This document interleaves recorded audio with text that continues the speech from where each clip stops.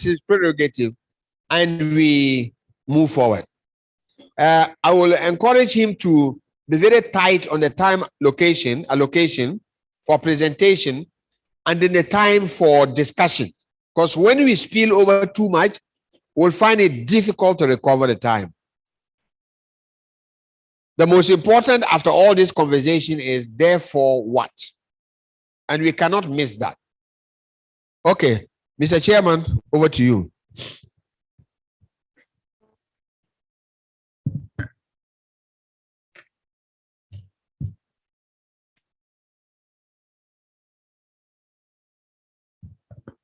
Thank you, Chairs. And good morning, everyone. Yes, so we have unfinished business, which we must start with and complete before we go on to the new thing. So therefore, the 3 country case studies that we are coming to here will take this format. The case study presenters that are here now, Nigeria and Sierra Leone. Ghana is here too? Good. So we are all done. Great. So we will allow the case studies to be presented. We are giving 15 minutes to each case study, give an overview, hoping that we will try to follow and take notes. And then after the presentations, we will then have an opportunity to discuss, some of the trends and some of the lessons that we can learn, the challenges that are existing and what we must take forward with. So these case studies are, examples of those bigger pictures that were painted the past few days. So, but the change must take place, localizing it, and our people ourselves will have to dirty our feet and hands in order to get that done. So that's why the case studies are very important, because even as we gather here, after here, we're going to go back to our various places, and that's where actions are needed most. So I would like to invite you and encourage you to follow the presentations and pay keen attention. So with that, I will therefore invite, I don't like to be sitting here alone, so I invite the presenters, especially the first 2 presenters, Sierra Leone, Nigeria, Dr. Garuba. Can you please join me? Can we join me, please, to invite Dr. Garuba to...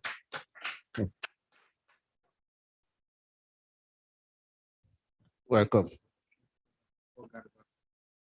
There's a delegation of traditional chiefs who are coming to be part of the actions of the community. It's a major issue solved. Now, because of tradition, when they are ushered in, you have to allow me to then recognize them.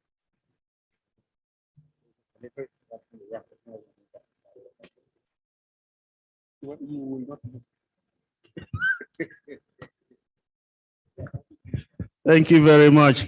So can we please also join me to welcome Mr. Sonkita Conte from Namati, Sierra Leone.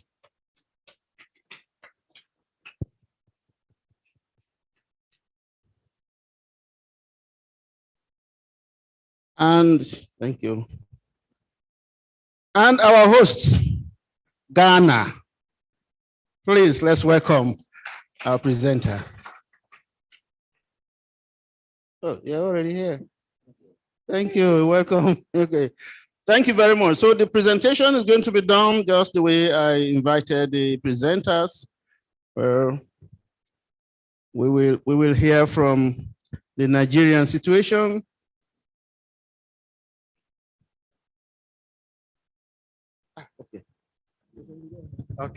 Okay, sorry for the interruption. It's just to recognize 5 traditional leaders from one of our communities, Ada, where there is an almighty struggle around salt. So since they came, it's important to recognize their presence. You are welcome, Nene.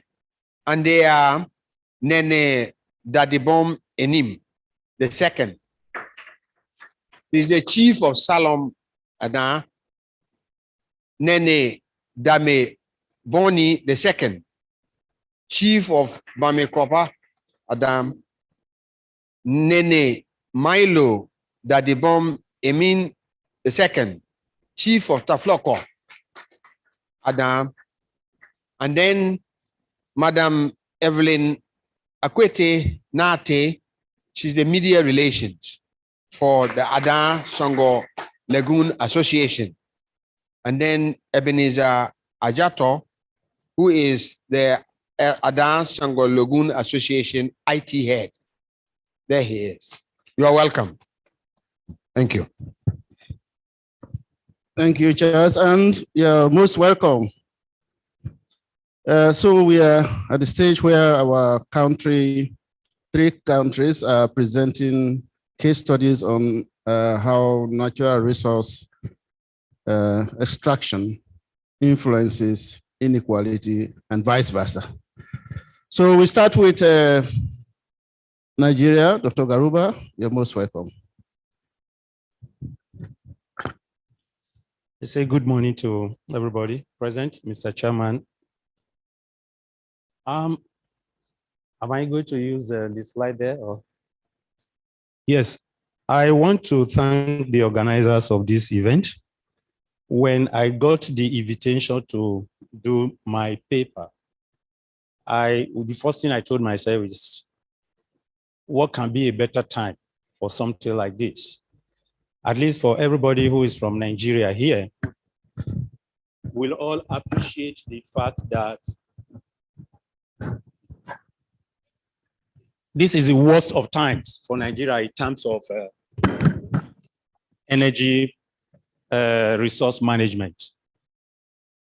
At the same time, in our history, we are having scarcity of petroleum products, where we are supposedly the biggest producer in Africa and one of the top 10 in the world. At the same time, our airlines are packing up, and there are notice issued that we should expect flight disruptions and even sometimes cancellation. At the same time, our women who are cooking with kerosene are facing trying times. At the same time, electricity, especially since the last quarter of last year, has been a terrible mess.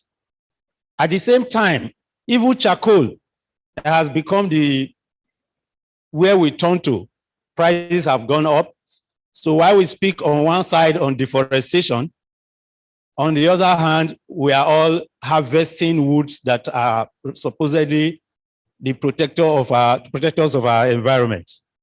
So every aspect of, also at the same time, the liquefied natural gas, the LPG, is facing trying times. In recent time, we have seen prices jump from around 3,600 per 12.5 kg, now around over 10,000 naira. So this is at least to draw attention to the realities. And all this has happened between the last 1 year. So when I got the invitation, I asked myself, how will I, because what was given to me was energy policies, energy poverty, and energy transition, the case of Nigeria. I also felt that this wasn't sexy enough and it wasn't arresting enough based on the challenges I said we face. So I suddenly remember a book project we did on fueling the world, failing the region on the Gulf of Africa, where I also have a chapter. So I decided I should do fueling the world, failing the country. You will recall I made a question the first day of the event, whether who are we failing? Are we failing the people or we are failing the country? And you also know the response to that. I decided that to make it failing the people, because the country only exists in artificial boundary. It is the people that really matters. And from the story we are all getting, since the beginning of Wednesday, of the event on Wednesday, we all have the same stories, except that you only mentioned Ghana, Nigeria, Burkina Faso, Sierra Leone. But the common message is the same all across. So for me, the people matter much more than the countries. I have this. And why do you think I have it? Growing up in my home, a relatively new, it wasn't that a village, but we're already using lantern. It's just that the picture I wanted with the lantern is not what I'm getting, but I'm getting that from the rechargeable lamp. They used to warn us against, don't become lights that shine for the outsiders, while the base is dark. So if you see the rechargeable, the base is dark. But if you see the lantern, this is the picture I wanted. If I had seen a lantern with a dark base, that's what I would have presented here. But this is the summary of my presentation. So even if I eventually caught up in the middle of the presentation, let it be that I have told the story before I'm asked to go. So energy is the lifeblood of any economy in the world. We have had, like explained yesterday, by the way, I thank Paddy for such a very beautiful, it was just like she was reading my paper, except that I added the Nigerian flavor to it. It's the lifeblood of any economy. Transition had always been in phases. There were times we used the dung, animal dung for agriculture. There were times we used coal. There was time we used fossil fuel, and now we are talking of even transiting. And all is directed towards achieving affordable, reliable, sustainable, and modern energy. This is also what you have as goal 6 of the SDG. But the reality in Nigeria is that you stay by the bank of the river, but you cannot find water to drink. So it's a world where we are fueling the world, going by the barrels of oil we are producing, the gas, the trillion cubic feet we are producing, 1.6 trillion cubic feet in a year. And yet we have compounded challenges. And in the midst of those compounded challenges, in the midst of those challenges, we are now going to be compounded with energy transition. And in trying to ask for the way forward, I am not for energy transition. I know a transition is definitely bound to happen. But what I am for, because I see energy transition as a very narrow conversation, I am for energy mix. And maybe the details, I'll get to that. I am also for value addition, because all that we have had, the conversation we've had, we are just interested in the money. Nobody is talking about the governance. And the issue of natural resource management, the problem we have with it in Africa is largely about governance, why money is important. The last one is, I wish as a country to reduce the inequality that we find. Let's concentrate efforts on benchmarking the quality of life. What should be the least benchmark that an average citizen in this sub-region should not live below? If you concentrate on that, and then see how we can, even the subsidy conversation we are having, how we can target, not blanket subsidy, how we do targeted subsidy, we'll be able to address this. That is a summary of my presentation.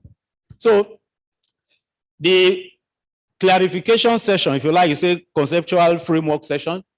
I took a look at the natural resource and energy nexus, while also looking specifically at concepts like policies, poverty, and transition.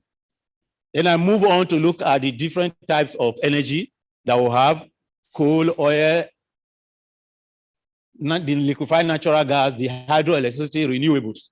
And also say that in Nigeria, we have coal in abundance. In fact, that was where we started from in 1903. But today, it's in the soil. Nothing is happening to it. The energy transition debate is about robustness of policies, it's about demonstrable capacities, and it's about financing opportunities. But all this is driven at providing for availability, reliability, affordability, and sustainability. If you are not getting those four things in terms of the energy debate, then as a country, much work is needed to be done.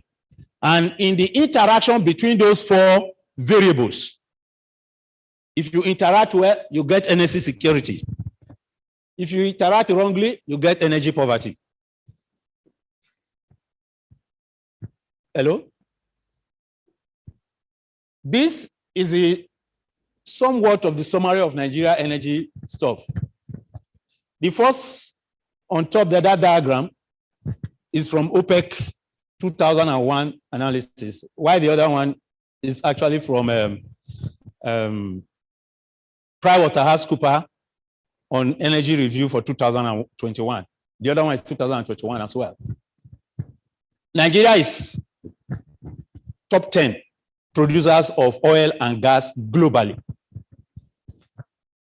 We produce 3% of the OPEC basket, which the OPEC basket is actually 80.4% of global oil. That's the report for 2021. And the country from oil, if you look at what has happened since when we started implementing EITI from 1999 till date, because that was where we started doing the audits, Nigeria has earned over $750 billion from oil, 1999 to 2000. I have a chart. Anytime they release the NAT report, I'll go there and put the figures. And the 750 you are seeing is the base figure. I have not, like if you say 7.2, I didn't count the two. In terms of oil, we have 37.05 billion barrels proven reserves. And in terms of gas, we have 209.5 trillion cubic feet.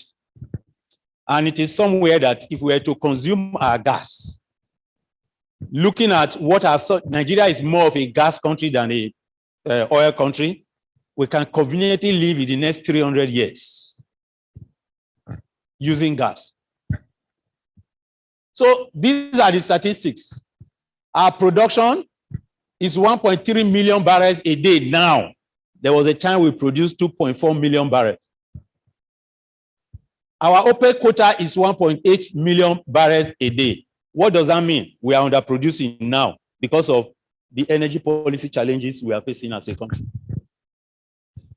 For 2019, Nigeria produced 1.6 trillion cubic feet of gas. And as we talk, the country is managing 4,000 megawatts a day. But the fact is that as a country, we need 89,000 megawatts, 200 million population, as well as the industries, what we consume at home and everything. But the projection really is that we want to have a country that will raise the proven reserve to 40 billion and produce 4 million barrels a day. The gas in the next 8 years, we are projecting to triple the current 209.5 reserve. And also, in terms of electricity, we want to see an increase in our renewables from 23%, some documents said 3%, to by 2025 and 26 in 2030. So, sorry, can I see the? Yes, look at it. Our consumption now is 3% on electricity, renewables, 42% natural gas, petroleum and other liquids like the hydraulics is 55%. That is what Nigeria gives to the world, across the regions across the world. And this in gas. Petroleum up, gas down, or oil up, gas down. So if I say we are fueling the world, you see what is going to the world. And this is what we are using, and we are so inefficient at all. There's the other one. So this is the energy policy and the reality of our poverty. we have a very beautiful document, 102 pages. That is our own Nigeria energy policy, or the national energy policy. And that document took into account, is reviewed ever since 2003, we've always had it. And the last reviewer happened in April this year. And that reviewer took into account the new Petroleum Industry Act, the new discoveries we are having even around the Gulf of Guinea, that it looked at our potential. It looks at the fracking opportunities for shale oil and shale gas. It looks at the renewables, how we are moving the climate-induced decarbonization drive, to tell you that it is up to date. There is also a 205-page document called the Energy Master Plan, which broke down all these different renewable energy sources. And that the conversation I think we have not had, especially at Africa or at sub-regional level, about what is happening, is the nature of foreign capital in Africa. If we want to interrogate our inequalities, poverty. And that conversation is, consumption is externally produced and production is externally consumed. What we eat is what comes from outside. And what we even produce is what is consumed outside. So we are not even in the picture of what we eat or what we consume. Even the oil, the gold, and everything we are all exploiting in Africa, the price is not determined in where it is produced. Go to Rotterdam, where they discover oil. Go to Geneva or so this is a problem with Africa. It's not a problem of money as accrued from minerals. It's a problem of not being in control over what you produce. Who tells you how much you buy a barrel of oil? The producer doesn't have a say on this. So this is the crux of the African problem. Yes. Then look at what we are currently going through in terms of the energy poverty in Nigeria or inequality. We are crowding out other sectors because most of us have moved away from what we used to do and latched on solely on oil. So all other sectors are drying up. And there is no link between the oil and gas sector with the other sectors of the economy. It's a huge problem. It's the cause of our poverty. There are rising prices. So as they fix the price over there in the West, because we are exporting in raw form, they refine it and bring to us back here. We buy at a higher price. Rising prices of goods and services because transportation play a crucial role in whatever we do. And because transportation play a crucial role, when we import those products back in refined form, we pay higher money and we will now need to make profit. So there's rising prices. There's a comatose refineries. Nigeria has 4 refineries. We produce crude oil, but we cannot serve the refineries that has a capacity of 450 barrels of crude oil a day. Our refineries cannot even produce 10% of that, or refine 10% of that. There is the Russian-Ukraine conflict that is causing hunger all over Africa. What is the population of Ukraine? That the whole world now rely on grain. The Middle East is also suffering. These are the crises. And these are electricity supply, the regulation of entities. And so these are all that we have. So let's gallop the remaining things since I have given you the summary. You see, the energy transition, in the midst of that, I say we are now going on a turning path to the transition. Those are the problems already highlighted. And now somebody is discussing energy transition. Africa as a whole has proven reserve based on also recent discovery, $6.7 trillion worth of fossil fuels that is on the ground. So if it transits, who pays for that? I don't know if you get what I mean. And yet, we are contributing less than 3% of the greenhouse global gas emission. So who are we helping if we transit so quickly, if we allow the rush? So that is a good one for you. As you look at it, we are left with 3 decisions, which of course I thought the paper presented yesterday by Paddy was actually asking, did this lady enter my heart by the time I wrote my paper? We are left with doing nothing. We are left with joining the bandwagon, the trade that we are on a transition, and we are left with taking it easily, slowly, and on a just level. So for me, it's a piece of discussion about the pizza. It comes in a square box. When you open, it becomes round. And when you are eating, it is triangle. So my conclusion, energy transition is a reality. We've had different stages of it. It's not new. But the way we are driving the current one, I don't know where it's going to take us, especially because we don't have money. And that is why I call it is one race. But there should be different paces to that race. We are not to be railroaded. 2, there's a comprehensive energy policy and master plan in Nigeria. The implementation is challenged.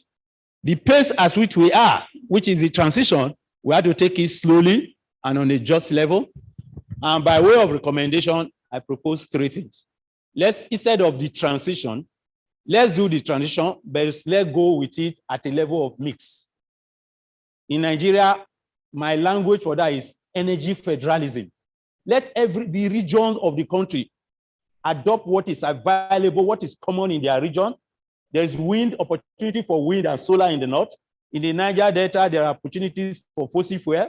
So that is the approach to be taken. 2, we should think of value addition to what we have in terms of creating the jobs that will deal with inequality, having more profit to invest in projects that will help Africa.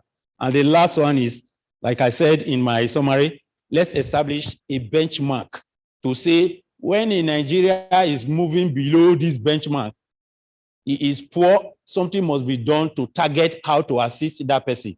So this whole concept about less than $2 a day, it is not for nothing. We too should program what that program along what that benchmark should be and how to deal with it. Thank you.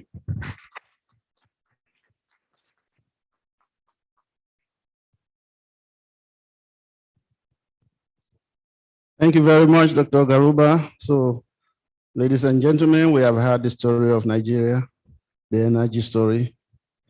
You have plenty, but you have very little.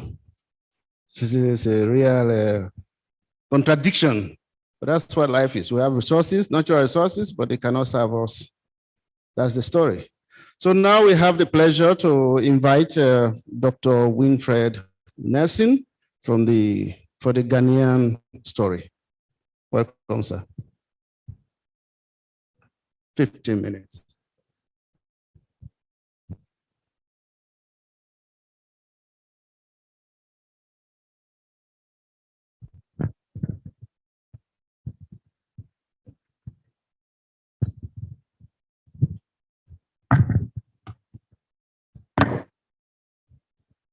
Hello.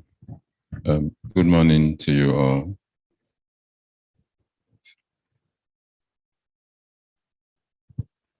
Okay. Where's the change? So right goes forward.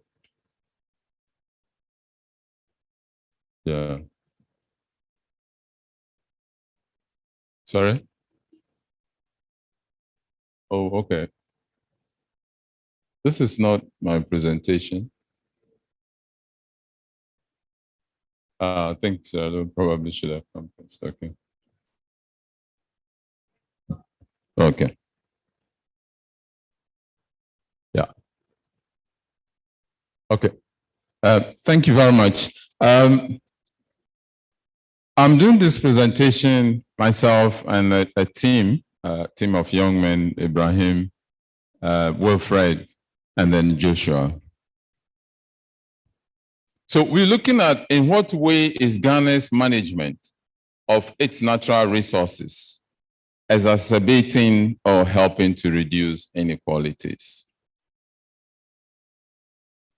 We'll do a brief introduction, and then we look at the scale and significance of Ghana's natural resource. We'll just highlight, and then also highlight the nature and dynamics of inequalities.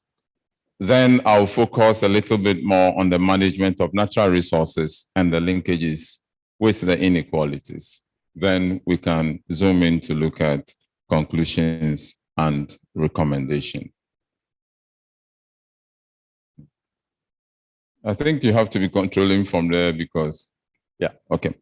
So despite the immense efforts towards the extractive industry, this presentation will focus on minerals and forestry.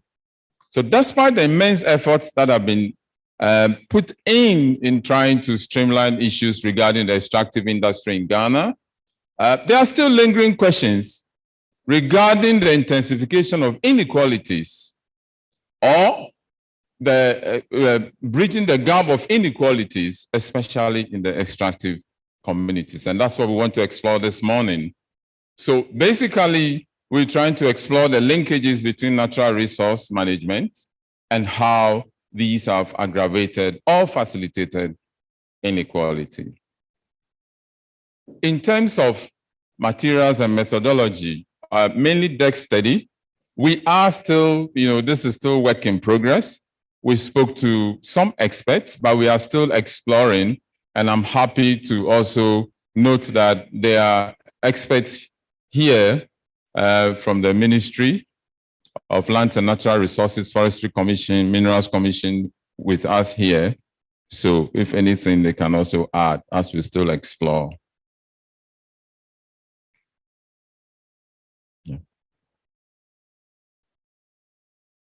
Oh, you change it. Okay, it's not changing yet, that's why. So just by way of scale and significance of the extractive industry, Ghana remained the continent's largest gold producer and 6th in the world in the year 2020. That's from Minerals Commission.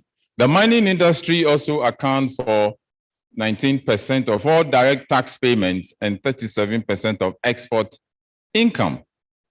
In terms of revenue, we have minerals accounting for 45% of total exports, and gold alone contributing 95% of mining earnings, and is the highest foreign exchange earner. You can imagine the royalties and also income tax coming out of the extractive industry, forestry. As a result of these industries, we've also had revenue to develop social and infrastructure in these, especially in some of the mining communities, even though there are still challenges to do with that. Job opportunities, and just in the population census that was done, it noted that we had about 111,502 people employed in the mining and quarrying industry alone. Also, you can imagine the multiplier effects of the employment opportunities and the rippling effect and all that, the relationship in terms of the employment and the economic implications of that is very wide. It is also very important that we mention the artisanal mining, which is accounting for more than 35% of the total gold output that we have in Ghana. And you can see it's a very large one, employing about 60% of the mining sector's workforce in the country and providing about 12% of the population in Ghana. Now, if we take forestry, we have 19,000 square kilometers of land, which is under long-term forest management as of 2021. And then we have forestry and logging contributing 13% in 2029 of the GDP. The nature and dynamics of the inequality in Ghana, these are highlights. Briefly, we have the spatial or the geographical, and there is a divide in terms of inequality between the northern part of the country and the southern part of the country. So the difference alone was responsible for an additional 10% of national inequality. Poverty issues are quite immense among rural inhabitants, more than the urban. And especially in the northern part of the country, poverty incidence is also comparatively very, very high. And you can see the rural-urban disparities accounting for 17.6% of the country's inequality. Gender. On the average, women have limited access to resources, power, money, property, and other assets, especially if you look at the cultural underpinnings. And then significant factors of inequality, we have issues with wage, work conditions, labor, which differ from place to place, organization to organization. There are also social inequalities, health facilities, and some have better access to health facilities than others. And even in terms of pollution, those who are closer to streams and all that where mining is taking place tend to be impacted in terms of the environment. Now let's focus on the management and inequality linkages. We've tried as much as possible to deal with the results rather than the process, which would take time. Now, if you look at in terms of management, if you look at the management processes, the institutions, Ministry of Lands and Natural Resources at the peak. In fact, if I want to start mentioning them one by one, the details are in our paper, will not finish. Now, there are so many of them, and then there are so many laws and there are policies in this area in terms of management. But the regime, it's quite adequate to address the issues. But however, some of them also tend to be conflicting. And if you look at them critically, it's not just about the laws, but as we've been hearing, it's about the enforcement. Yes, there will be the need to improve one or two laws, but the critical issues about enforcement and dealing with environmental governance.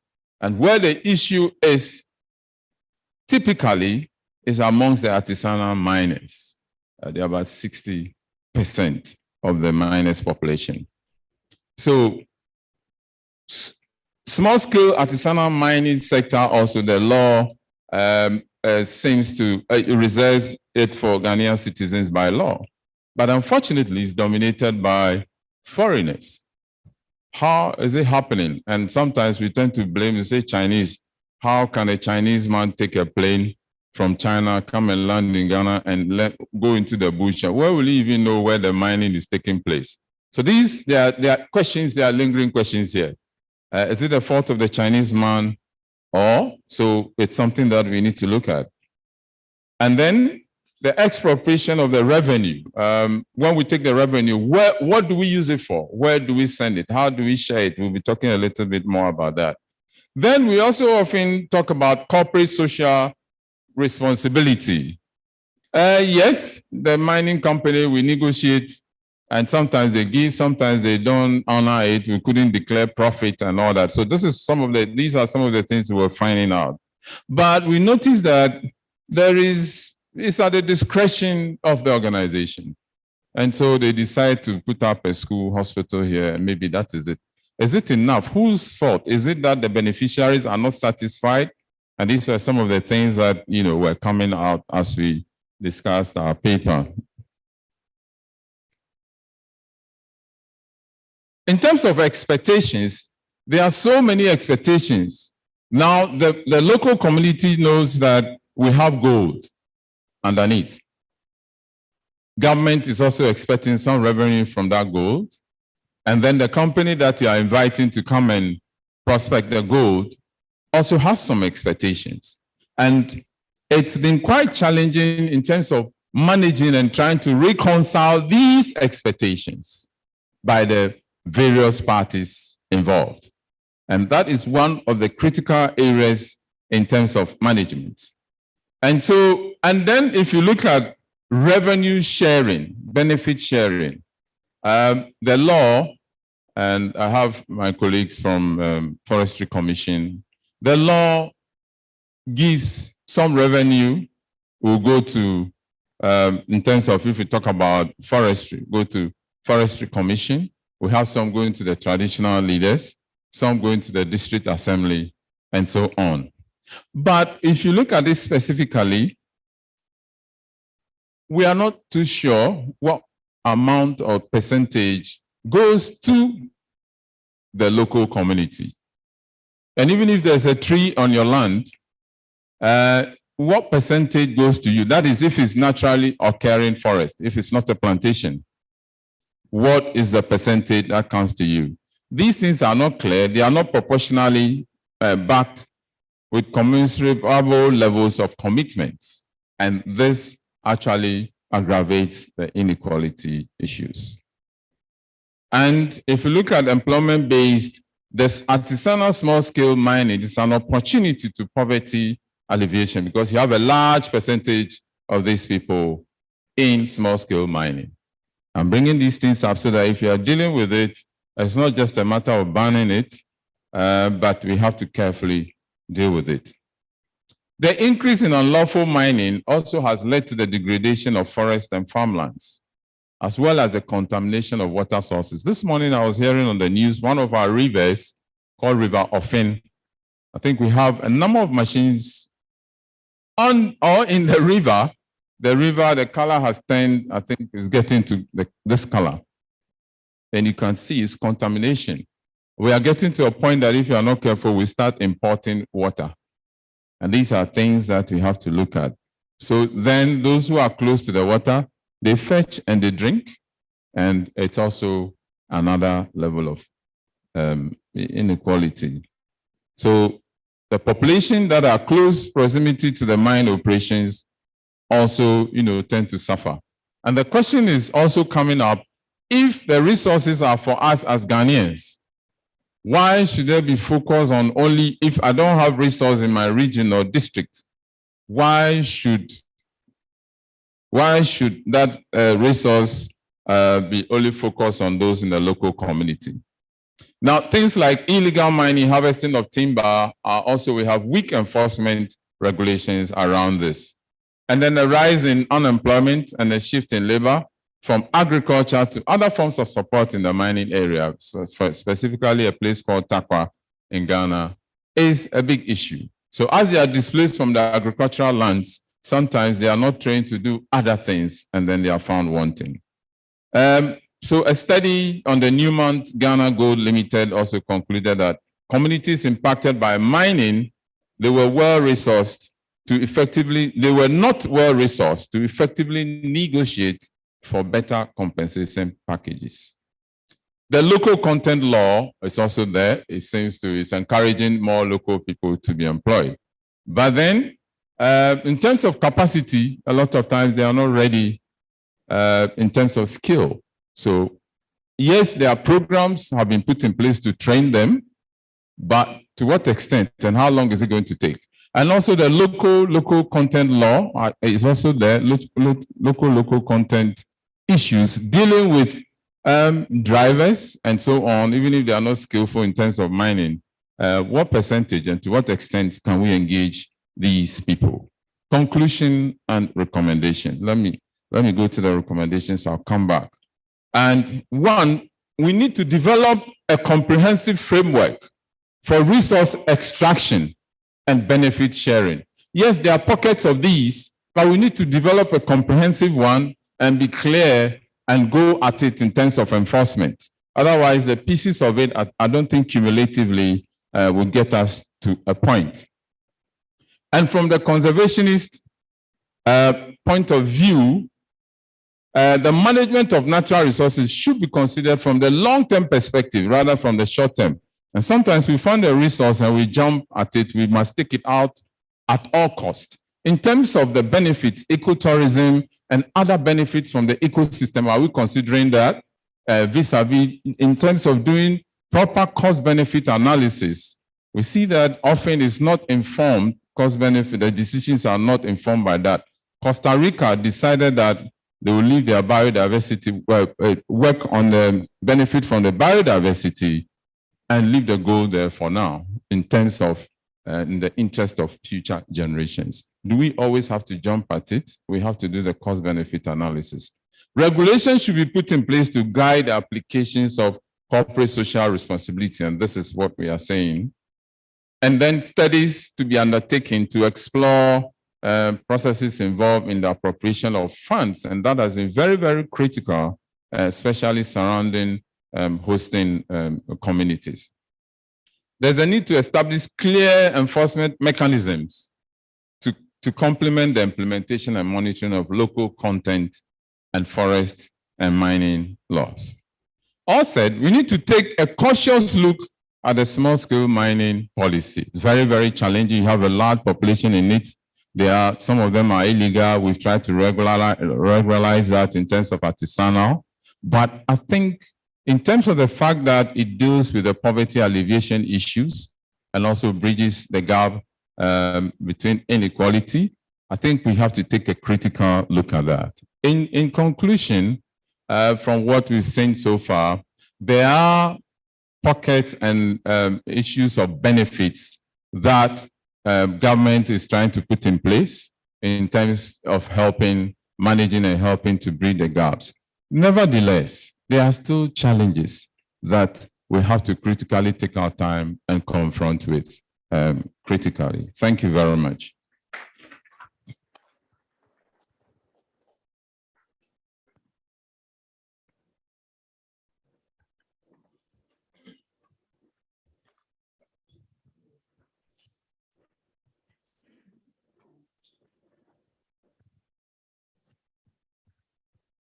Thank you very much,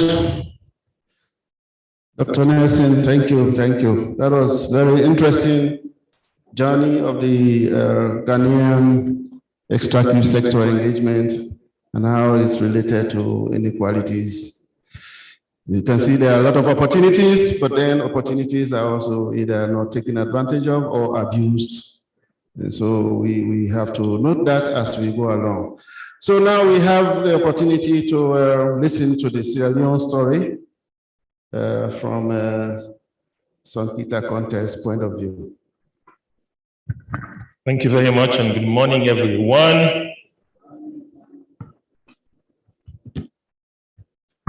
Okay, so I was asked to do a similar paper as Dr. Nelson's, basically to look at inequality in Sierra Leone, a country that is blessed with huge amounts of natural resources. How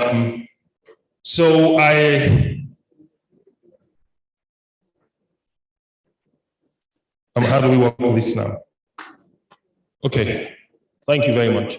So the paper basically is divided into 5 parts. That's, part 1 looks at the nature of the extractive sector in Sierra Leone, the drivers of inequality, how the resources are managed, and policy reforms. I mean, what should we do or what has been done to deal with the issue of inequality? Now, the picture is pretty much the same as in many of our sister countries. Lots of natural resources, but then you don't see tangible benefits for communities. Next slide, please. Last week, we had a very momentous period of time in the history of Sierra Leone. Our parliament passed important laws that would shape the landscape for natural resource extraction. So the New York Times had that article on the passage of those laws. It says new laws of the land. Sierra Leone reshapes environmental battleground. Now, most of you have heard me talk about bits and pieces of these laws, but they are really important provisions that would help address the issue of inequality. Okay, these are some of the things that are found in the law. Next slide, please. 2 days after those laws were passed, we had a deadly protest in the country. I mean, the very same week, last week. And what happened was that people felt that the cost of living was too high, poverty was too high, they could not afford basic things. And so this was the consequence. 8 police officers were killed. 21 protesters were also killed. Infrastructure was destroyed and vehicles were burnt in a country that has lots and lots of natural resources. This situation is not unique to Sierra Leone. I learned that there was also rioting in Ghana as well, sometime this year, again, caused by issues of inequality and poverty. So the things we're dealing with, ladies and gentlemen, they are not theoretical at all. They are real and they could hurt us in terms of destroyed lives and destroyed infrastructure. So it is important that we begin to work to get this right, both as countries and as collectives, such as ECOWAS. Next slide, please. Now, the nature of the extractive sector in Sierra Leone is similar to other countries and Ghana as well. I mean, we have vast deposits of all kinds of minerals that you may have heard. Okay, they are there, they are below the ground. But the question is, are they benefiting us? Now, the country has 5 types of mineral rights that one can get, from reconnaissance to mining. Like Ghana, we have left artisanal mining exclusively for Sierra Leoneans, so that you use your shovels and your pickaxes to do the trick. But again, we're seeing evidence of involvement of foreigners. Interestingly, Dr. Nelson talked about the Chinese coming into Ghana to displace the artisanal miners. Apparently, when they are displaced, they come to Sierra Leone, because we do have Ghanaians who are also involved in artisanal mining in Sierra Leone. Yes. Large and small scale mining is almost exclusively done by foreigners, by foreign companies. And so you see that the trend of the exodus of the benefits is already set right from the start. So because these are the guys that generate a lot of the income of the revenue, and so they're allowed to take all of those things. We do not have participation of local companies in large and small scale mining. We require environmental impact assessment and licenses for mining, but then how are these enforced is also a different story entirely. By 2021, we had 11 companies, large scale mining companies, exploiting 7 different minerals and 13 small scale companies. The vast majority, if not all of these, are foreign companies. You do not have Sierra Leoneans or Sierra Leonean companies participating in these processes. And finally, we have subscribed to all the important sub-regional and regional and global best practices. So EITI, the Kimberley process, and of course the African Mining Vision is something that we also subscribe to. Next slide, please. Now, what is the nature of inequality? When you look at our score on the Gini index, in 2018 it was put at 35.7. Even though that looks encouraging compared to the average and other African countries, actually it represents an increase over the last 10 years. Again, I think the issue of the Ebola epidemic and the COVID situation played a role in the worsening of standing in the Gini coefficient. And I'm sure if they begin to look at the current stand, we would have increased even more as a result of the COVID situation. Now, interestingly, what you see there is, it used to be the highest denomination of our notes. Now it's been replaced by another one, which is 20, right? And I know that there is fire on the mountain when countries begin to replace their currencies and knocking off zeros of their currencies. There is a big problem there. So to give a picture of the nature of inequality, for every 10,000 leones in 2018, only 16.4%, or about 1,600 of that, went to the poorest 50%. The richest 10 captured nearly half of that, nearly 50% of that. The income share of the richest 1% increased by more than 40% between 2011 and 2018, but the income share of the bottom 50 declined by more than 5%. Women bear the brunt of inequality, constituting 70% of the poor people in the country. Now, I didn't go into the rural-urban divide. Of course, you have seen in many of our countries, rural areas suffer worse when it comes to all of these issues and access to services. And interestingly, these are where the resources are found, right? The oil, the diamond, the gold, the bauxite, they're all in rural areas. But then they suffer deprivation and inequality more than urban areas. Next slide, please. Now, I want to quickly sample some drivers of inequality. 2 things that I'd like to draw your attention to is, one, it's common again. We've seen that insufficient revenues from mining companies. Interestingly, data from 2010, when apparently we had some boom in the sector, really paints a very gloomy picture. So exports, mining exports accounted for 60% of, mining accounted for 60% of exports, 60. But then it only brought in what, 8% of revenue for governments, right? Which was like 1.1% of GDP. I mean, we dig up everywhere, we cut down mountains because of iron ore in return for 1.1% of GDP. Is that the future we want for our country? Is that what we want to do? And even when the money comes in, okay, when the 8% comes in, what do we spend the 8% on? We do not prioritize the sectors that would reduce inequality. We have seen governments coming in and saying, oh, we want to do roads, or we want to do energy. And they forsake health and education and other social services. And I don't know if this occurs in Ghana, but there is a trend that we've noticed over the last maybe 10, 20 years. When the budget is read in Parliament and allocations are made to different ministries and agencies, on the ground, they do not necessarily receive all of the allocations that are made. So some ministries and government agencies receive perhaps half, some 1/4 for the entire year. And so we have seen that has impacted government expenditure on sectors that would reduce inequality. And so that is a challenge. And of course, we see a lot of discretion in how government spend money. The president visits a particular area, someone says something and he says, let's do something there.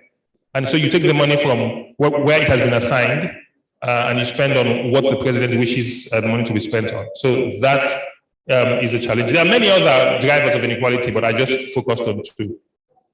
Next slide, please. Again, to talk about how mining, both in terms of this process as well as management, has impacted the country, I brought the picture again. 60% of export, 8% of revenue, 1.1% of GDP. That is what we're fighting for. But then what happens in the process of getting that 1.1% of GDP is that we undermine community land rights. So up until last week when the law was passed, for large-scale mining, there was no requirement for free prior informed consent. The government could sit in Freetown, give a license to a company, and then the company would show up in the rural areas, and communities are then compelled to give up land for investment, because that was the situation. Government has granted the license, there is no way you can say no. And of course, there is also poor enforcement of environmental and other laws. Dr. Nelson was talking about rivers that are dying, but we have several of those in Sierra Leone as well. They've been damaged beyond repair. There is no fish in those rivers. Forests have been cut down. Swamplands have been destroyed. You all in exchange for 1.1% of GDP. So you take the livelihoods away from communities, and they don't see much of what is coming in. And of course, we've talked about poor generation and management of extractive revenue. We don't see that at all going down into communities. Next slide. Okay, now to the good news, hopefully. So I talked about what happened last week, and I think it's really major, because last week 3 laws were passed in the space of 1 week. So we had the Customary Land Rights Act, the National Land Commission Act, and the Mines and Minerals Development Act 2022. All of them were passed last week. Now, these are some of the things that are embedded in those laws. Free, prior, and informed consent for all investments. So now we're saying as a country, we will not impose the will of the central government on the people. We need to ask them first if they want the investment on their land, which is a big, big step. It's a major thing, and we applaud them for that. The second thing that you find in those laws is 10% ownership of all investments should be reserved for Sierra Leoneans, particularly those that are directly affected by the investments. Again, if we do not participate in those businesses, we're not going to get much from them. So the law is saying at least 10% should be reserved for the citizens. And then the government also gets 10% free carried interest in all large-scale mining. So that free carried interest means the government doesn't pay for that, but it gets the benefits in the form of dividend. And if the government wants to increase its share, it could increase up to 35%. We never had this before in the laws. The government was simply relying on negotiated taxes and royalties. We also now have market value compensation for loss of crops. We didn't have that in the past. Communities will be given what companies want to give them for loss of crops. We also have increased percentage of mining revenue for community development. It used to be 0.001. Which was really nothing compared to the damage that these investments cause to communities and the environment. Now it's up to 1%. And this story is unfortunate because the push for communities was 5% of the gross output of large-scale mining companies. 5% of that revenue should come into communities. The government had given indication that it was going to push for that. But then when the law was eventually passed, 5 became what? 5 became 1. But then the other thing that is included in this new law is that 20% of the royalty would now be spent in the district where the mining operates. And this is in a bid to really ensure that the revenue is dispersed across different areas. Of course, there are provisions on consolidation of tax. I think one problem we used to have was that the government would negotiate below what is put in the law. So we've seen companies that are paying below the stipulated tax to government for many of the operations. But now the government is saying, no, we would have to consolidate this and then allow the Ministry of Finance and the government authorities to come into this. And of course, there are provisions on protecting ecologically sensitive areas. You cannot have investment in those areas at all because of their sensitive nature. And the last thing I'll say here is accrual of surface rents. In the past, surface rent was split in 2 and only half gets paid to the landowners. But that has changed, not to our utmost satisfaction, but it has moved from 50 to 70. But what we want to see is complete enjoyment of surface rent by the people that own their land. I think what we need to do now in Sierra Leone is to make these laws work. We have these new laws, they're exciting for us. We have a great opportunity to see how we could turn the tide against inequality, but we need to do the hard work right now. And we hope that what we have experienced in Sierra Leone could also be a source of inspiration and a lesson for other countries. Thank you very much for your attention.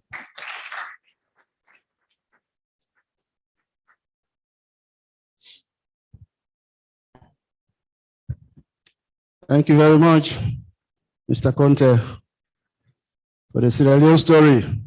With these very good stories, it's very difficult to keep to time. But you want to hear, keep hearing what's the thing and whether there is good news at the end of the day. Yeah, so anyway, but these are the stories we have heard from Ghana, from Nigeria, and from Sierra Leone. And they are all awash with issues relating to inequalities,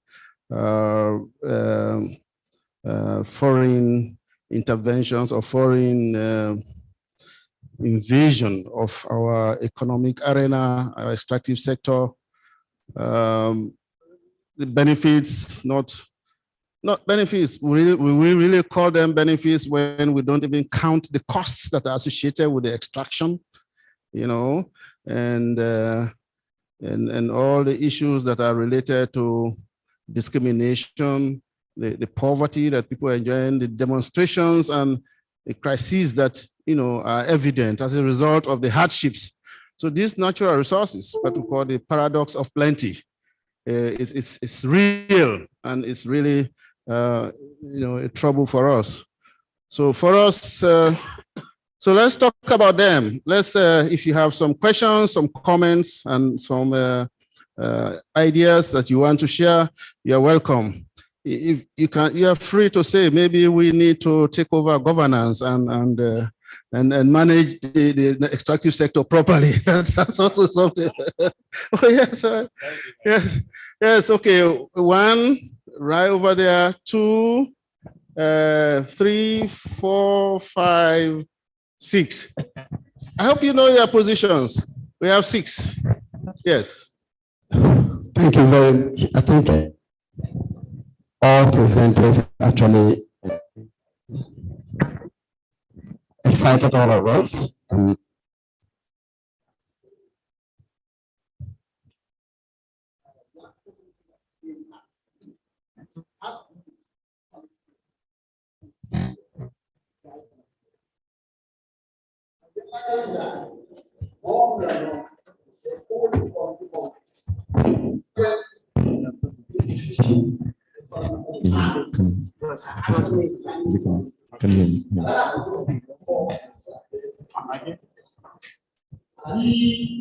Extend speak just alone. That's how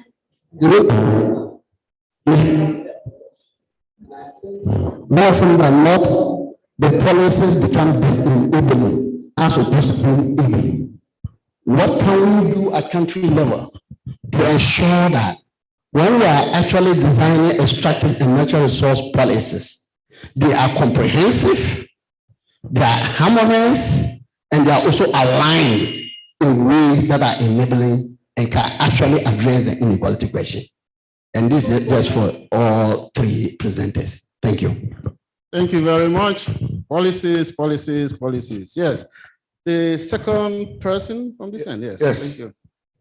Thank you so much. Excellent presentation of the Nigerian case study, Dauda. But I have a question for you. You concluded your presentation by saying that who are we helping? You raised the question, who are we helping if we transit quickly, very quickly, and that you prefer something called an energy mix, which sounds very realistic. But I wonder if you consider the fact that for a lot of communities who live, where crude oil is extracted from, and indeed the entire West Africa coast, it's no longer a problem of who are we transiting for. It's the fact that there are frontline communities faced with the impact of climate change, which is a product of burning fossil fuel, right? So if we transit, do you not think it makes a lot of sense that it saves these communities from the adverse effects of fossil fuel causing climate change? And for me, that is a reason for an emergency transition. The fact that the entire West Africa coast will probably be flooded in a few years' time. And I'm wondering also to the presenter from Sierra Leone and Ghana considered forestry as a key resource and did an analysis based on forestry. And I wonder why the Nigeria case study did not say anything about the vast forest resources in Nigeria and how it is currently being managed. Thank you very much.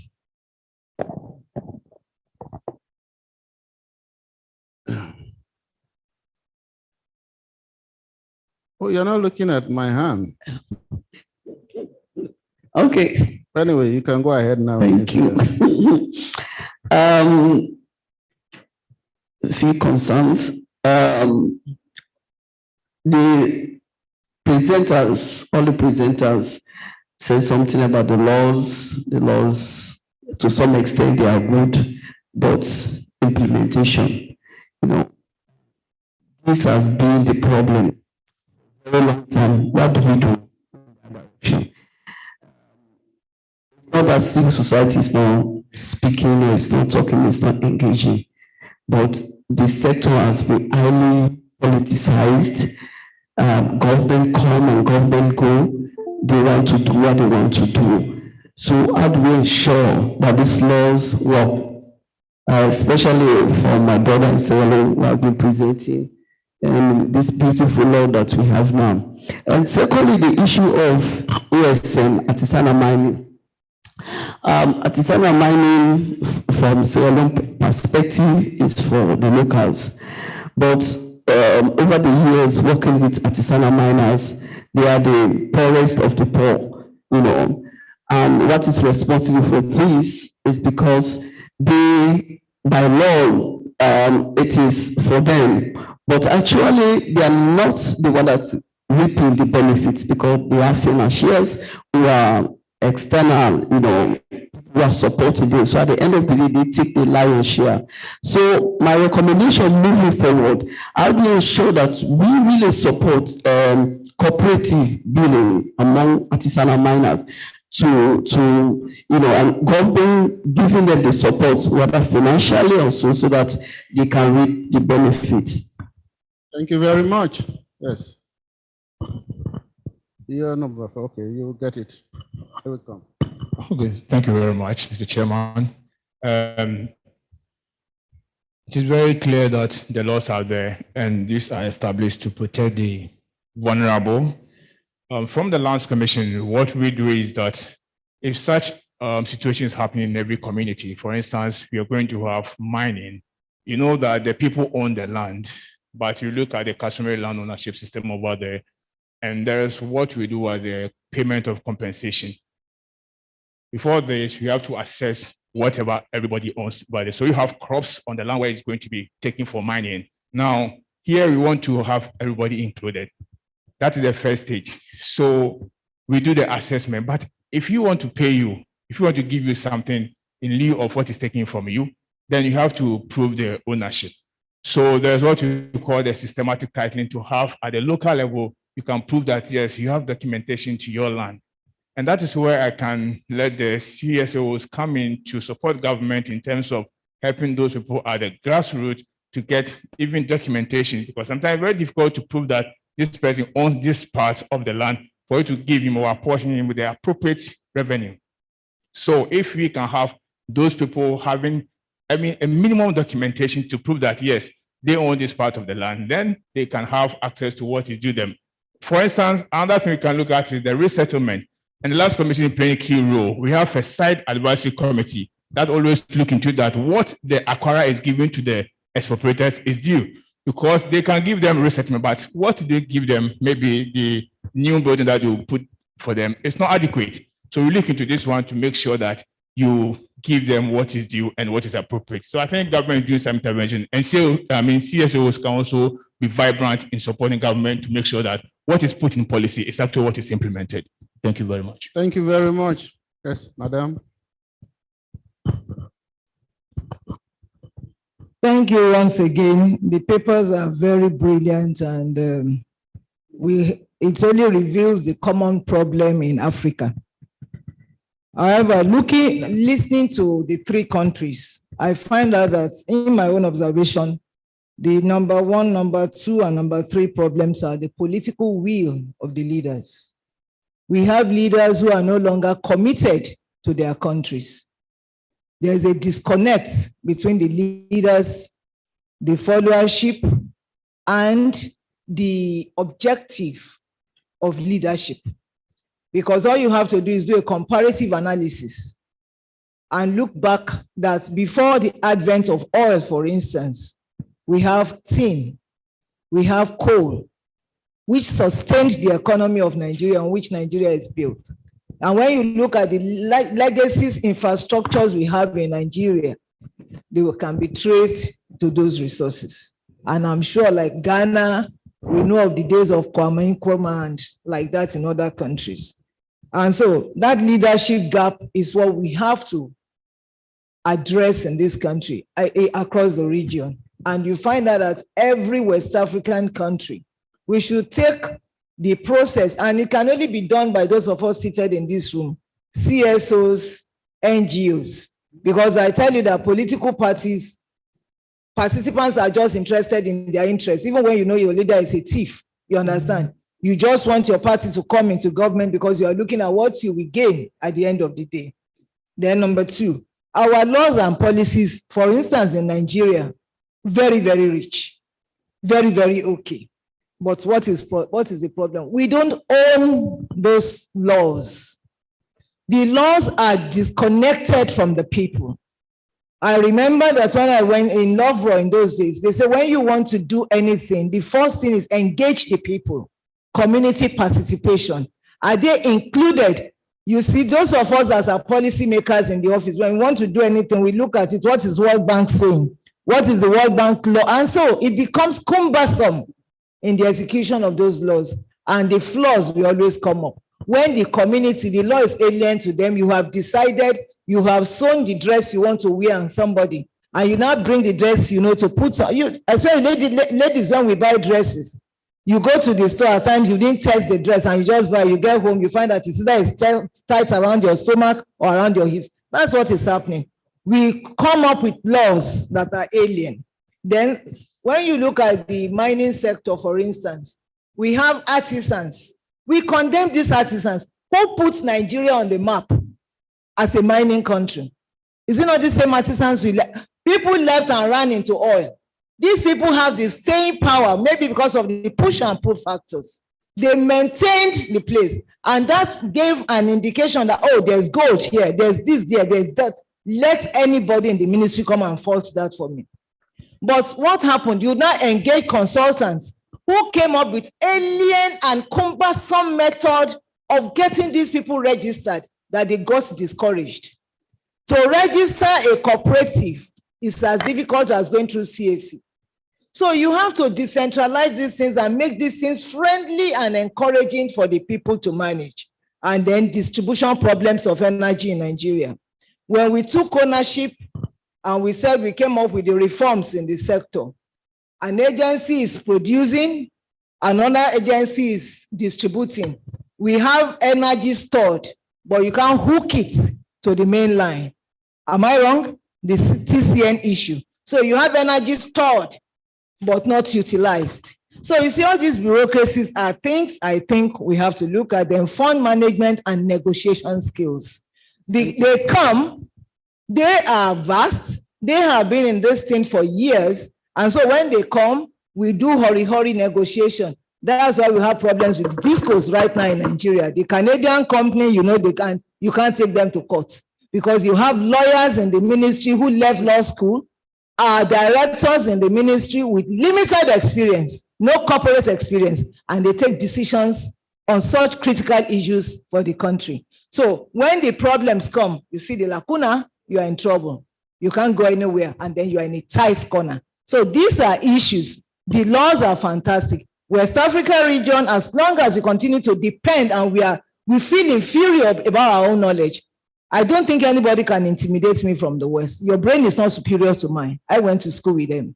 You understand? But a situation where we want to see a white person and we start trembling and think, oh, whatever they bring up is superior, we will always be in this ditch. Thank you. Okay, thank you very much, madam. Yes, the last contributor.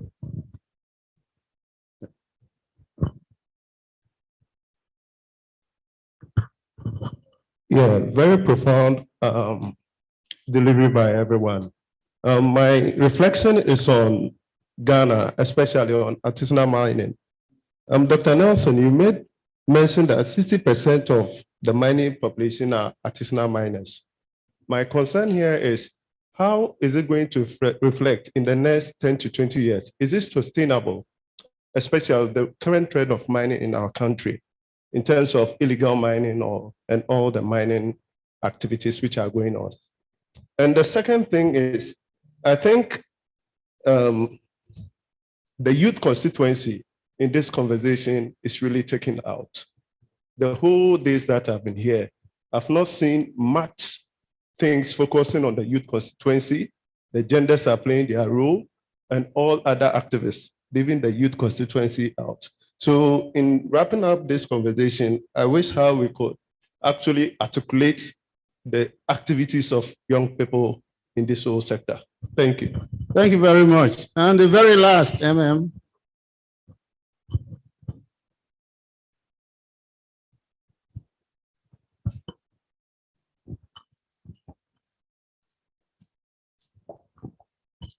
Good morning, all. I want to start from the last session we had yesterday. Actually, inspired us to think of what can be done, because from what was shared yesterday and the 3 case studies today, the challenges and the situation is the same across the West African sub-region. Now, how do we go back home and build synergies between organizations working at the national level and those of us working at the subnational level? We need to create that linkage so that we begin to influence governance processes. We have the laws, but we need to create deeper understanding among the people on the available policies and legislation so that the people can begin to hold government accountable. Yesterday, we were told we need that leadership in the West African sub-region. How do we build our own leaders to be accountable in such a way that they can be able to resist external influences. I think we have that responsibility. Thank you very much. That's wonderful. So panelists, you have, we are running up now. So just wrap up with your response, quick, and dirty, 1 minute each. Thank you. Great. Maybe I'll just do my quick 1 minute. On the question of policy conflict, I think what we need to do in developing policies is not to do that in silos. One of the things you would have noticed in my presentation is that last week we passed 3 laws, 2 on land and 1 on mining, and it was deliberate because we wanted these laws to speak to each other. Because otherwise, if you pass them separately, there might be conflicting provisions. So my suggestion would be, when you're developing laws in a particular sector, look at what exists, look at similar provisions and see how those could be synergized, so you don't deal with conflict. And my final point on implementation, I think implementation has to be taken to the people.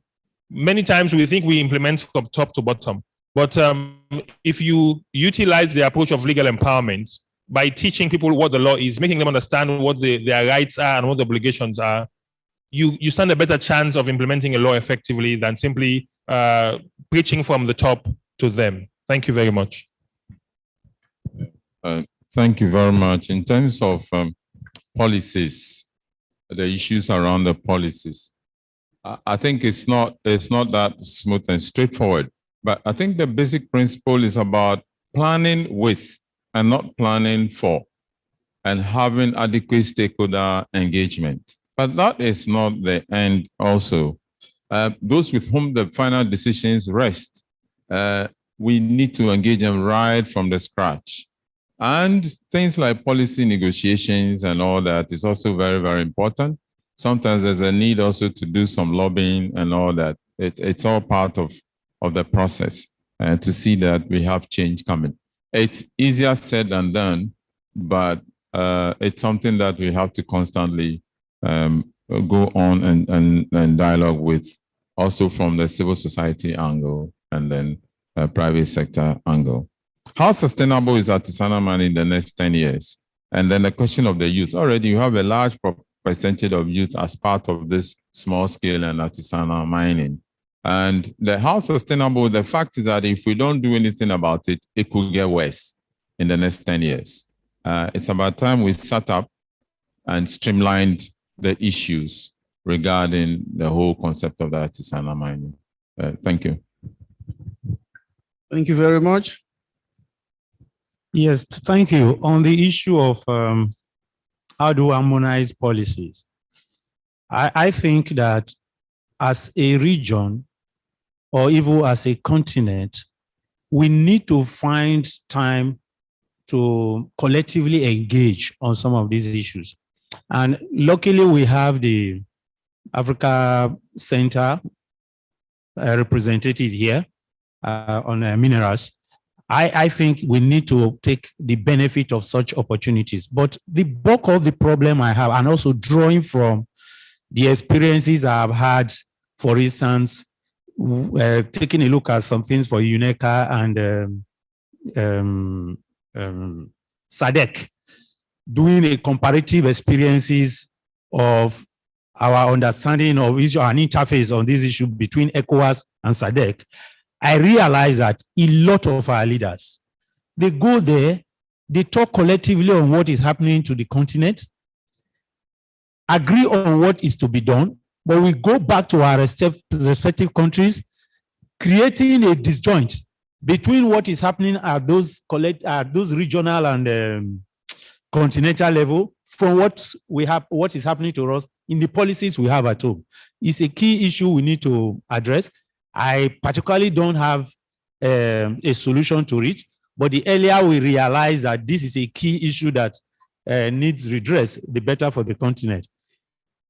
Ken, your question is a bit, of course, these are issues, based on my engagement in the Niger Delta, you too have engaged on this issue. You know about our experiences on this issue. And that was why in our conversation yesterday, private conversation, and even what I expressed in my presentation this morning, when we discuss natural resource in Africa, and even from the experience we were having in the last couple of days, we tended to discuss money in the game than even the governance issue. And that was why I put it out, that governance is the key issue that we have. God provided natural resource for us to better our lives. How come that is the money bit that we are hanging on, and while leaving out the other? But the fact remains that the issues you raise, you are raising issues because we have not addressed the governance bit of this issue. If we address the governance bit of these issues, there's no reason why communities should be in a rush to exit or feeling a concern that all this conversation is not about them. So beyond the money, can we have opportunity to discuss the governance? And I also saw that in the position raised by about how you get people up to speed in understanding these policies. The people have been avoided in Africa. And until we get people back, I just give you an example in Nigeria. In 1999, when we returned to democracy, the quality of leaders we had, we were abusing them that they were not delivering. I can tell you, we have consecutive how many elections in Nigeria? The quality of leaders we have now are worse than those we abused in 1999.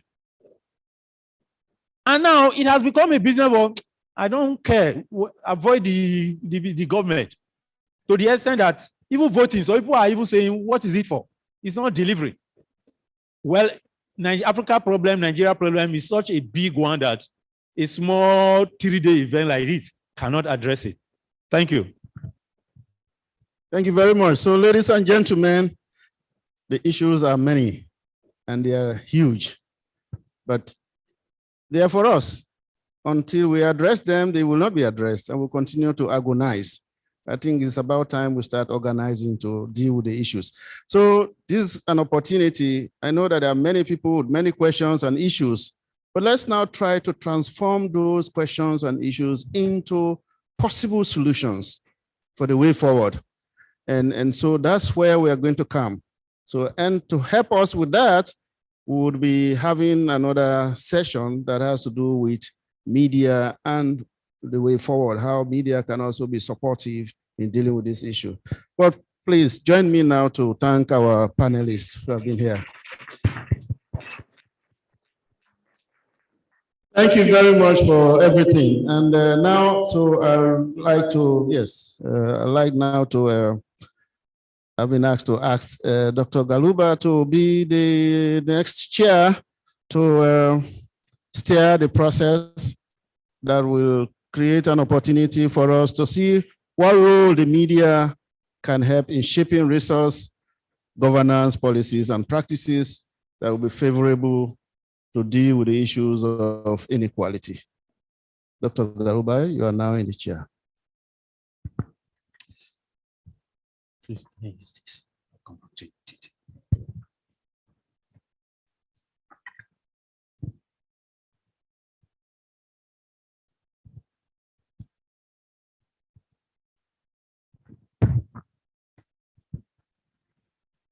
Yeah, may I call on Professor Kwame Karikari to come over to the table.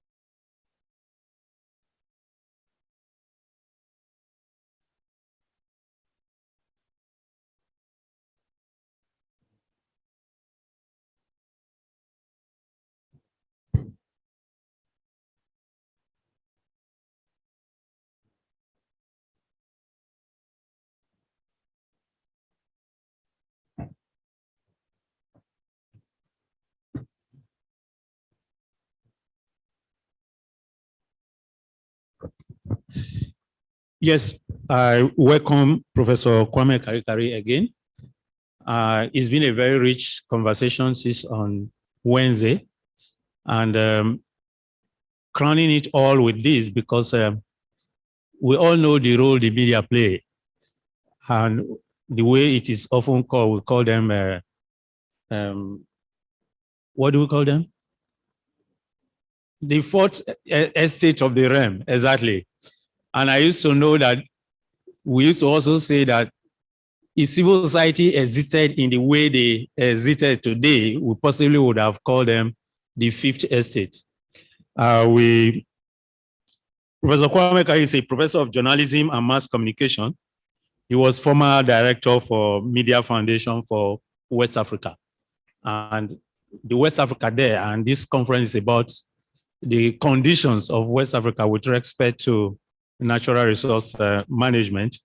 I think it's not a lost debate at all. He will be looking at a survey of the role of the media in shaping resource governance policies and practice favorable to the reduction of inequality in our sub-region. We're just having a tete-a-tete now. He has a huge slide presentation, and we also have been informed that we have little time for this conversation, but he wanted to just speak to us. But I felt strongly that there are online personalities in this engagement that we probably will need to have selected slides he may want to in the course of his presentation, so that we don't completely shut out those that are not on physical engagement with us. So he has a printed copy of the slides, and he has the right to also choose that of the copy, just put on slides page this, so that those who are online should also be able to follow the conversation with us. So Prof, you have the floor. Thank you very much. Thank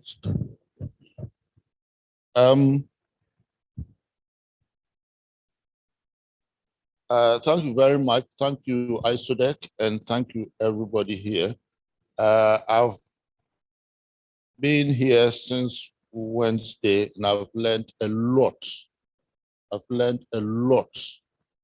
But in learning a lot, I've been sitting here and asking myself, how much of all of this wealth of information do our populations in our different countries get to know?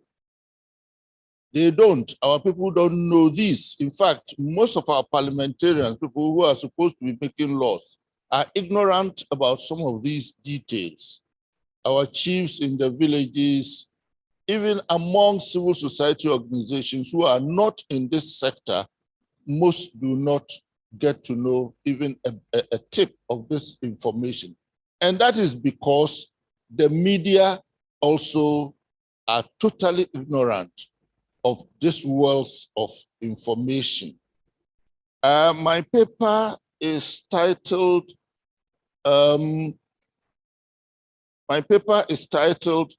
Media, Social Justice and the Extractive Industry in Ghana. That's a working title. The final title will be a little bit more sophisticated than that. But you will also get the full paper, like all of us, in the material ISODEC will distribute. Now, the first thing is, why is it important for the media to cover the extractive industries?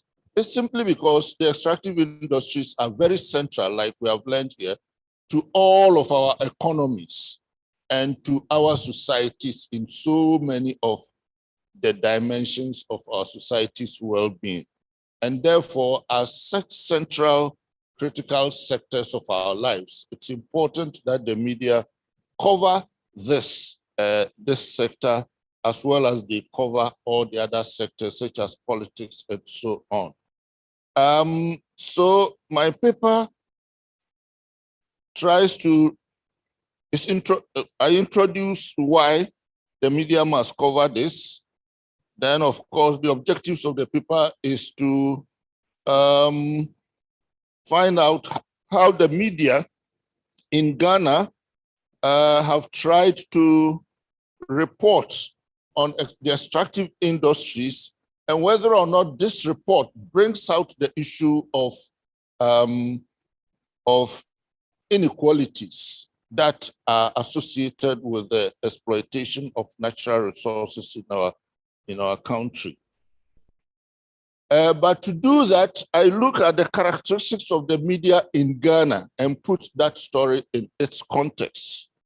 And then I use a theoretical framework called the facilitative role of the media in society, including what is called advocacy journalism, or to test whether or not the Ghanaian media in reporting on extractive industries bring out this essential human factor of inequality. And talking about the Ghanaian media environment, I put it in the context of what Ghanaians and much of the international community consider Ghana's political system to be. In other words, Ghanaians themselves think that their country is democratic, and across Africa and elsewhere, many organizations also think Ghana is a democratic society. So if Ghana is a democratic society, what role do the media play in that kind of democracy? And that is if the Ghanaian media in a real democracy is pluralistic. And then the study and its methodology, actually what I did therefore to find out how the Ghanaian media cover this issue and its ramifications as far as society is concerned, with a specific reference to inequalities, was to do a content analysis of some key media organizations in the country. That is about 5 major media organizations in the country, and to see how they fare. And then after the content analysis, I also conducted interviews with the key gatekeepers, that is the editors, the people who are the decision makers in the media organizations, to find out from them the findings from the content analysis and why they do what they do with respect to the extractive industries. Then, of course, the implications of the findings of the study, and I end up with some recommendations as to how to get the media to improve its work. As I said, first of all, the characteristics of the Ghanaian media, as it is in most, virtually most African countries, the basic structure of the Ghanaian media is that we have state-owned media. That is media that are owned by the state and that are supposed to engage in public journalism. These are state-owned media. The major broadcasting organization, Ghana Broadcasting Corporation, is one. The largest circulating newspaper, the more influential newspaper, the Daily Graphic, belongs to a state-owned organization. The difference now under the Fourth Republic is that these state-owned organizations, constitutionally and by the acts of parliament, are no more controlled by government, legally speaking, not politically speaking. Legally speaking, they are not controlled by government in the sense that the appointment of the management leadership of these media organizations are undertaken by an independent statutory organization called the National Media Commission. Then we also have a huge commercial sector. For instance, in Ghana, we have nearly 500 radio stations, privately owned radio stations broadcasting around the country.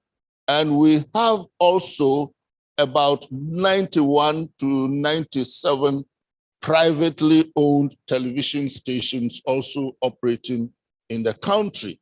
that is the commercial sector, who are engaged in broadcasting by commercial ethos. Then we have a small but culturally significant community radio system, which are operating in a number of rural areas. Online media, much of the online media, the more prominent online media in Ghana, their operations are more aggregative. They aggregate the news from existing media houses and send them out. In Nigeria, for instance, you have Premium Times, which is an online publication which sources its own news, reports news, do all the kinds of things that a newspaper is supposed to be doing online. Or in Sierra Leone, Awoko, for instance, is like that. But in Ghana, we don't have that that kind of online newspaper which does its own news and so on. What they do are more to aggregate what is published in the other media. But otherwise, all the radio TV stations, the commercial radio TV stations, also have their online versions. Now, as I try to indicate, the media situation in Ghana may be described as pluralistic, or it is described as such because of the multiplicity of ownership that there is. But the definition of pluralism is not simply a question of numbers. It ought to be more than that.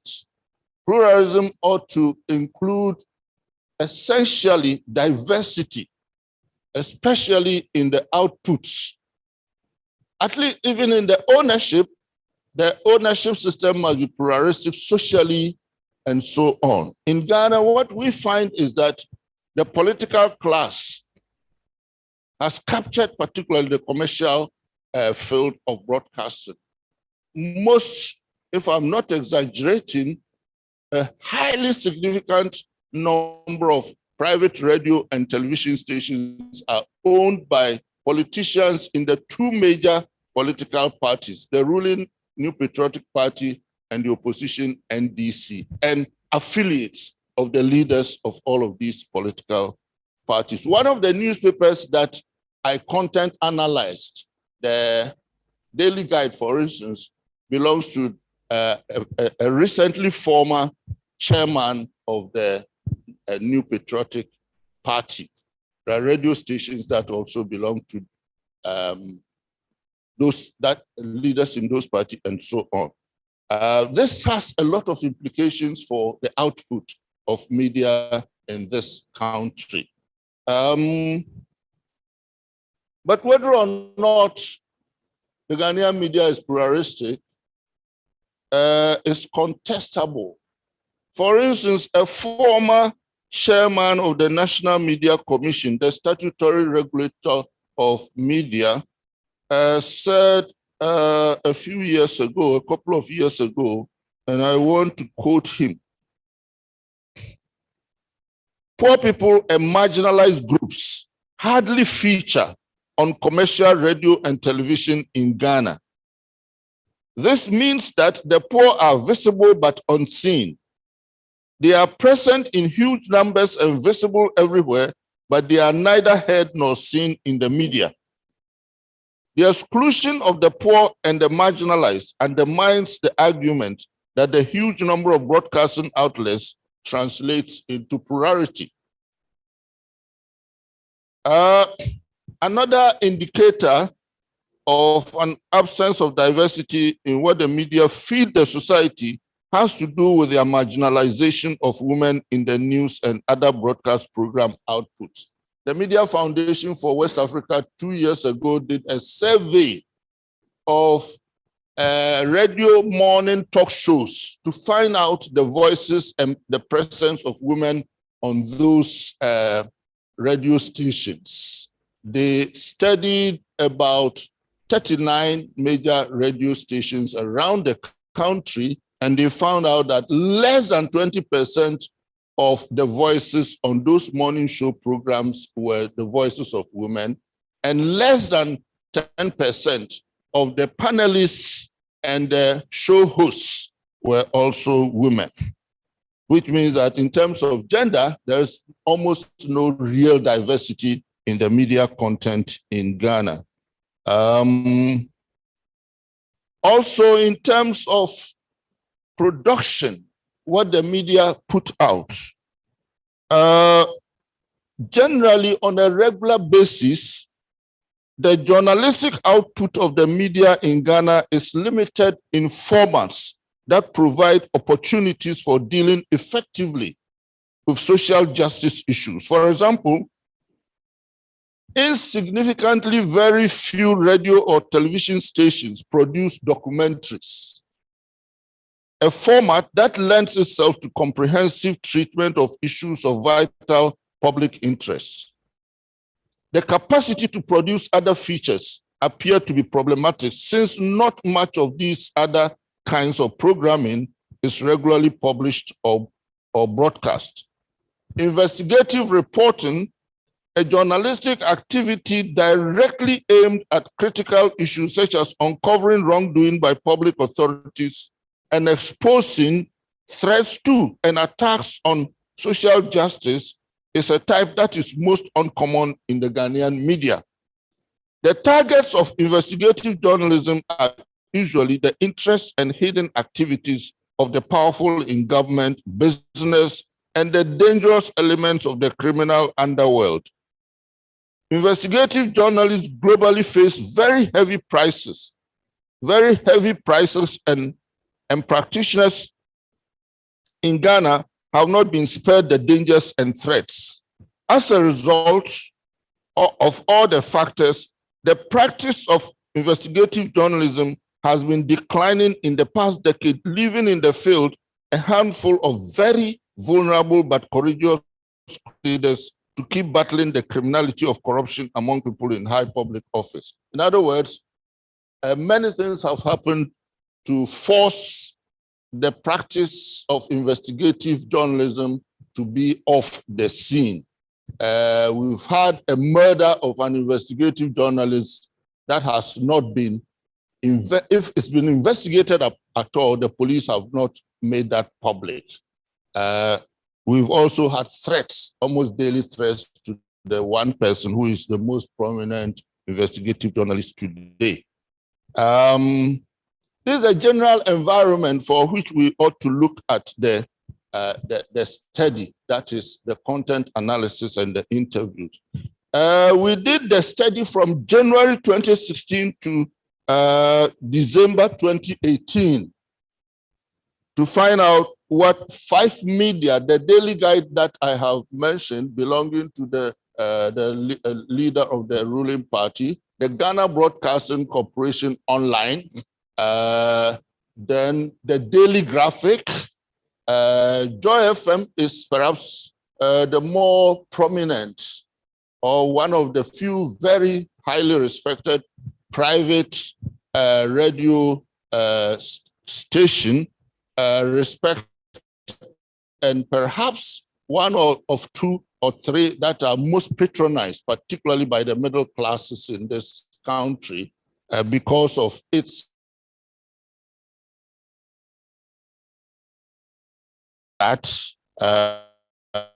and then also, yeah, so the Daily Guide, Graphic, Joy, and GBC, there were 5. The study period also coincided with the government's campaign. The NDPC government and the Kufuor is a government that I think in our history really raised the issue of environment to perhaps the most voluble level I can remember, in that this is a government which 2 major issues concerning environment that I think this government made the loudest noise about in all of our history. 1, sanitation. The government said that we're going to make Accra the cleanest city in Africa. Well, walk around and see where we are. 2, the government promised to fight the environmental destruction going on by, as you have put it, in Ghana, we call it galamsey. The artisanal mining, we call it galamsey. Actually, it's from, I don't know, pidgin or something. The true meaning is gather and sell. You know, so they made it galamsey, gather and sell, gather the gold and sell. And it's been destroying forests, rivers, everything. Very devastating. And this government came, when it came to power, promised to fight this. And they actually promoted some really serious campaign using the military and all manner of mechanisms and instruments to try and stop what was termed illegal mining. So it was during that period, that campaign started in March 2017, was announced in March 2017. And so it is within that period that this study was conducted. And we chose this period because we wanted to test if there is such a campaign against illegal mining. Are the media going to look at the social human consequences? Or are they just going to look at what officials are saying and only aspects of that campaign or that issue without dealing with the consequences of such mining on inequalities and so on?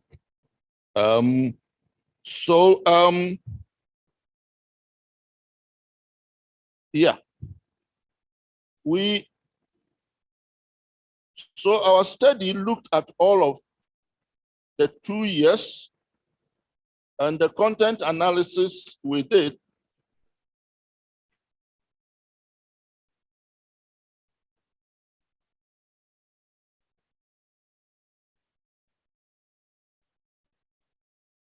okay, I'm sorry, but I'm trying to. Now, as I said, we look at 5 major media. The criterion for selecting these 5 media was simply that, according to Geopol, that is an international organization that does a poll, regular polling on who is listening to what radio station, who is reading what newspaper. These 5 media organizations were among the top 10 in Ghana.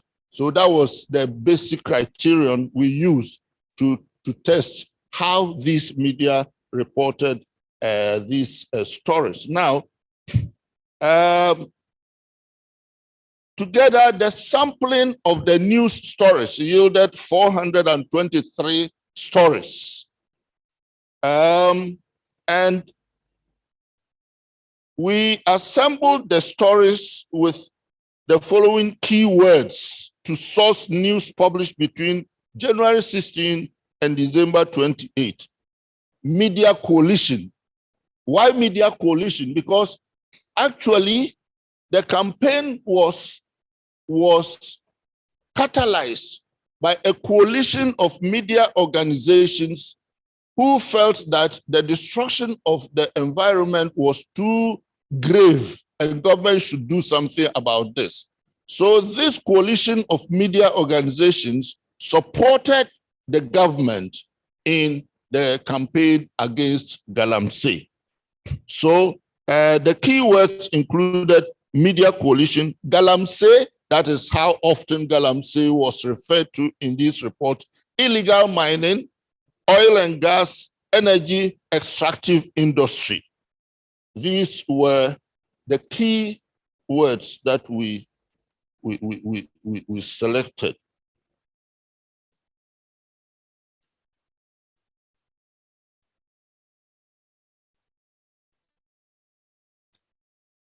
The 5th media we chose is called Peace FM.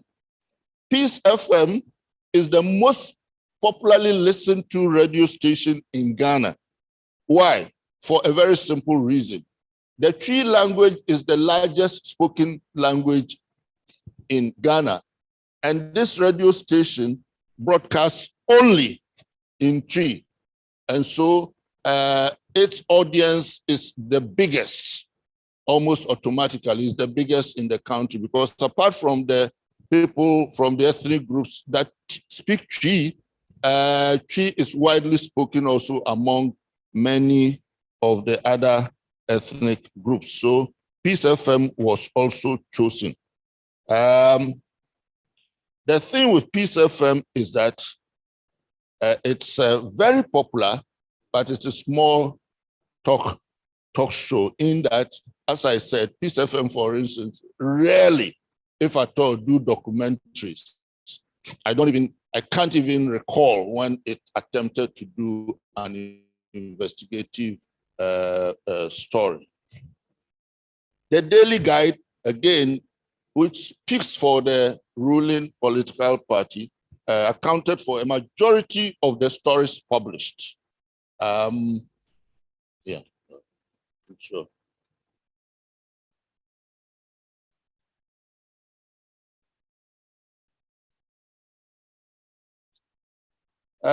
More of the stories were published in 2017, 247, compared to 2016 and 2018. More of it was published in 2017, possibly because that was the year of the height of the government campaign against Galamsey. There was a spike in April of that year, and it subsequently dropped to 25 in June of that year. This could be attributed to the launch of the Media Coalition's campaign on April 4 and the subsequent implementation of all of that.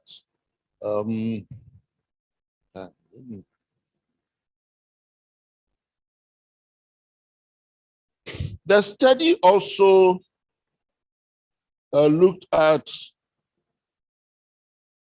the extent to which the media, the media that were studied, produced news with focus on the extractive industry. Almost all the 423 stories analyzed were routine stories.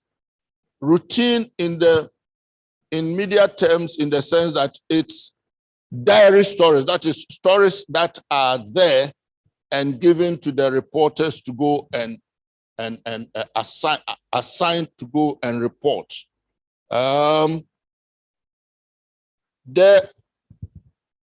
Therefore, for every 10 stories analyzed, there was only one, which was the story of the journalists' initiative.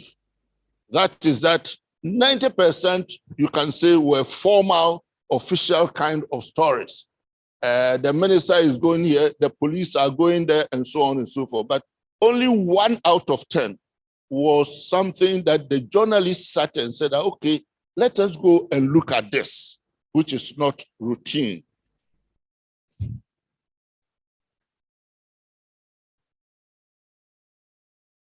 So,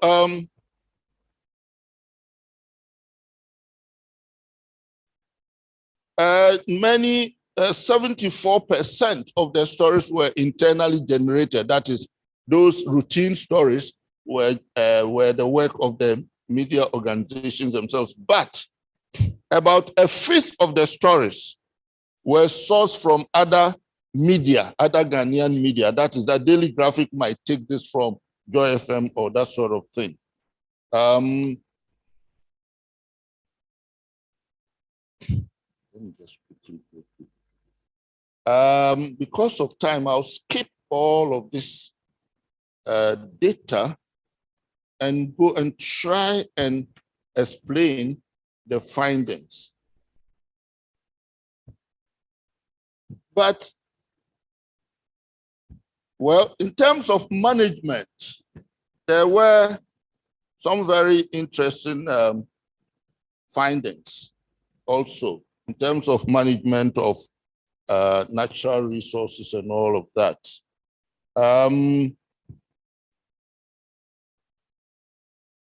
The study showed that 20% of the sample stories referred to relevant stakeholders and the specific roles expected of them. That is the National Minerals Commission, for instance, government officials, companies, and so on and so forth. In respect of the media's role in highlighting issues around licensing, 4.8% of the stories referred to relevant laws about the allocation of resource rights in the country. 3.6% questioned the qualification of contracted companies. And less than 1% highlighted conflict of interest in the issuance of licenses.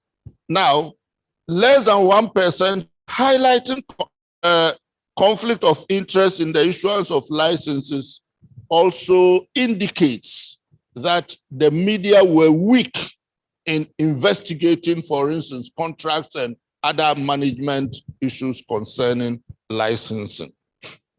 In terms of the state participation in the sector, there was only 0.4% of the media's scrutiny of that.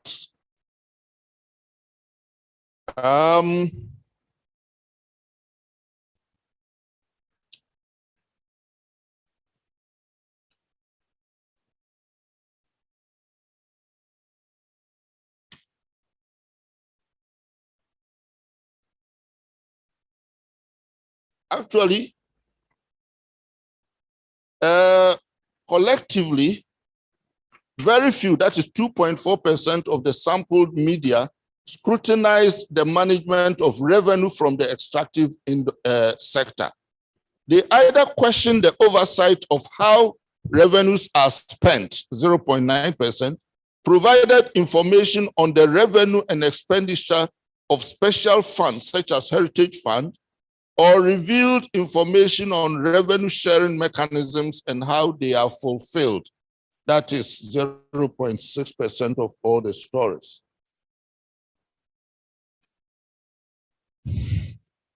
Now, altogether, 33.1% of the sampled media highlighted impact of the activities within the extractive sector on people and the environment. That is 33.1% highlighted impact of the activities of the extractive sector on people and the environment. Now, they focused on raising concerns about who is getting jobs from the extraction location, that is the communities, and that's 4.3% of the stories. 11.1% highlighted positive and negative impacts of extractive activities on residents of communities. Now,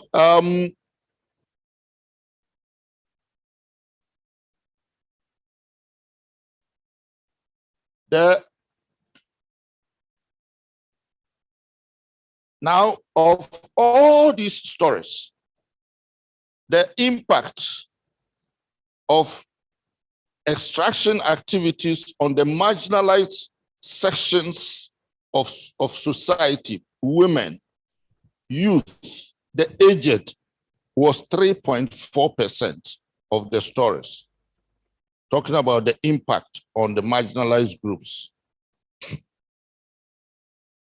Only 0.5% of the sample stories related to climate change.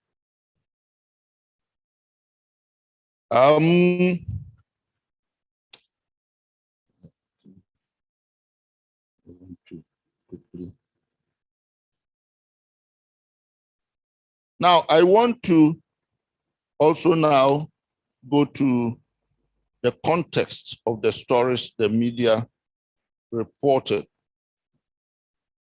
As I said, they included questioning contracts, the value for money for contracts, whether or not the contracts were of important value for money. Now, 0.5% highlighted signs that the companies were not fulfilling their contract mandate. And then 0.6% raised concerns on gender and social inclusion in the award of contracts. But a lot of the stories also you can see were on arrest and prosecution of illegal miners. This constituted 22%.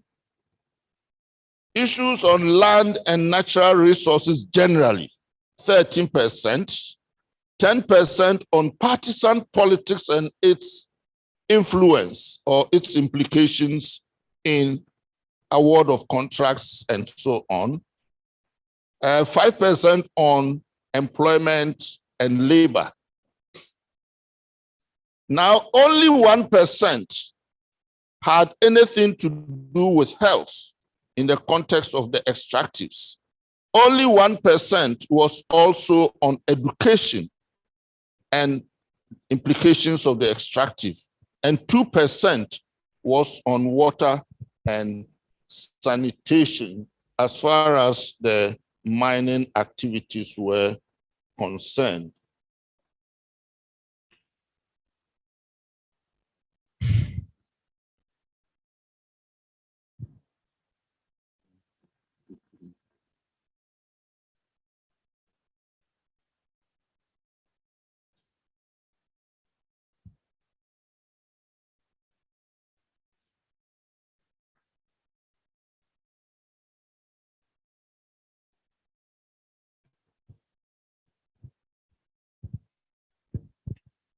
Now, I want to quickly conclude with a few comments on these stories the media covered and what they mean.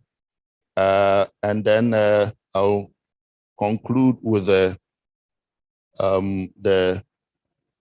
recommendations. So some of the key implications of the findings. Some of the findings directly relevant to the subject of social impact and therefore implicating inequalities relates to issues such as the profile of sources of information to the media, journalists' initiatives in generating stories, story formats, and social groups covered in the news. As I said, only 10% of stories were generated as a result of journalists' own initiatives. This means that on this critical issue of economic and social relevance to national development, that is the extractives, the media hardly take independent initiative in finding information to the public.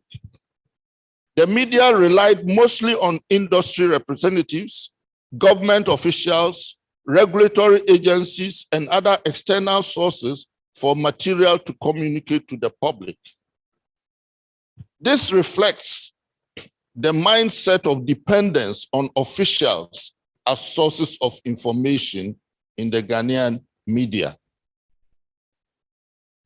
The near absolute dependence on official sources for news and related content may be attributed to the absence of journalists specialized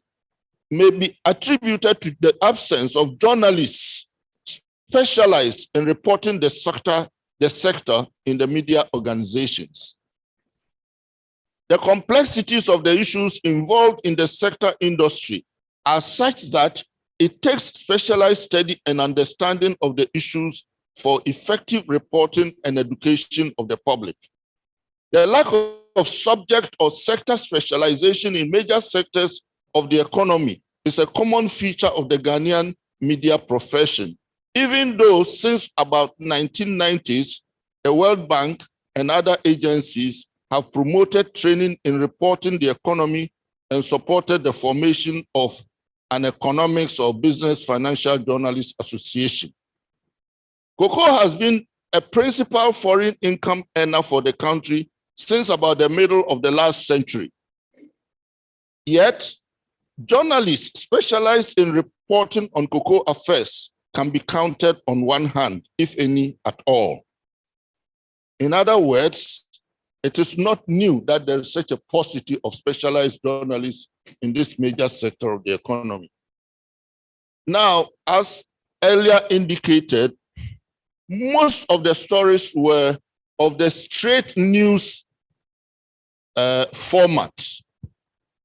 The value of the straight news format of presenting events and occurrences is that it provides for the audience unbiased information of the facts as they are.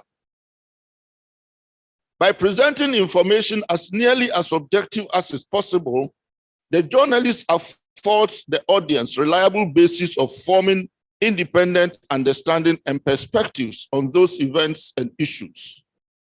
But on critical and complex social, economic, or political issues, however, the media have responsibility in assisting the public in gaining better or more insights. This is done by providing content formats such as features.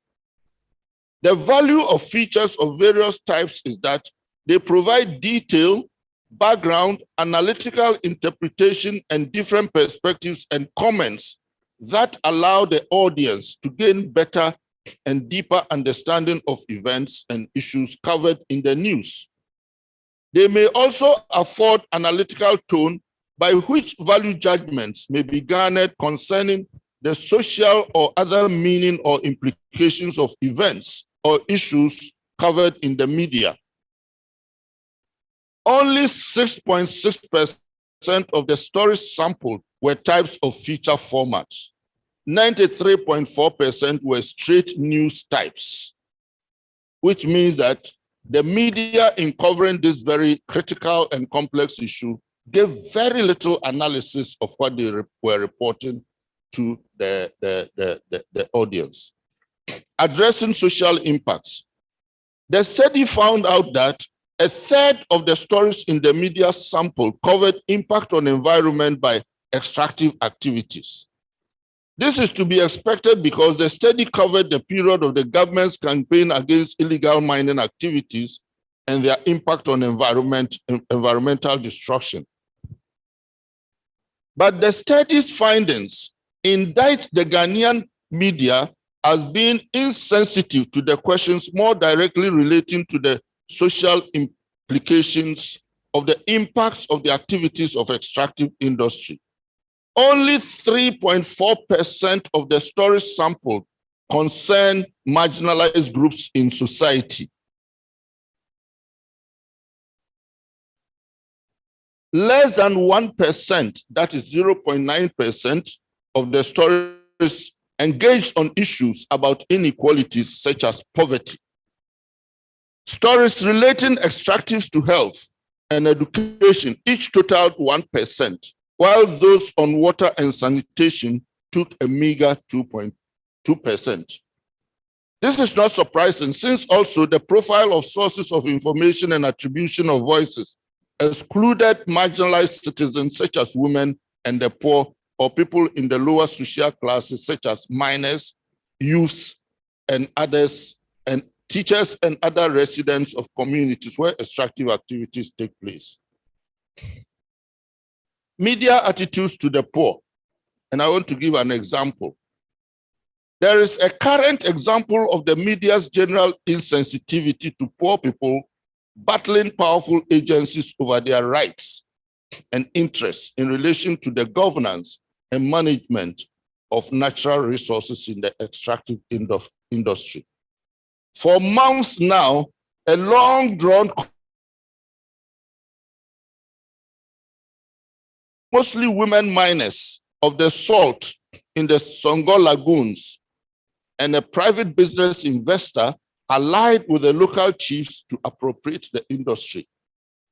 Curiously, a major social conflict over economic livelihoods of a community less than 100 kilometers from the capital, Accra, has not attracted the news pages and airwaves of any important media outlet in the country.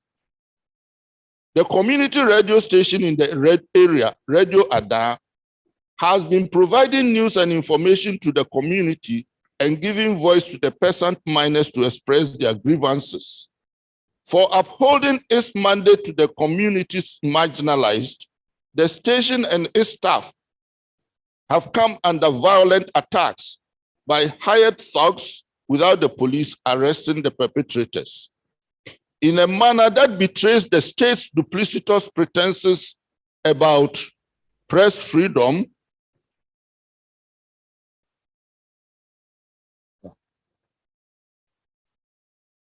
my hands are so dry, I don't know. In a situation, sorry, but my hands are very dry. In a manner that betrays the state's duplicitous pretense about press freedom, the police, in an act that suggests protection of the interests of the rich against the poor, have also arrested and charged to court a prominent host of a popular program that discusses the issues behind the conflict. The police have charged the radio staff with the crime of publishing false information, a provision in the Public Order Act recently activated from decades of non-use by the police against journalists in Ghana. What this paper has tried to do is to show the Ghanaian media's coverage of the extractive industry. What the paper found out was that the media does well in paying attention to broad issues pertaining to impact of natural resource exploitation on the environment. The media also do well to monitor administrative questions of governance of the sector, such as processes of license acquisition, financial accountability with respect to the roles of government and the sector regulatory agency. The media's principal shortcoming is in their failure or lack of sensitivity to monitor the socioeconomic impact of the industry on the poor and marginalized in society. This is a reflection of the Ghana media's general marginalization of the poor and lower social classes in their normal activities of performing their functions. It derives also from the paucity of producing media content formats such as documentaries, investigative reports, and other features that provide facilities for in-depth and analytical material. The only time the media embarked on some sort of advocacy journalism, they did so as an appendage of the government's campaign against illegal gold mining called Galamsey. Otherwise, this form of journalistic activity is rarely initiative. When it is undertaken, it is hardly, if at all, about social justice questions affecting sections of the marginalized in society. Thus, the study has shown that the media's coverage of the extractive industry in Ghana dealt with many important issues concerning natural resources management and governance, except perhaps the most important and critical human aspect of all, the impact on the poor and marginalized. Mr. Chair, I will now briefly mention the recommendations I want to propose for consideration. An overview, 3 main recommendations. An overview of the media's coverage of the extractive industry indicates that the principal source of the media's shortcomings is low professional capacity. Knowledge and understanding of the political economy of component industries of the sector is weak. As a result, day-to-day reporting of the sector is often reduced to relaying as straight news to the public the statements and viewpoints of government representatives, industry officials, or on irregular occasions from sources independent of these direct stakeholders. To improve media capacity for more effective and reliable coverage, the following proposals are presented. 1, specialization. Institute a training scheme to develop a corps of students, of journalists specialized in the sector with industry players, the company's regulatory agency contributing to the budget and other required resources. That is 1. Basically, we need to develop journalists specialized in reporting on the extractives. 2, production of material for regular dissemination. To promote regular information to the public on the sector, a media production agency may be selected by means of transparent competitive bidding and funded through grants to produce features material for distribution to interested broadcast, print, and online news outlets around the region. The production agency shall set up an editorial team to give editorial guidance for the production of documentaries, investigative reports, in-depth interviews, and other features for public information and education. Improving the sector, NGOs, and their media relations capacity. That is basically the civil society organizations working in that area should be assisted to improve their media relations and public relations capacity. Many NGOs or CSOs working in various aspects of the sector's activities produce very worthwhile material that ought to be disseminated to the public. Much of this is not publicized at all or poorly disseminated. If they are presented to the media at all, whether as documentation or at press conferences, they are not delivered in forms that make easy use by journalists. The recommendation is to hold periodic training sessions to improve the media and public relations capacity of NGOs or CSOs working in the sector. Now, in all of these training and so on, let me give a caution. Media training activities should be focused on well-selected individual journalists or particular media organizations with proven attitudes for applying new or innovative ideas. Any attempt at wholesale training of large numbers of journalists from numerous media houses indiscriminately will end up in waste of resources. Experience has shown over and over that this approach yields no positive result for media practice or for sponsors. So the recommendation is whatever training, whatever activity has to be done, has to be focused on particular media organizations or journalists proven to be interested in the sector. Thank you very much. But before I go off, let me throw in a word, especially to the next session. I think that one of the things, politically speaking, and here we've had people lament about governments. Somebody even showed here how in Nigeria, the quality of leadership has been going down since at least the 1990s. In my estimation, if I look at Ghana, it's not only a Nigerian problem.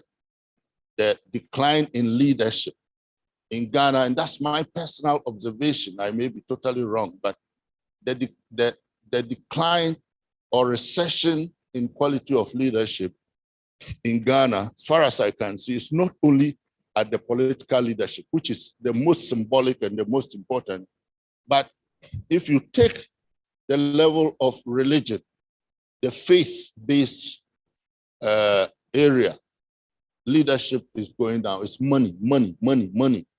If you take chieftaincy, it's the same thing, money, money, money, money. In fact, even in academia, where I belong, academics now want the biggest of cars, the biggest of houses, but not, serious scholarship. In other words, leadership is faltering and keeps going down at all levels. And it's a concern. Now, if we're going to pick up this issue, I think we must go back to some of the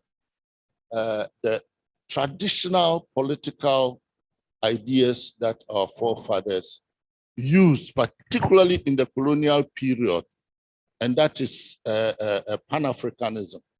In other words, we've come here, we've spoken about all of these, But if we are going to make effect, we have academics here, CSOs here, really highly qualified intellectual minds here who are also activists in trying to bring change. I think we ought to develop, our Pan-Africanism is to build an organization of networks.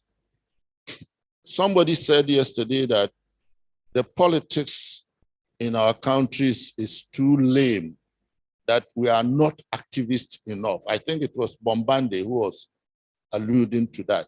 If we are going to change, we have to be active and we have to really get together and network and develop common strategies, to push forward our agenda.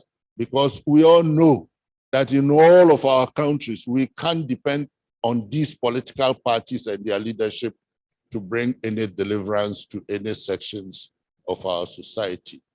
In other words, in my estimation, the political class today is the perfect political class for what Kwame Nkrumah called neocolonialism. And if we are going to beat it, because what we are seeing in the extractive industries is neocolonialism in practice. All the major investment, the money is going out. Where do they go? So that's my plea. So thank you very much for listening to me. He needs much more than that. Actually, as he was talking, I tried to look at the conversation we've had since Wednesday, and I was looking at how the story is practically the same all over. And I must tell you that the effort that went into this is not a small one, because for those of us who are familiar with work in the content analysis part of research, my PhD was on class work, exam work, seminar papers, and the thesis. I had a classmate who, after his work on content analysis, was bounced at the seminar paper, because you have to present 3 seminar papers, one in your area, one in the minor area, and a methodology paper. After I presented that, they just bounced it.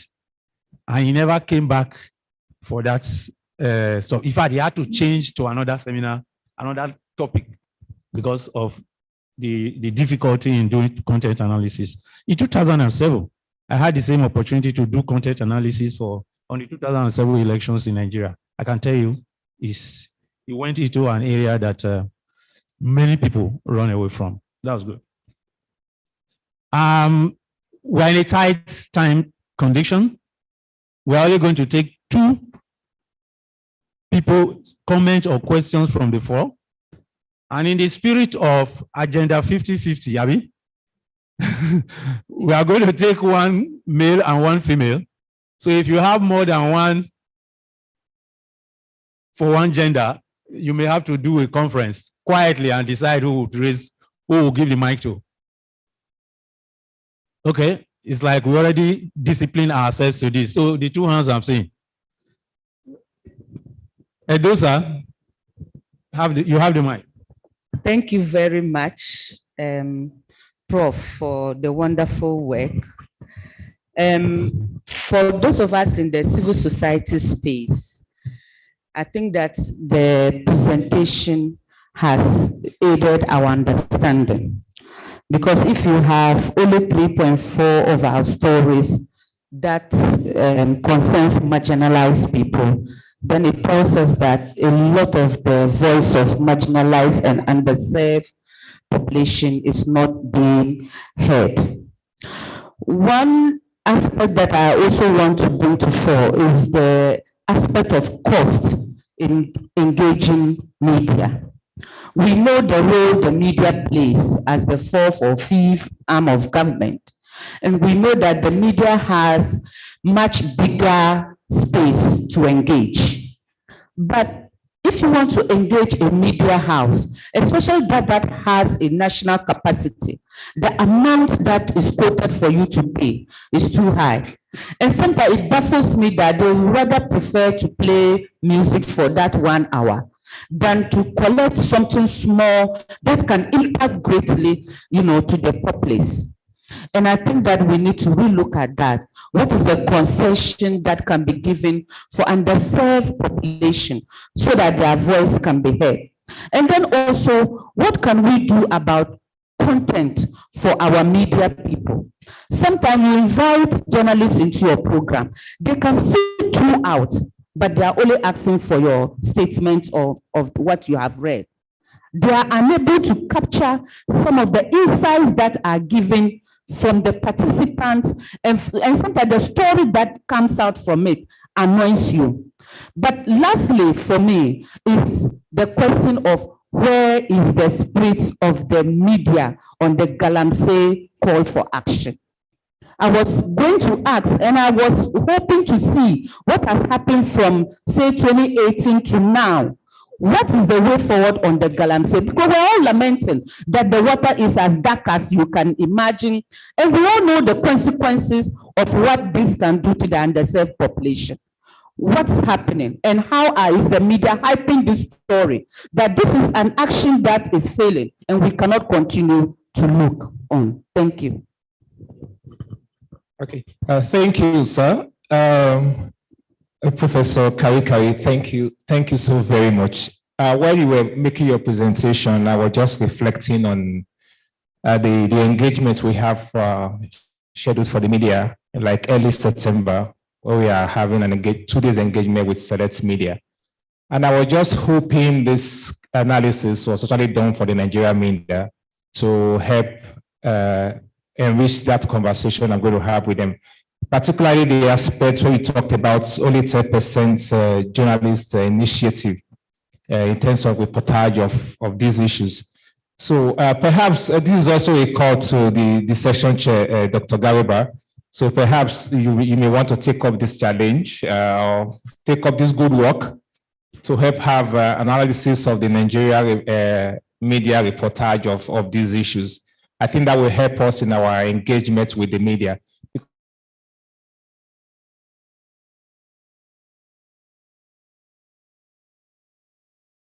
Of the convener and then just go publish the statement. We need them to advocate for these issues on their own and not just publishing everything that we say. They need to take the initiative themselves. And so, but I want to throw a question to you, sir. Apart from the training, okay, call them together, give them training and to help them build their capacity on taking this initiative. What else can we do? Because we've done, I believe even the Ghanaian CSOs have done a lot of trainings for this media on these issues, which is what we're currently doing in Nigeria. What else can we do to help them take these initiatives on their own and not just wait to report what the companies are saying, what the government are saying, or what the CSOs are saying? Thank you so much. Yeah, thank you so much. I want to take another we had another Francophonie who have not had the opportunity to talk since, and you want to permit me to allow her to talk. Yeah.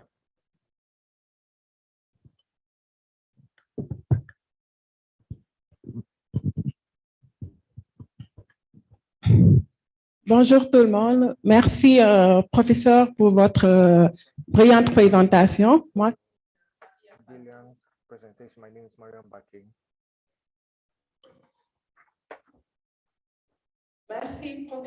Thank you, Professor, for your brilliant presentation. My name is Brian Maki. I am from a coalition in Senegal. We know that the extractive industry needs investigative journalists to give reports on this sector with regards to the impacts that the communities are experiencing when it comes to the management of natural resources. And also the CSO need the media to share information, to be able to talk about the activities that they undertake. But today, do the CSOs in Ghana have access to the media? Do they have the media in their planning? Do they have a platform that brings together the Ghanaian journalists when it comes to the management of natural resources? Because I'm taking the example of our country, Senegal. Today, in our coalition, we are working in a perfect collaboration with the journalists. These are strategic allies that we have in whatever we do. So we have journalists that talk about the good governance of mineral resources, and we always engage them in our activities. And today, the digital space is very important.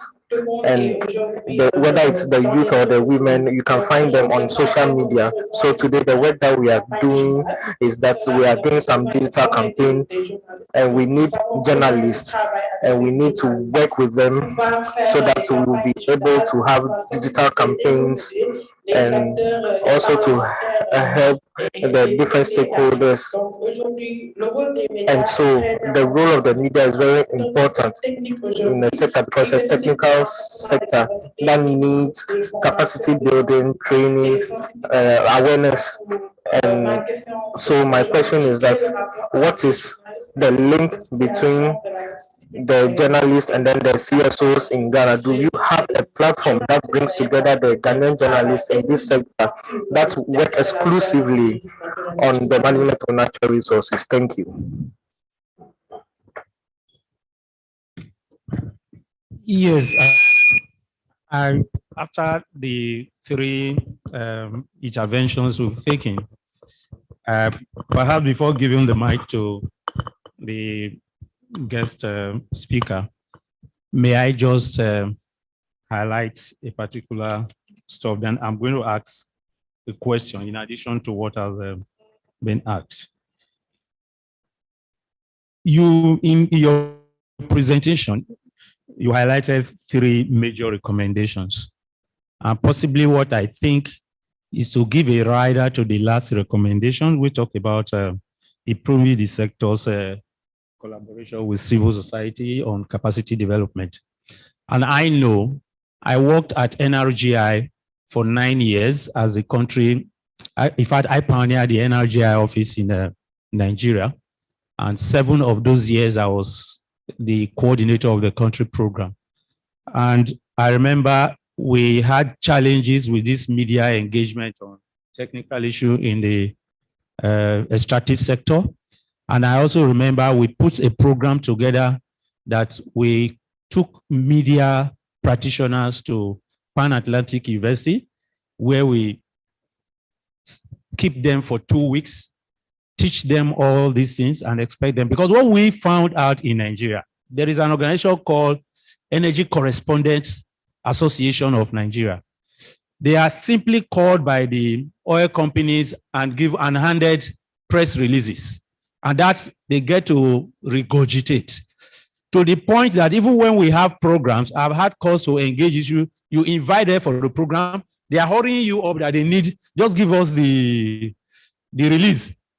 We have another this thing with the Chevron is holding something for us. And you see, that is it. The bulk of the engagement or capacity development they have had is what Chevron paid for. And those Chevron, if Chevron is paying for it, Chevron is paying with another set of contractors or consultants that are meant to infuse their own idea into their heads.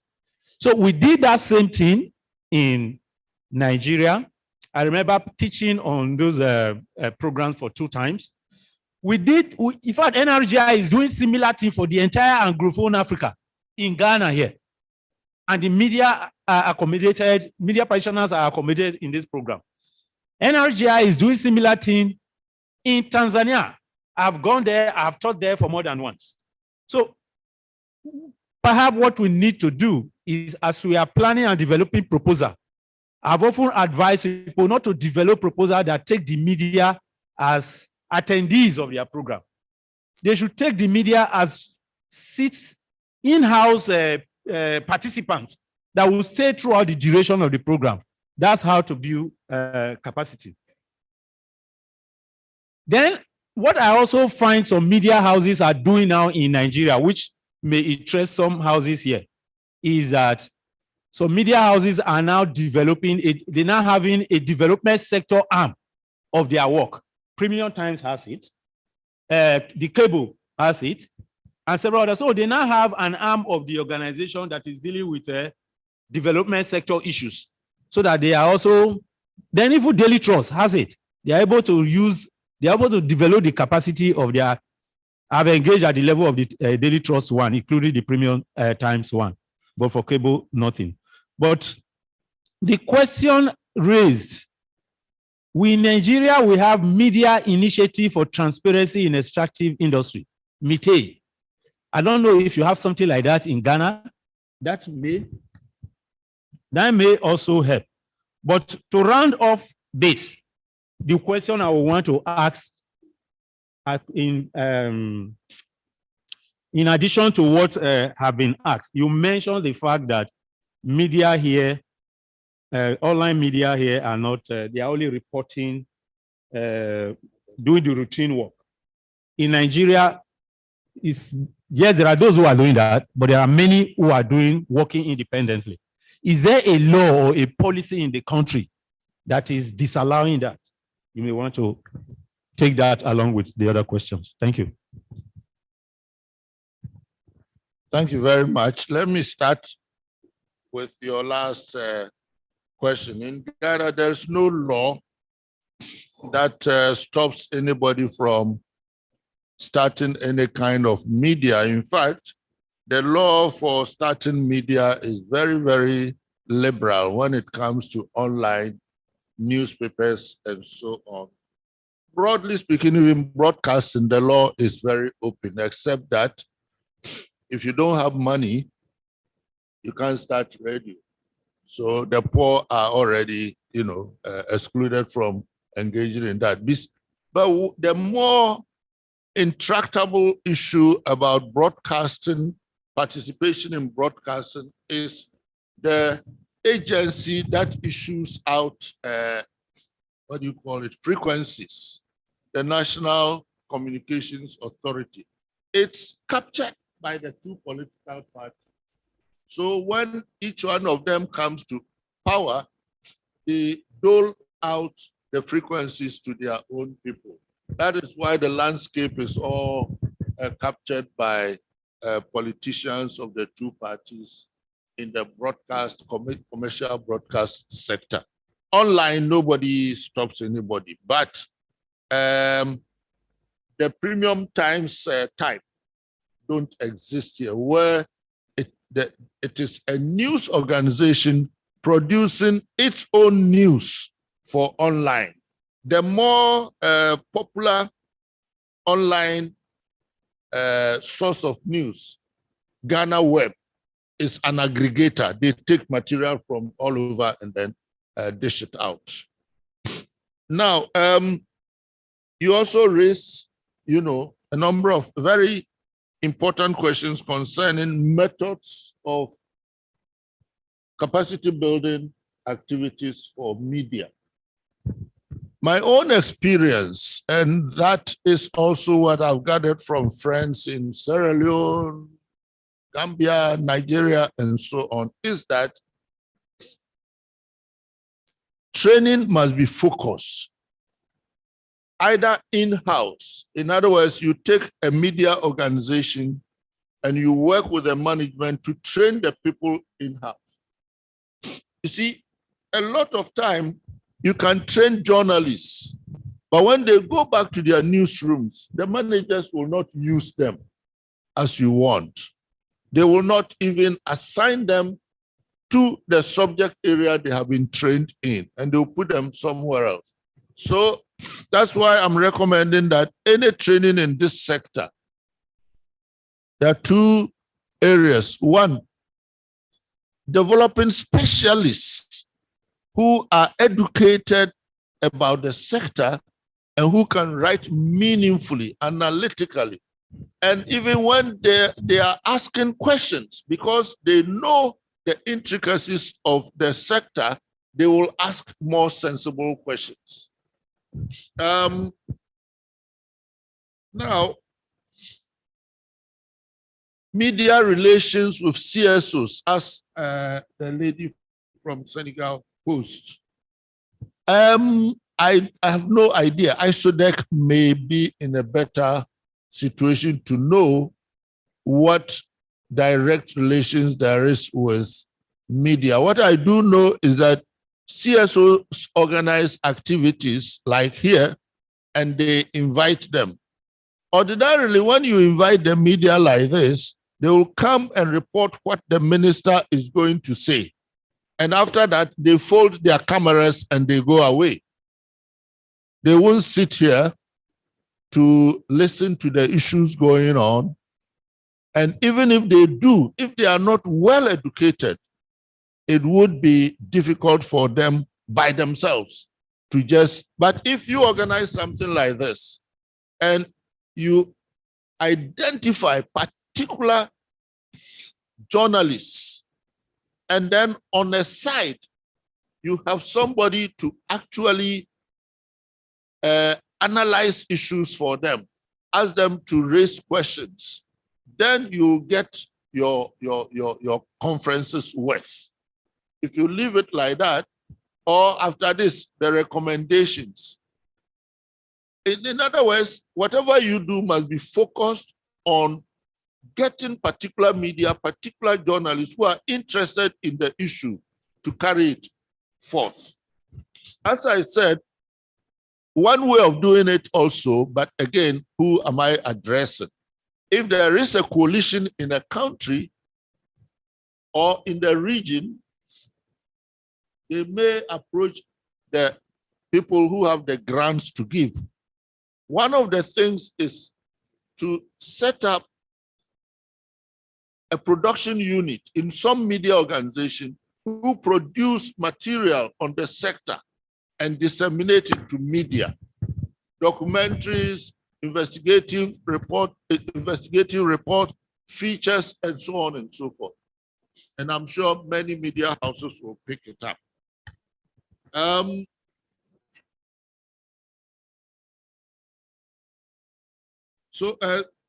Yes, CSOs and their relations with media, I think that it has to be built by the organizations. It takes time, but it yields many good results.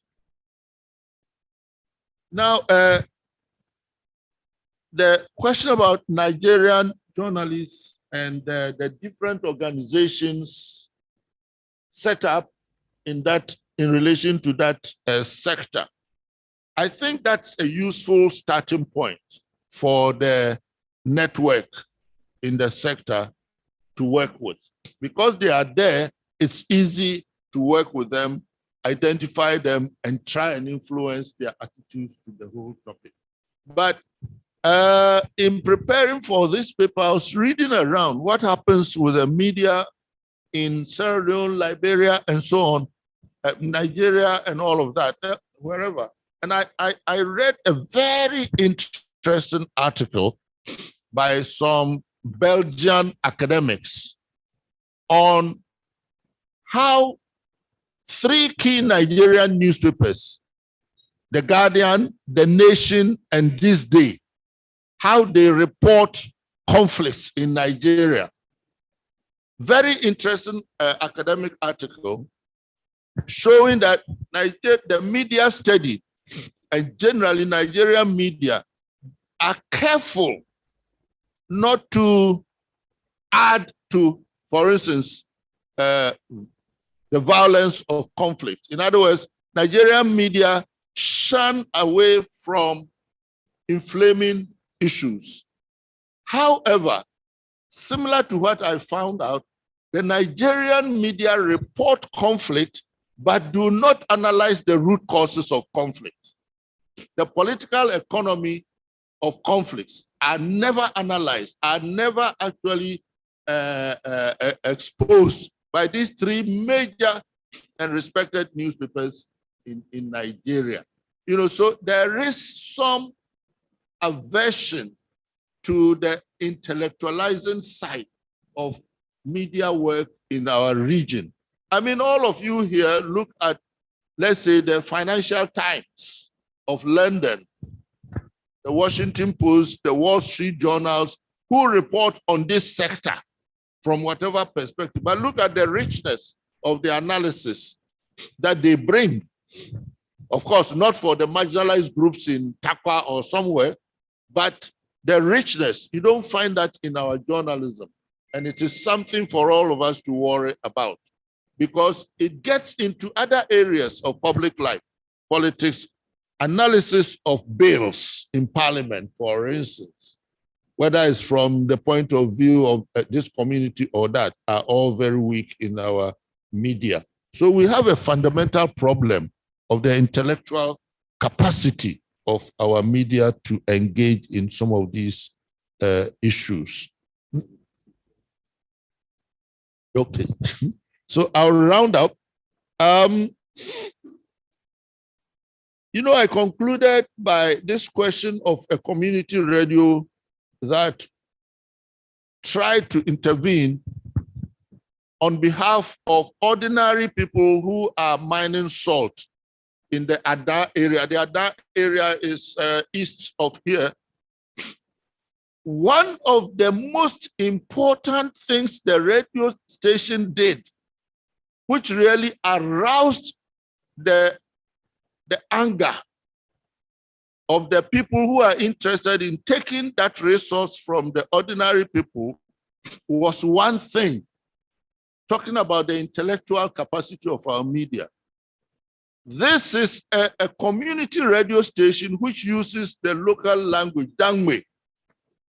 And the crime, the abomination that this radio station did was to translate the legalese of the contract into the local language. That is very subversive. Very, very, very subversive if you try to educate the people about their rights, particularly on such matters. Radio Ada started translating. I mean, those of us who use English and so on, how often do we understand this kind of language of contracts? But they hired people, legal people who understand it, and they translated it into Dangme. And they started page by page broadcasting the translation of the contract, showing how the people are shortchanged in that whole arrangement. 2 weeks later, thugs attacked the radio station, broke down equipment, and hurt the staff that was there.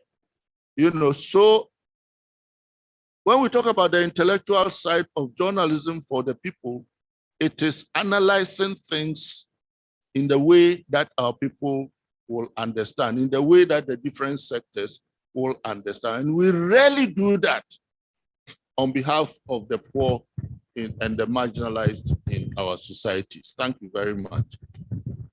Yeah, thank you. We are not going to fix the problem of the region in a 3-day event.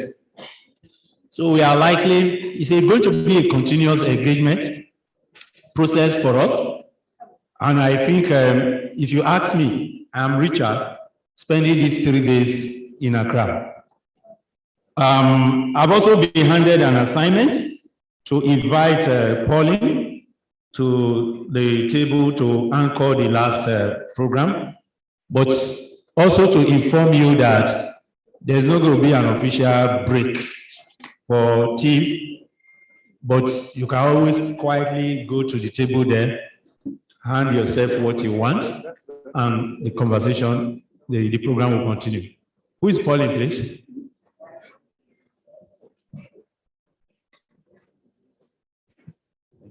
Thank you very much. When you gather people who have big brains, who have filled those brains with too much knowledge, even a week is never enough. So, sorry, we'll have to cut that one short and invite the panelists for the next session here. But before they come, Auntie Esther has a quick word to share with us. Good morning, everybody. Good morning, good morning, good morning. Okay, we are having a stimulating morning, and as things go, actually it's around midday. I'm taking 2 minutes to say to you formally that our Sierra Leonean guests have to get a move on. We've loved having them, but they really must go. So I want to thank them very much for making the time to come and be with us here, just to start a process. It's au revoir, it's not goodbye. We will see them again on this matter and this community of practice that we've initiated. So those who are having something to eat, please, let's goodbye the people properly. I wanted to ask maybe Mr. Conte to share 2 minutes of reflection, and then we will have this. Mr. Conte, are you around or? Well, fine. Oh, he'll be around. Oh, okay, then he can reflect with us later. Right, so my folks from the beautiful country of Sierra Leone, very beautiful country of Sierra Leone. And when you go, Godspeed, and let us keep in touch. Thank you very much.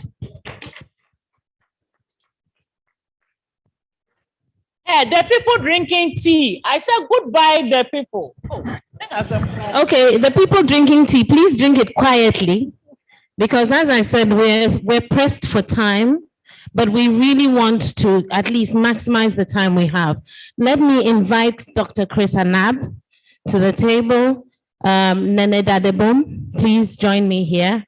And then we also have James Coyle from Publish What You Pay. If you could please join me at the table.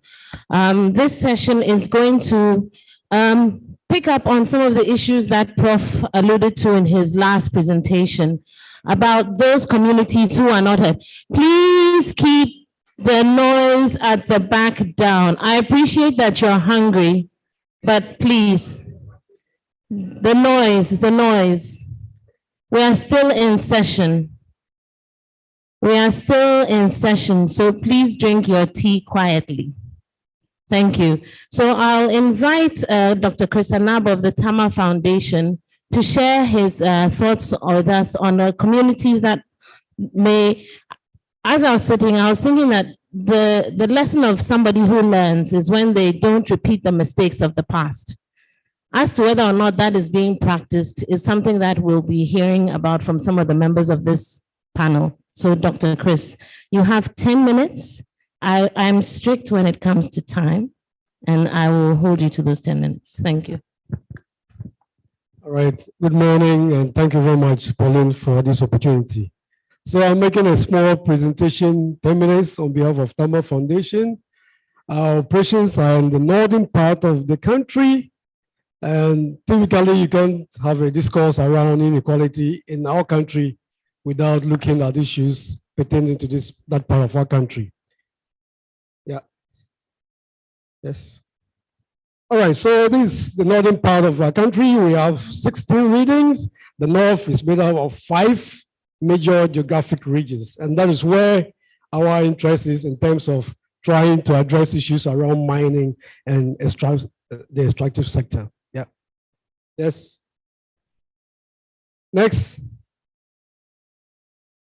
I want to make it. So the northern part of the country geographically forms 54% of the entire land surface of this country.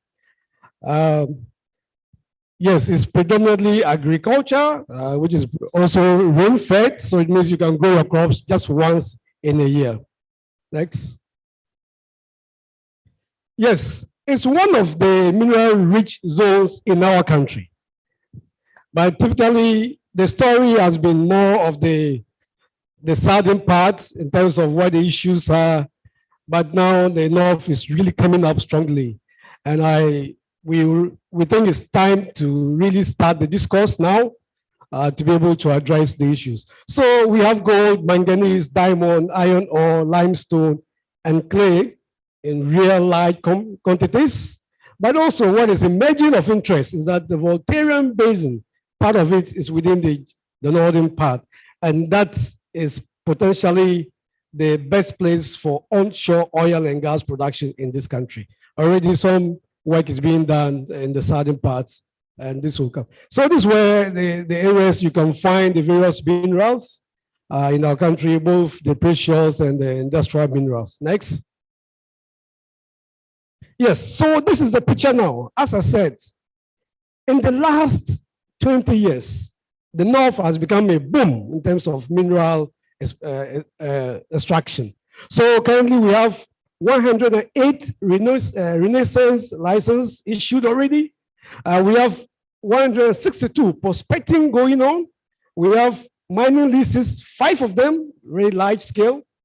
We have 24 restricted mining leases, and for the small scale mining entities, they are 117, and this information is from the Minerals Commission as last year.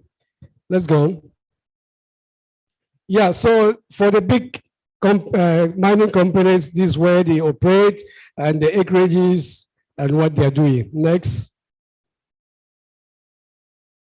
Yes, this is where I really want to slow down my speed and speak. What is the problem? 60% of the extreme poor live in the northern regions of our country. And this is according to our most recent Ghana Living Statistical Survey, which is the 7th survey. So keep that in mind. Already, this part of our country is bedeviled with a number of conflicts, be it chieftaincy, land, and as we speak, in the Boku area, there are big issues going on there and other places also. And because we border Burkina and Ivory Coast, there's a potential for violent extremism is very great.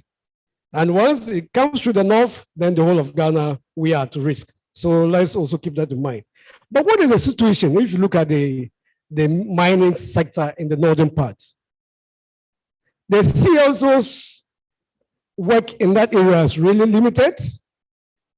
And so there's limited mobilization of CSOs to support this advocacy action. The community voices are very weak, very weak. So if you look at the interplay between the state, private, the commercial companies and the communities, they are the weakest link. I mean, all of us have attested to that in our various countries' presentations. But also, what is also worrying is that information, data on the company's mining activities, benefits, and related environmental issues is very limited. So they keep on churning out and giving the wrong impression that we are changing lives, we are helping the poorest part of our country. But and you need to counter that with concrete empirical evidence that this is not the real story. Now, in our work, I mean, we can classify the community response to mining under 3 headings or 3 schools of thought. They are those who are the radicalists. They just say no to mining in our communities. We will fight you, and we have to deal with those kind of communities that have this approach. The second group that we say is what I refer to as a conformist. They say, well, if you have a legal mining license and you conform with the standards and the regulations, well, we are happy to welcome you into our communities to work in the northern part of the country. The last group is quite tricky. I will describe them as the transformationalist. They see mining as a game changer. It is the most beautiful thing that has happened to the northern part of the country. That's the agricultural sector, which they have traditionally depended on, hasn't helped them. Now mining is a savior. So they think it's going to transform, and so it's quite difficult also targeting those communities with this mindset to change things. Next.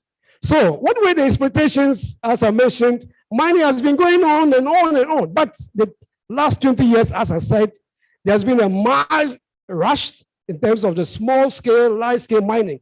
These were the expectations of the community members when these mining activities were picking up. We will get employment, community infrastructure will develop because of royalties that through the Minerals Development Fund or corporate social responsibility. They indicated they got excited about skills and technology transfer. And of course, they looked forward to enterprise development, looking at forward and backward linkages from the mining activities. So in the north, we're looking towards improved well-being from the mining sector. Next. Now, we couldn't bring some of the community members here, but I want to play their voices. One, loss of lives. This is what when the leader of the citizen consensus of Talency said when we had some engagement. We, the youth, are in great pain. Sanji Mining Company, L International, now they are called, through unannounced blasting in our communities, killed 7 legal mining small-scale miners in 2017. In January 2021, they again killed 16 youth. They behave with impunity. We are not safe in our own God-given land. This is from the wonderful expectations. This is what they're playing back to us. We just finished a training, a paralegal training for some of them in partnership with the Center for Public Interest Law. And again, they kept on countering this. Next, there are issues of transparency. Another voice. This is from the Upper West region of the northern part of the country. This was from a community chief from the Wild West district. He says, we are grateful to you for resurrecting the discussions on mining in our district. We have given up the struggle. Azuba Resources Limited have been in our district for close to 20 years. No one has benefited from their activities. They tell us they are prospecting and not mining. Yet we hear of them mining on the quiet. We need them to be transparent with us. When you invite them for engagement, they refuse to come. We are helpless and need your support. As I said, this was from the voice of a community leader. Next. The loss of livelihoods, I think we've all talked about it. Northern Ghana has got indigenous economic traits. The share is one, the baba is another, the dawa, acacia, and this is what the women traditionally will live on. Now, somebody has a concession, whether small scale, large scale, and they displace them. You can't go into that territory to take your shareness. So a 35-year woman then tells us in our agreements, I don't know what to do. I used to pick share nuts, process them into butter, sell, and then take care of my children. Now the security guards on the mining company say, we cannot pick any share because they say the land and share trees are for them. So we don't know what to do. This is her voice. Next. Now, this is really what is worrying. Traditionally, in the northern part of the country, there are 2 structures of leadership. There's a Tindana, who's like the spiritual head of the land. There's the sacrifices, of the land, but there's also the chiefs. Not all communities have the Tindanas, but majority of the ethnic groups or communities will have a chief and a Tindana. Now, that is what one of the youth said. Our chief has taken us to court. A chief taking their own youth to court, and they're actually in court now as we speak. Apparently, he's not happy with our advocacy activities around mining, and we will continue. They say they will continue. I mean, it's a long story about why they're in court and all that. There's no time to explain. But the mere feeling that a chief cannot even resolve things using alternative dispute resolution and other mechanisms with his own people, but resolves to take these young people to court. They have spent a fortune trying to get lawyers and the time wasted and all that. And so there's a lot of antagonism between the youth and the chiefs and the small and the large. It's getting murky. And as I said, already this part of our country, unfortunately, has a number of conflicts already running. And so if this is emerging, it's quite interesting. I did part of my studies in Canada, and a friend of mine sent a mail to me just a couple of days ago. I read it and I laughed. What is it? They say, hi, Chris, I am conducting research on violent extremism in the Sahel zone. Given the nexus between minerals and violent extremism, I want to include Ghana, especially dollar power. can you help me get some research assistance? Researcher at University of Toronto, Canada. When I read her mail, I just smiled. I smiled because dollar power is a no-go area. It's a community of mining. There are about 17,000 now. So I just told her, my dear sister, I'm sorry, I can't help you because if it takes the whole military and police themselves to be able to go there in our country. So there's more a state within a state. So this is what we are beginning to see. And this is in the Savannah region of part of our country. It shares a border with Ivory Coast. All right, so these are the issues. Yeah, you can already see what's happening. Next. Now, we are quite a young organization. We think the story of Northern Ghana should change, and we don't think mining should exacerbate a really bad situation in this part of our country.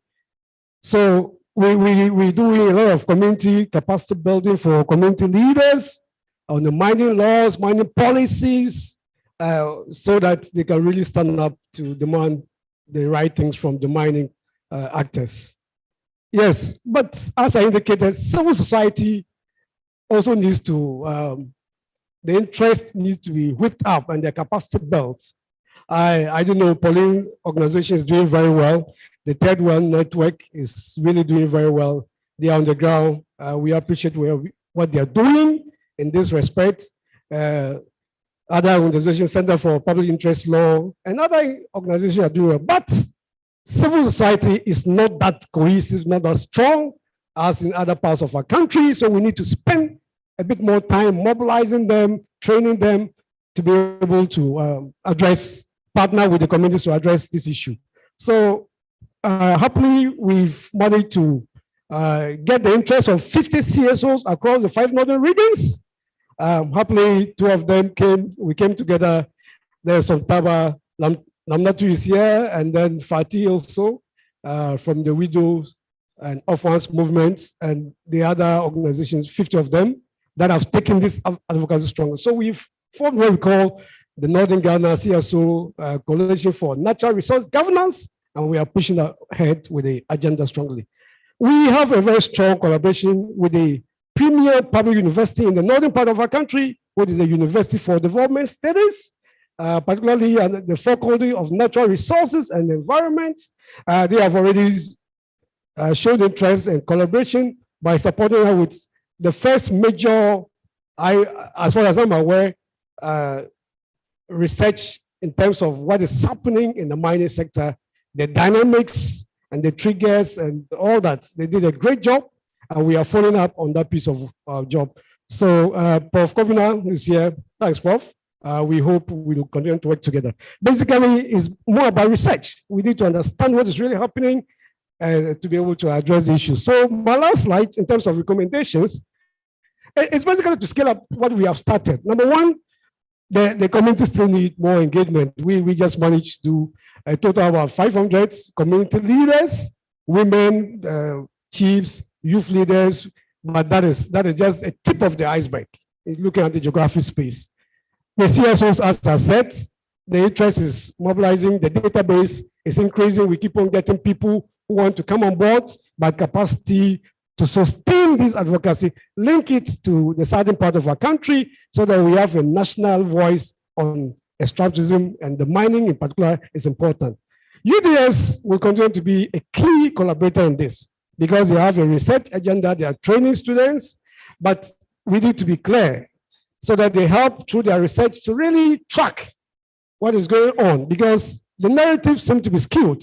There's a feeling that mining has, because one or two people have managed to build hotels, driving flashy cars, but that is not the story. So through the collaboration with UDS, we hope to be able to do. But we think also in these mining communities, especially women that are losing jobs, promoting green jobs should be on the agenda as well, so that the women will have alternative livelihoods in this.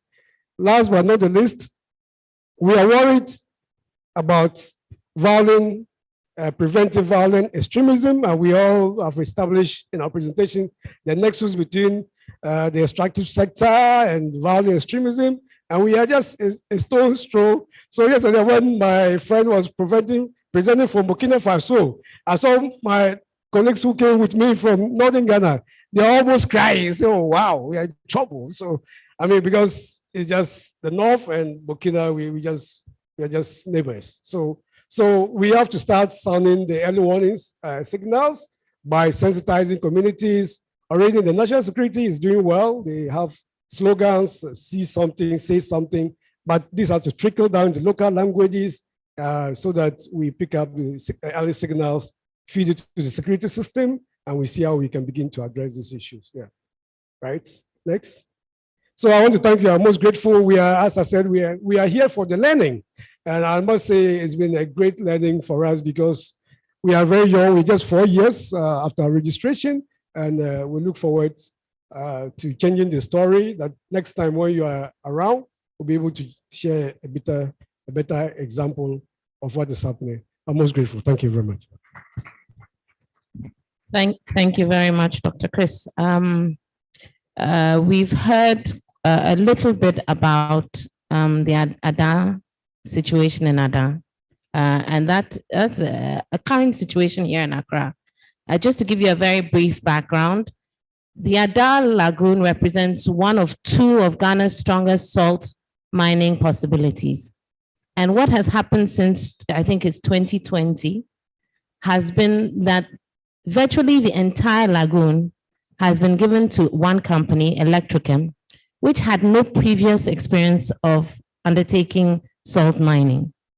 There were 3 listed owners of Electrochem. One was Magdan. He's a very prominent businessman in Ghana. But before Electrochem went to Ada, there were communities along the Songo Lagoon which had been undertaking the salt extraction. Very little engagement was taken prior to the handing over of this lagoon to this one company. And that has led to quite a number of conflicts. I mean, when Prof was speaking about the media's not picking up the issues, Ada represents one of the starkest forms of that media, let's say media blackout of sections of the public who did not support the trajectory that had been taken. A new organization has been formed. Tama is 4 years, Asla is even younger. And we have Nene Dadebum, one of the principals in the association here, to share a bit of their story with us. And so I'll let him take over and speak 10 minutes. Thank you very much.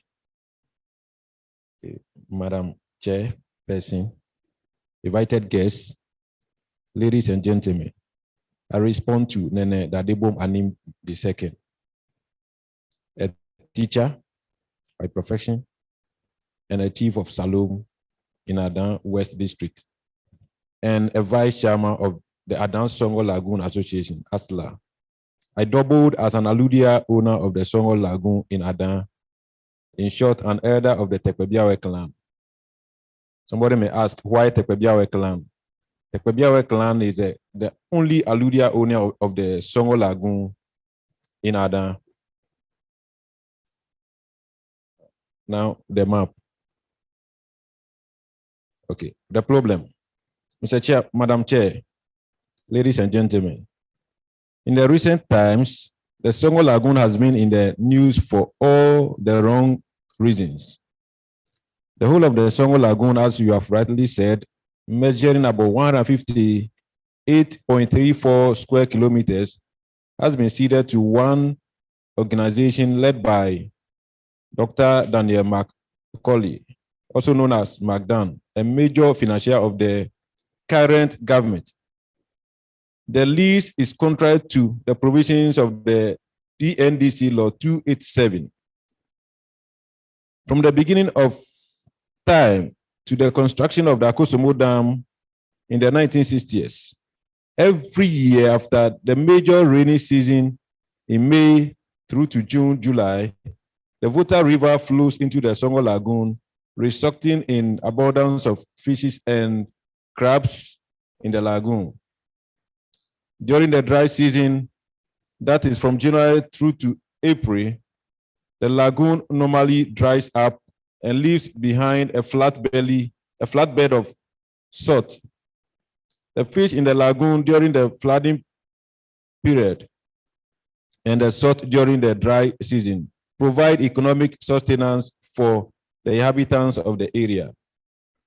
Because of these economic activities, there are relatively large towns, villages, and settlements in and around the Songo Lagoon Basin.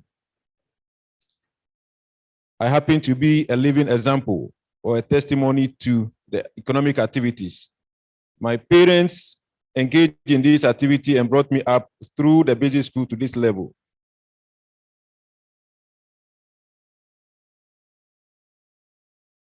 It will interest you to know that there are several others who are better off in positions and in terms of education better than I do as a result of this Songo Lagoon and its economic activities.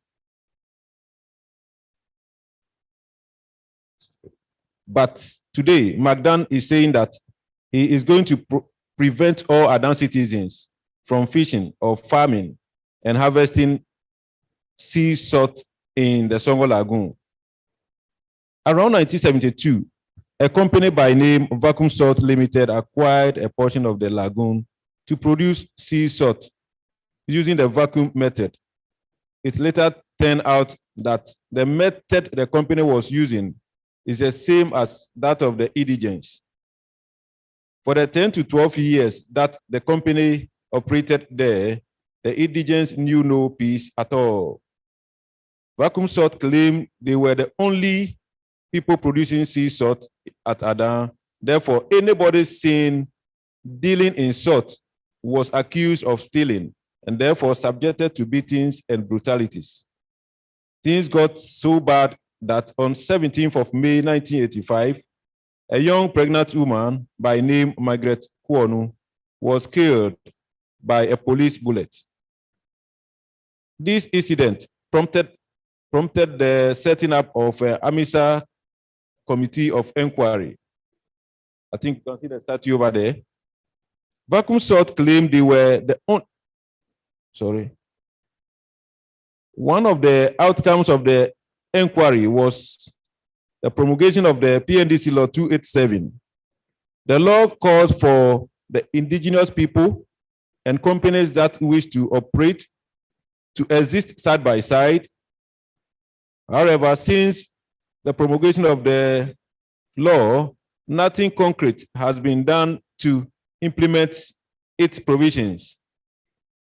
Then out of the blue, in the year 2020, it was announced that the whole of the Songo Lagoon, measuring 158.34 square kilometers, has been ceded to Dr. Daniel Macaulay, who is also known as Magdan.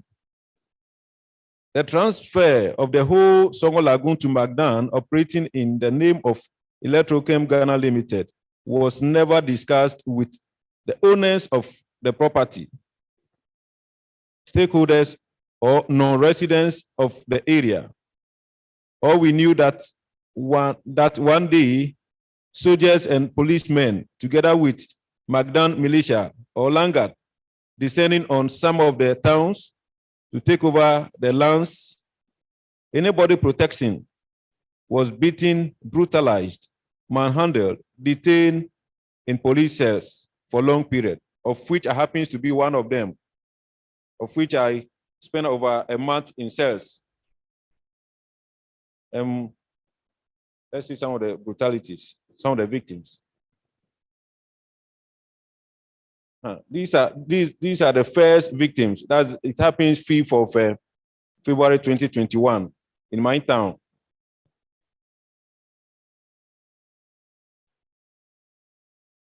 Next. This one happened somewhere 14th of May 2021. And the guy lying down there is my spokesperson.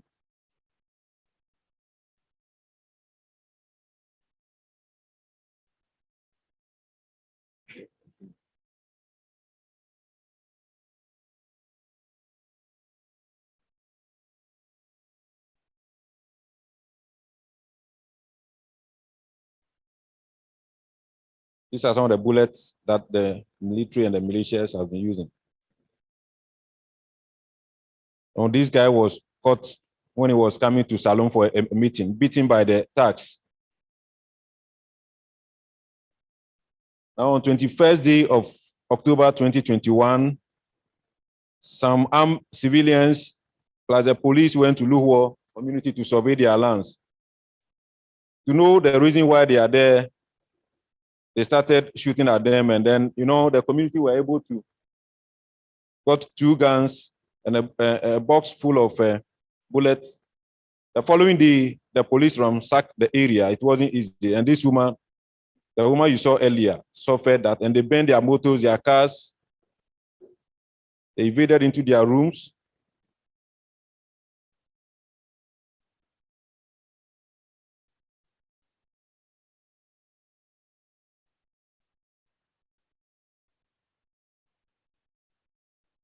Next.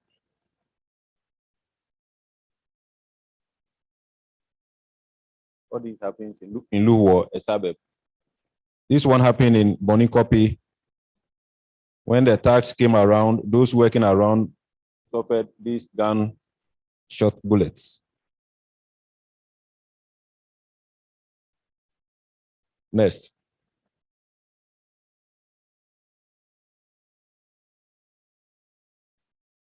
You can see the picture of the man I'm calling Dr. Daniel Macaulay with the militia, the military around him, parading on our lands.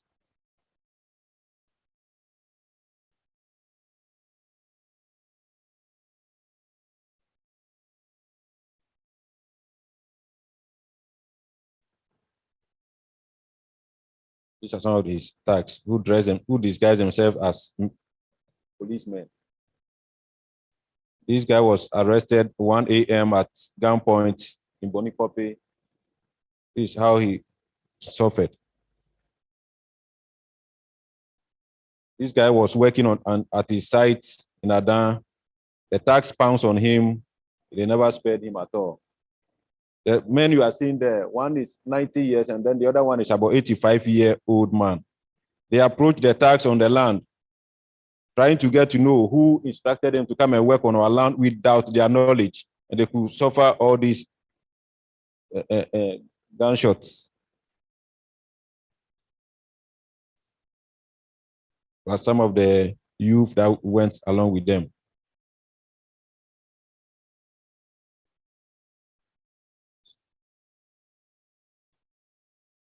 That's the chief of the area.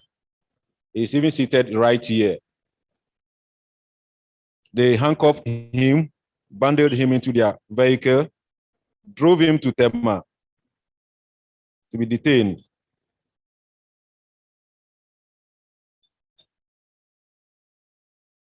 To our information, the company has no EPA permits under the laws of Ghana today. He has never even registered with the district assembly. No community engagement. Now, in his business plan, he states categorically that he is going to employ 180 permanent workers and 100 casual workers.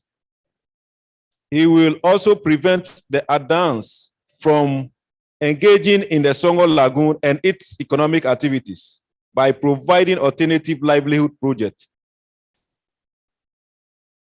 There are about 35,000 indigenous salt producers around the Songo Lagoon who are being displaced. It is very interesting to know that in his business plan, he claimed he will sell his salt at a price of $100 per metric ton and make a profit of 30%.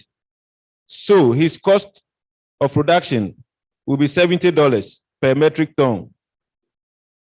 He also says, he also said he is exporting his salt to Nigeria, where the salt is landed between $35 per metric tons and $55 per metric ton. Ladies and gentlemen, you can work it out for yourself. See whether his company will be profiting or getting something in supplying to Nigeria.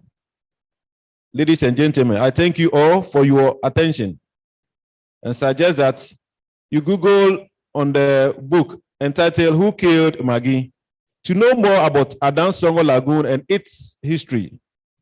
I would like to again draw your attention, your indulgence to help me thank Dr. Yao Graham and his team, Third Work Network Africa, who gave us the financial support and legal luminaries to be standing in for us, to bail us free consultations and many others. May the good Lord himself bless him and his team. As it stands now, I am one of the 50 indigenous people accused and standing trial because of Songo Lagoon concession to Macaulay. Thank you all. Thank you very much. And just a quick note. Prof. Kakari mentioned that there was a journalist who had been placed before court. He's due to appear in court on Monday. And the reason for that is the picture you saw of the young man who was chained on the hospital bed was shared on Facebook. And the police said he's promulgating false information. So it's a bit of a strain there. So we've heard from Ghana, and we're going to hear from the regional. Yes, so.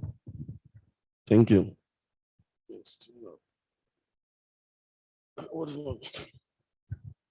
Yeah. Good afternoon. Yes, so I think much have been said today since Wednesday as it relates to inequality. And my presentation will highlight some of the inequalities that we face in the region. Although I'll be doing a 4G presentation with 10 minutes, so I'm just waiting for my slides, and then we'll talk about the different things that our people saw on Liberia, where I come from. You know, from all the presentation from Sierra Leone, from Nigeria, from Ghana, in fact, yesterday, Burkina Faso presentation, although we were here up to 7 p.m., but it was very interesting that we was not tired, considering the fact that it has to do with humans. It has to do with the issue of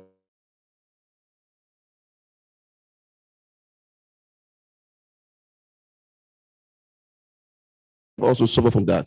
If you look at the war that was fought in Liberia, the issue of natural resources were also a major concern. In fact, today, Charles Taylor, our former president, is serving a 50-year sentence because he was involved in the war, supporting the rebel in Sierra Leone and getting resources that were extracted from Sierra Leone from those rebels. So the issue of conflict, the issue of violence have always been surrounding the issue of natural resources. And our region have not been able to benefit from its resources. So much of my presentation are issues that I haven't talked about. So definitely with the time, I will just skip through and go to some of the main things. So if you look at the presentation we're looking at, it was developed by my colleague Mone. Unfortunately, he could not make it to join us from Nigeria. And I'm here doing this presentation on behalf of Publisher TP. So we're looking at how do the social and economic inequalities manifest themselves in mining communities, and how have community organizations confronted these in West Africa and beyond.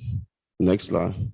So if you look at the outline, like I said, we just do a summary, introduction, background, conceptual clarifications, inequalities, and we'll also talk about forms and manifestation of the social and economic inequalities, a community approach to that, also, and we'll conclude. Next slide, please. So we say Africa stands to be one of the richest in mineral among the continents in the world.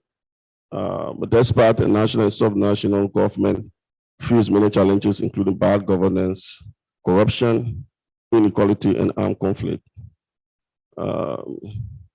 West Africa have experienced much faster economic growth than other parts of Africa, but the region still grapples with high level of inequality and poverty. Today, the wealthiest 1% of Africans own more than everyone in the region combined. When we talk about conflict, the over misuse and redistribution of extractive revenues that we have been talking about throughout this meeting, it's also one of the major problems. So social and economic inequalities are confronted by communities, organizations across the region using several approaches, including leveraging legal provisions, embracing education, skill acquisition, advocacy of fair employment opportunities for indigenous, synergetic relationship and collaboration with CSO are key areas that institutions are making high import. Next slide, please. So this paper assesses the social economic inequalities manifest themselves in the mining communities, how organizations confront them. And this paper is based on a text review from secondary data sources, and the views are squarely of the authors. Next slide, please. So nearly half of the world gold and 1/3 of all minerals in Africa are in Africa. According to the United Nations, Africa is the home of about 30% of the world mineral reserve, and 12% of the world oil, and 8% of the world natural reserve gases. So this tells clearly that we have almost everything that people are depending on, but yet and still, Africa is one of the least in terms of development, and we are far behind because of, we say, bad governance, corruption, inequality, and armed conflict. The continent holds 60% of the world able land and 10% of the planet internal revenue freshwater sources. So there are a lot of things people are going after, and we have them already, but yet and still the issue of poverty, inequality is very high in our region. So like we talk about conceptual clarification, like we've been talking about issue of inequality throughout. So we just decided to highlight in is the term equality mean different things to different people in different contexts. It encompasses distinct yet overlapping economic, social, and partial dimension. So we know that when things are not right, how people are treated in different regions and in different aspects, is clearly referred to as inequality. Next slide, please. So like we mentioned earlier, looking at inequalities, you say, if you have 1% of the wealthiest African, own more than everyone else in the region, then we know clearly the gap is too wide, because over 99%, of the people, cannot have access to their own resources and get different benefits. So most of the data have been provided. I think on the first day, it was projected, and we just had to highlight some of them. Like the weather, 10% of Ghanaians now account for 32% of the country total consumption.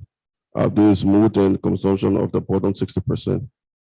So these are, for example, that the richest man in Nigeria will spend for the 6 years spending 1 million a day to use all her money, and then we still have people that live on less than $1. So that clearly tells us about the issue of inequality within our region. Next slide. But with all this, looking at our resources we have, we are squarely involved into mining, extraction. Like someone said, we should do exploitation of our resources.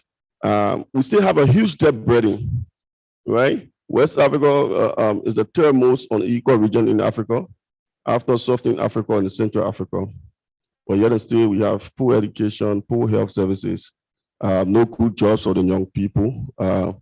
That is how diverse inequality has become in West Africa.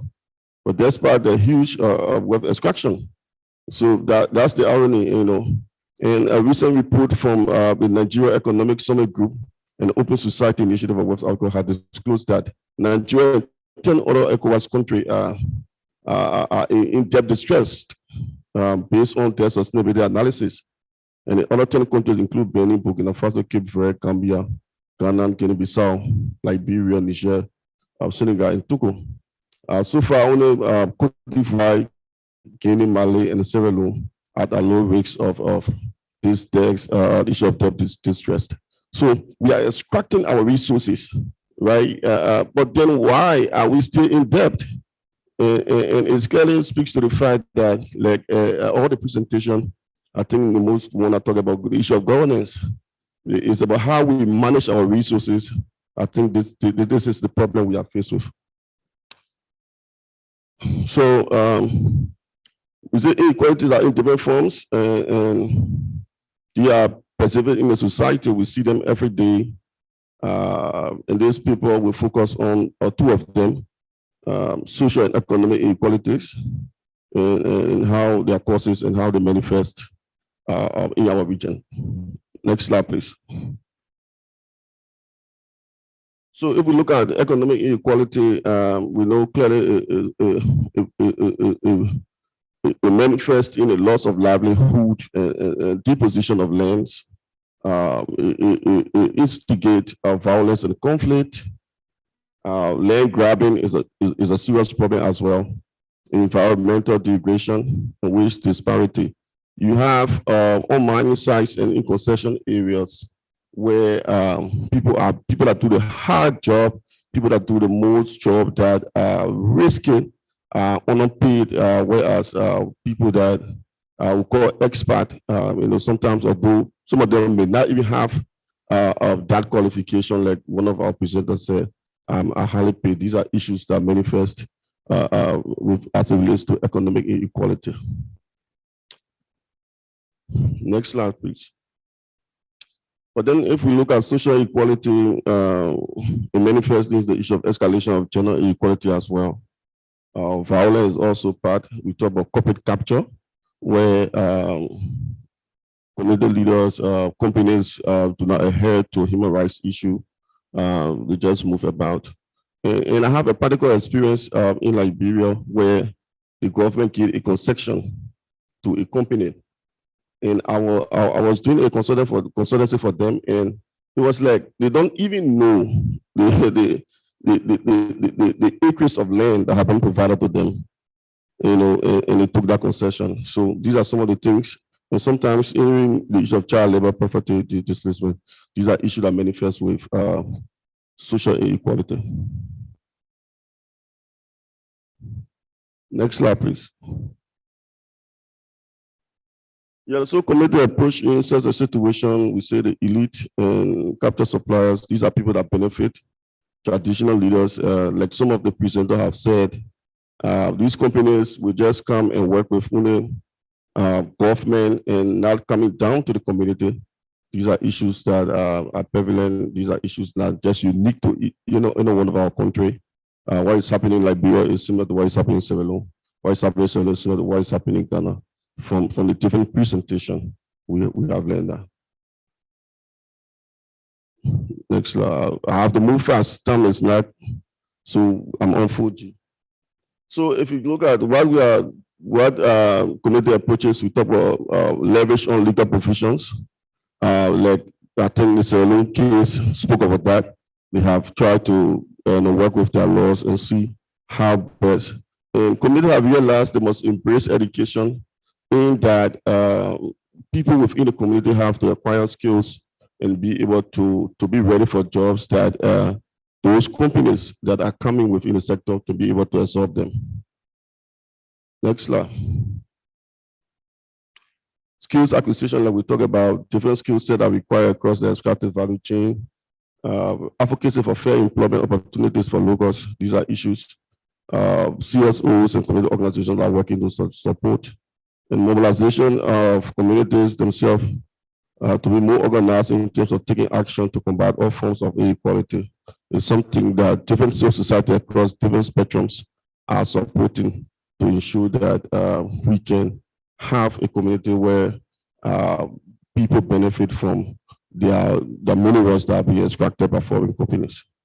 So to conclude, we say whereas the extractive resources are ordinary drivers and catalysts for development, Africa and West Africa resource endowment have not translated to growth and development due principally to weak governance regime in the region. Seriously as the result of people's inequality and poverty owing to misuse and unequal distribution of income and opportunities to the extractive sector. So the need for change, therefore, it is willful. Change is critical now because both the objective and subjective conditions are necessary for change to happen are present in the region. We believe that if we don't act now, then when, and if not this generation, then who would do it for us? So it is critical, imperative, and vital that civil society in the region comes together and support each other. And we are grateful to be part of this meeting. Thank you.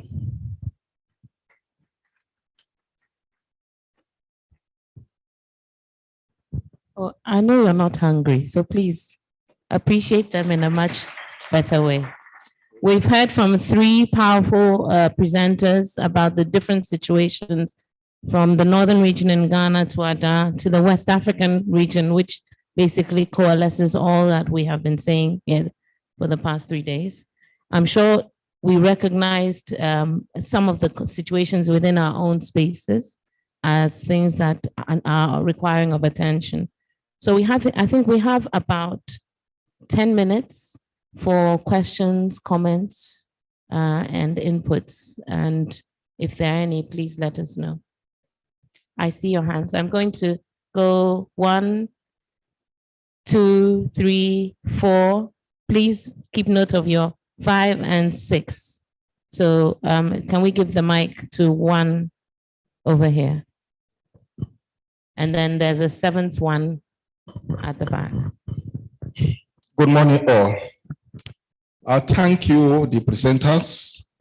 And my question goes straight to the one presented by Dr. Chris Hanab, if I pronounce the name well. He mentioned that a chief took the community to court. I was very interested in knowing what the information received from the chief himself. Why I'm saying so is this: information is better handled in both sides. I'm privileged to handle more than over 100 cases of community conflicts relating to mining activity by virtue of my position in the ministry. And I noticed that points of contention are usually around some of the things we have said earlier, which has to do with multiple concepts. You see community, one side will give a concept to one, the same place, the same concept will be given to another company. There will be conflicts.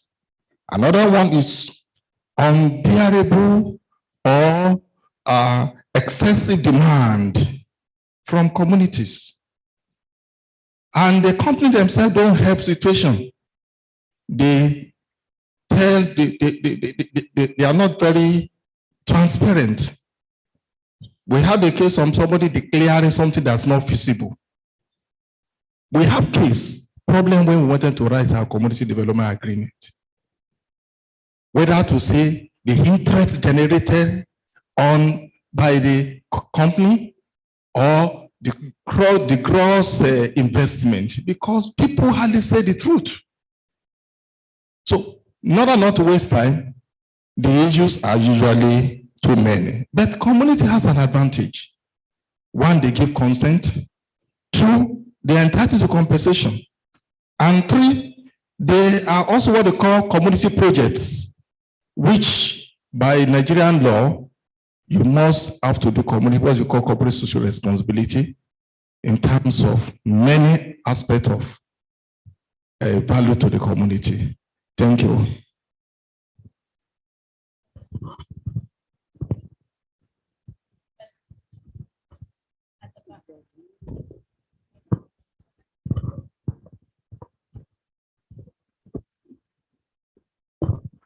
Right, thank you. Yes, mine is more of a comment, but just to say that from yesterday, We had a presentation from Honorable Bombardi, and from today, the presentations, in addition, are giving us several realities in one country in which we live. This morning, we got presentation from Prof on the media landscape, and that seemed like we have a kind of pluralistic democratic system. But even in the same countries, there's so much that we all do not know. Very destiny-changing realities that we are walking into. And for the story concerning what Dr. Chris talked about, the dollar power, even as a northerner and a civil society person, even working in the natural resource sector, I do not seem to have this reality. And very shocking to me. And also listening to the Songo Lagoon story, very revealing. And if you add all this, you realize that there's so much that we need to do or we need to know as civil society. And also looking back at yesterday's presentation from Honorable Bombardi, we were urged to support the government in policing the resource away from the militants, in trying to ward away the insecurities and the conflicts that result. Today, we have the story where it is the government that is facilitating the militants in another story, in another case. So what are we going to do? Clearly, it shows that we have so much to do, looking at both sides of the story, and also so much that they would not know, that we need to do a lot so that we can feel that we are all in one country, that we understand it, and we know what is going on all corners of it. Thank you. Right. Yeah, thank you. Three quick questions to Nene. The first one is, can he describe a little bit how they are trying to overcome the media blackout and the terrorism associated with trying to get the information out? The second is, we understand that there are also within ADA different factions and tensions and alliances with regards to the struggle. Can he say a little bit about this? And the third question is, how else can everybody else help with the struggle? What will be your ideas? Thank you.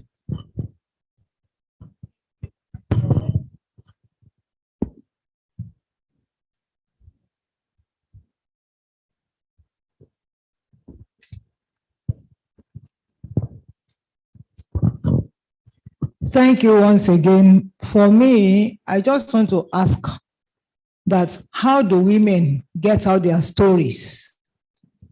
Because you find out that my own experience, when you go to meetings and women raise up their stories, very concerned stories, at times you just find that the men just laugh. It's like after all other decisions, yes, what are you people saying? That's the body language. And you find out that even in very critical situations, and I'll just give a simple story. In Nigeria, yes, just very short one, to buttress what I'm saying. In Nigeria, they were trying to revise a particular law that is creating a council. And if you look at all the designated positions, it has technically excluded women because they are not director general, they are not anywhere.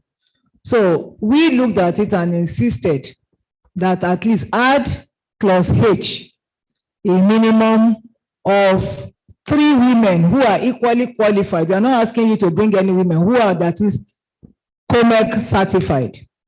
I tell you, it became a major altercation. But the press we are talking about, the press gets envelope from government. So it's easy.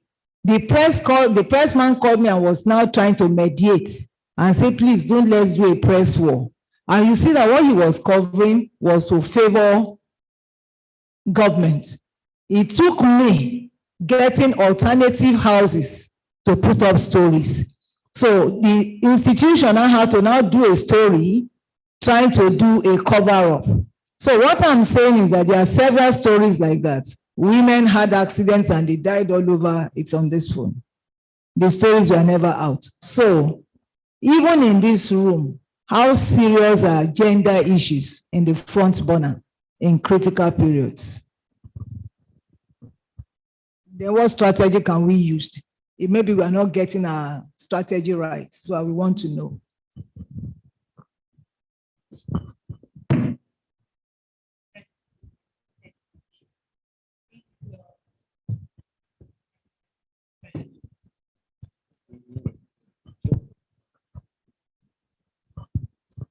Je vais parler en français. So I will speak in French. Je suis Eli Kabore. So my name is Eli Kabore. I'm a journalist from Burkina Faso, and I work in the mining sector, and I belong to an association that is interested in the mining sector. And I would like to insist on the role of the CSOs in the reduction of these inequalities when it comes to the management of natural resources, because Burkina Faso, Senegal, Guinea put in place a project, a gender project in the extractive industry. And we realized that the advocacy from the CSOs can help to surmount the obstacles and to review the laws and the practices of the government. So I'll give you two examples. An organization like ORGAT did some activity where and women were, they realized that women were impacted differently in the rural areas. The head of the house gives the cereal to the woman, and then the women have to go and find the ingredients for cooking. So the man controls everything.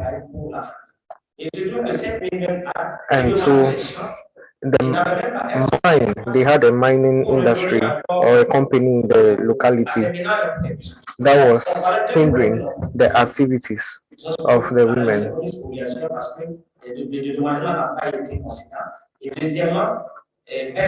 No one can have access to the land. So what the NGO did was to correct the inequalities. And then the second case is that we have an association of women, which is an equivalent of women in mining in Burkina Faso, and they realized that the mining sites that are for development, the local development, don't take in charge or don't consider gender. So some advocacy was done, and today the advocacy has become sub-regional, and which is supported by Oxfam. And looking at the laws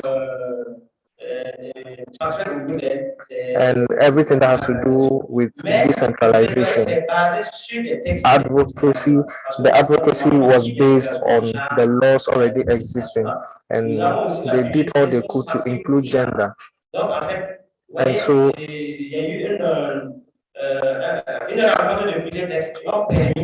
there was a certain number of laws that helped to do advocacy. So what I can say is the role of the CSOs in advocacy would help to solve the issues. Thank you.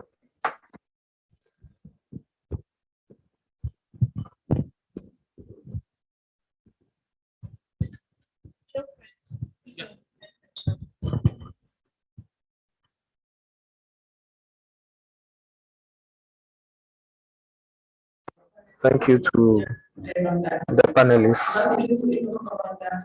I just have a recommendation or a conclusion based on what my colleague from Burkina Faso said. So one thing that our coalition did was to look at the justice system. So we adopted a feminist agenda when it comes to the management of natural resources. And this agenda is shared across all the coalitions. And one of the flagship activities is to strengthen the capacity or build capacities of the women, because the concept of gender was a problem and the CSOs were not including this aspect in their planning. So the first action was to do capacity building of the CSOs, precisely the coalition. And then we did case studies to give some legitimacy to our advocacy. And it is in this direction that we were able to influence the policies and the programs. And today, if we take the example of our coalition, you can see a significant participation of women. And this is the same thing that can be available in Burkina Faso and the other countries. So our feminist agenda on the management of natural resources is based on capacity building, advocacy, and then justice. Thank you.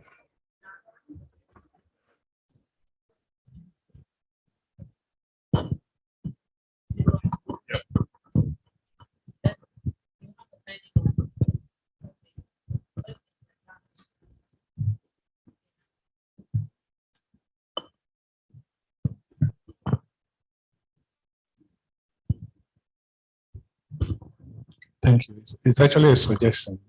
Listening to the presentations, these are actually all persistent issues. So my suggestion is that it will be important as part of the community advocacy to begin to engage seriously the human rights commissions in our various countries as well, so that they can document some of these human rights abuses in the extractive communities and present them as part of their reports that they do.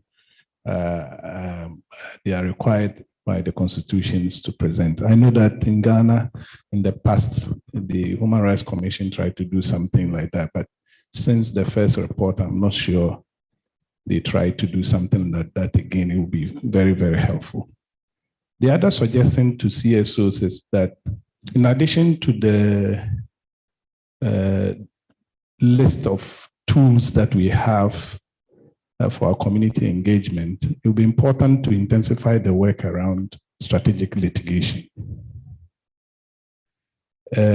Because if you look at the examples that have been given, especially in the Songo case, the media is important, but we are not going to get a lot of, I'm not surprised that this is not an issue in the media, because from Professor Karikari's presentation, the media is owned by the same cronies who are perpetuating this violence together with state security. So there's no way you are going to have these stories in the media.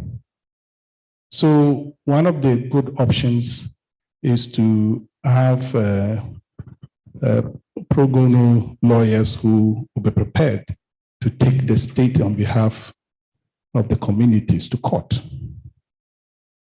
So that's another suggestion that I wanted to make until the time that CSOs can set up their own media houses. We should take this seriously.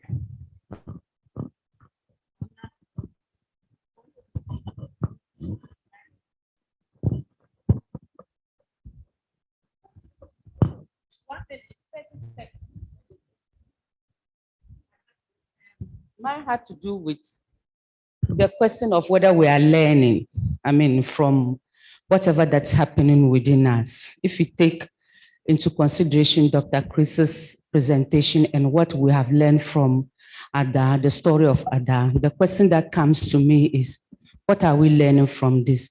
And for those of us in the North where, you know, mining and other extraction is beginning to come, the reflection is, how are we getting prepared towards some of this?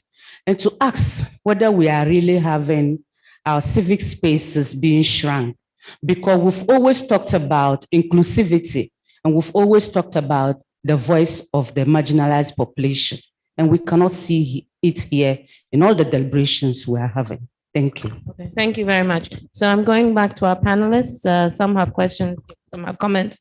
Quickly. Dr. Chris, we start with you. Thank you very much, Pauline. And thank you all for the fantastic contributions and comments. Want to address a few of them that relates to my presentation. The first is from our colleague and friend from Nigeria, who asked the first question around the conflict with the chief. I think the issue really boils around the roles he played when the mining companies came to the community. In the context of Northern Ghana and that part of the country, land doesn't really belong to the chiefs. It belongs to communities, and every family head and group has its land. But throughout the engagements, it looks like he then played a very lead role in the engagements, and real landowners felt a bit let down because the engagement was not properly done. And then the youth also came in with all the advocacy, also issued a number of press conferences. And apparently his beef was that in the press conferences, they had maligned him, his integrity, and that was the basis of the legal action against the youth, because in the press conferences, he felt he was cited unfairly, you know. Unfortunately, he won the case, so, you know, but the youth are back in court, they have appealed the case, and we are following to see how it turns out. So that is a bit more about what really happened.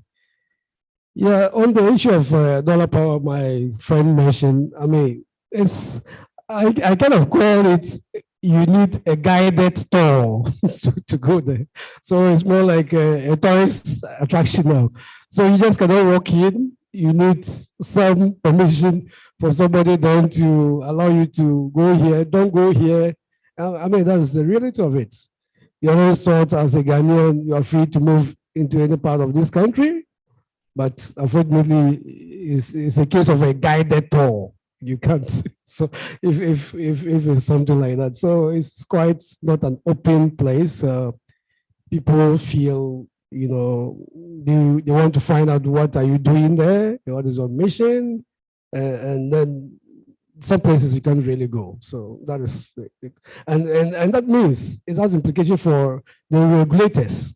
If the place is not that open, then the regulatory agencies, the Measuring Commission itself, EPA, the Water Resources Commission, and there are a lot of rivers by the dollar power rights.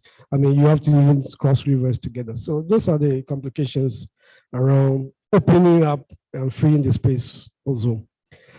I think the rest of them are really comments. I'm happy about the sharing, the reflection from our Burkina colleagues. It's more or less motivating the civil society within the northern part of Ghana to work hard. I've really followed the Burkina example, and we are proud of your achievements as a civil society. We would like to probably have arranged some cross-learning visits to see your model. I'm in touch with Okade. We've seen some of the things you've done in terms of tracking funding for community development at the district level. So I think it just tells us that we need to do a little bit more. And the only issue of the agenda question, I think the way we are approaching is to encourage our colleagues who are in the CSO space, who are in the areas of gender advocacy, even CSOs that are headed by women. And so Laboratory is here, Fatih is here. They are doing a fantastic job as executive directors of women. So once they are prominent in the CSO coalition, definitely issues about women in the mining area will be highlighted. I remember our first major press conference was read by Hajia Lamnatu, and she really did it very well. So these are ways to make sure that the voices of women are heard in the mining sector, so that those peculiar issues that pertains to them are addressed. So these a few of them that I picked up from the presentations. Thank you. All right, thank you very much. The first question is the media blackout in Adan is serious. Adan, we have a traditional council, but then it will be, let's say, I don't know how to describe it. Some of us are chiefs, recognized, all right, but we don't take part of decision-making body of the traditional council. We have just a cross section of them. Whatever they say, that binds on everybody. You have no right to say anything, even though I happen to be a chief. So the media, just as you want to know, interpret every news across the length and breadth of this country to the indigents to understand what happens around them. Now, you, the traditional council or the paramount chiefs and your cohorts have gone to enter into an agreement with somebody that will affect the larger community, either negatively or positively. It behoves on them to let each and every individual within the enclave get to know what is going to happen. So if the media is doing so, if you know you have done the right thing, they will say it. If you think it's wrong, that is where maybe you may have issues with them. If it is wrong, then it is about time we at least move away from that. Because if we all agree that the media is a fourth arm of the government, then it means that they report on issues at hand, nothing but, let's say, the real issues. So if the media is doing something, I don't see the reason why the traditional council should hold them by whatever they are doing. They've been working with us for far too long a time for us to be doing these things to them. So personally, I see no reason why such issues should be happening. Then again, you are saying fractions and tensions. It is true. Some of us are against the takeover of the entire Songo Lagoon. Not that we are against development. We are against monopoly of the facility. You know, the history has it that nobody should deprive anybody from entering to the Songo Lagoon for his or her livelihood. So if, let's say, government is going to give a concession to somebody, the government should be, let's say, excuse me to use my language, sensitive enough to make sure that each and every individual is taken into consideration so that the right thing will be done at the right time to avoid this trouble. Now, I cited the example of the 1972 through to 85. It has happened, and then government came in to intervene. After that, they promulgated a law to make sure that the right thing is done, to take care of everybody. So to be at the safer side, the PNDC law 287 should be put into use. There is a master plan. The master plan should be used. So we have the larger part of the chiefs, let's say that of the traditional council, supporting the monopoly of the facility and at the expense of their own subjects, telling me that their subjects are doing illegal mining. You know, a presenter was saying that the artisanal miners, they put Nigeria on the map.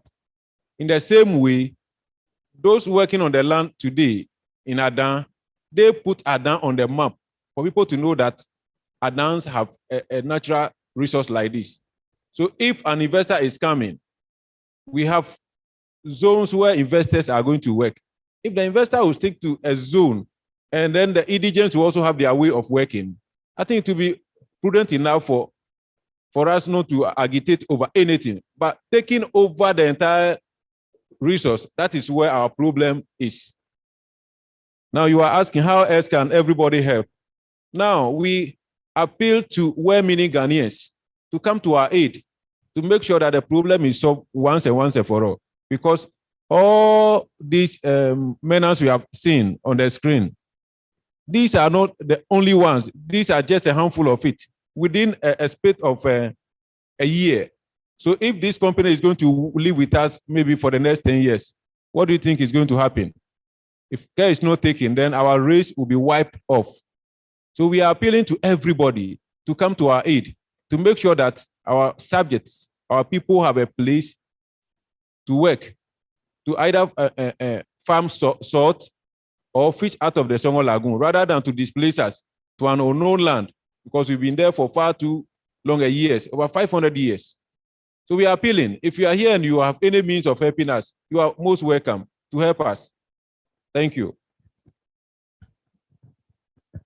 Thank you. So what I took from the feedback was my big sister from Nigeria when she mentioned how women can get their voices out. So to give a case study of Liberia, we have the Female Journalists Association. So there are women that work in the media and with focus on promoting women issues. So they utilize that space. And also we have a dedicated newspaper called Women Voices. So they ensure that women issues are highlighted on a daily basis in the media. So I just want to put a light on that. So thank you very much. I think what has come out for me is that the complexity of the issues leave no simple responses. In many of the communities, it's not a simple thing to go in and say everybody is for or everybody is against. How do we respond to that? How do we take up the training that has been suggested? How do we make the voices of different actors in the stories present? It's a very complex issue, and I'm extremely grateful for the presenters here today, because some of the points that they've put forward I think are fresh. Everybody says this is a learning experience, and particularly around the Ada Songo thing that we are engaged in as TWN Africa, Nene Dadibum said, that this is an issue that you see power at play. And I think when it comes to inequalities, power is a factor that is such a huge thing. The power of the elite and even the state, as well-meaning as the state may be, sometimes isn't ready to listen as much as it needs to. I'm looking at the Lands Commission here because you're looking at me. But it is a very complicated situation. And I think that from here, we are all encouraged to go back and then revisit the issues. Once again, please say thank you to the members of this panel. This is the very last panel, so you must be excited. And I will invite Atieno to come and then take over. Thank you. One more clap.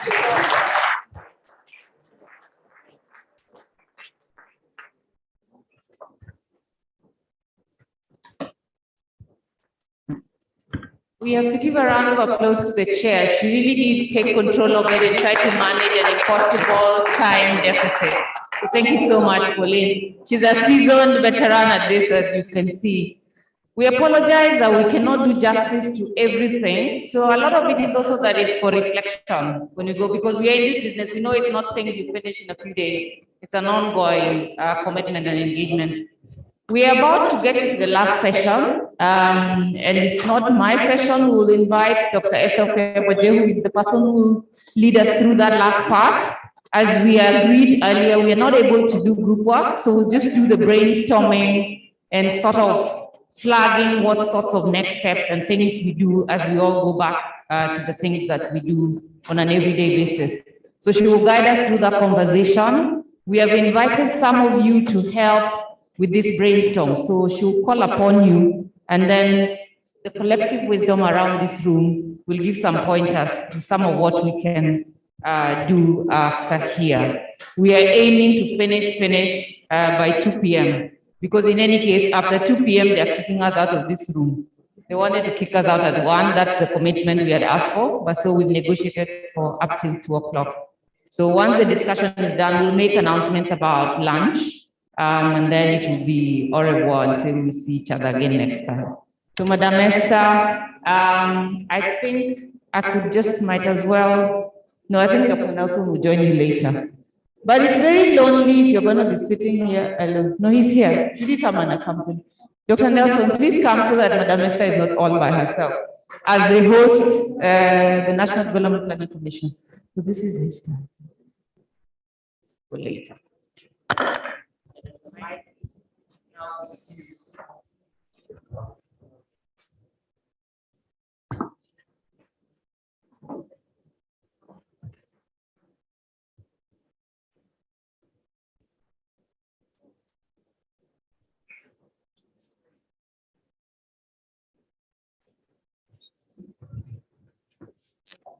Thank you all very much. Good afternoon. Good afternoon. Yes, I think all good things do come to an end, but we need to finish this very tidily. We couldn't do the group discussions. There were areas in which we wanted to be able to come away with some conclusions, including conclusions around policy gaps, political influence, and community level justice and gender justice. So we want to think a bit about the way forward. I have about 6 people here who've been invited to contribute their thoughts. Since I have only, I have less than 30 minutes to do this, I would like the contributions on the way forward to be as succinct as possible. Not flowery, not going on, but just a sense of what you would like to see, what you'd like to propose, the way forward. And when we've done that, maybe we'll invite a comment or two. Dr. Nelson, who is a chief analyst at the National Development Planning Commission, and has been charged here to hold the mantle of the commission, will make a comment or two. I will say a very pretty thank you to all of you. And then we do lunch. Is that good? Right. So then I'll start inviting my 6 people. I need to wear my spectacle. What has happened to my spectacle? It has sort of engrossed. Okay, doesn't matter. I'll fix it later. Yes, I would like to invite, first of all, Professor Aliyu Jaro, Director General, National Environmental Standards and Regulations Enforcement Agency, Nigeria. Just your reflections and what you would like to see going forward, sir. Thank you. Should we bring the mic? Yeah, what's your preference? You want to do it there or you want to come up here? Pardon? Yeah, please come up here. But your woman, the mic, mom. Who's going to help me? Yeah, okay.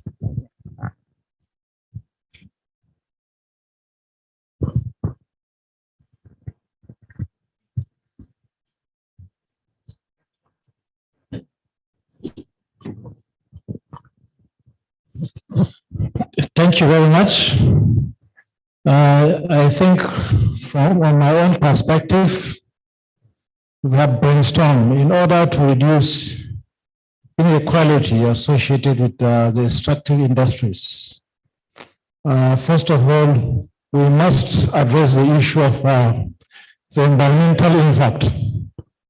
One major thing as identified is the conduct of environmental and social impact assessment.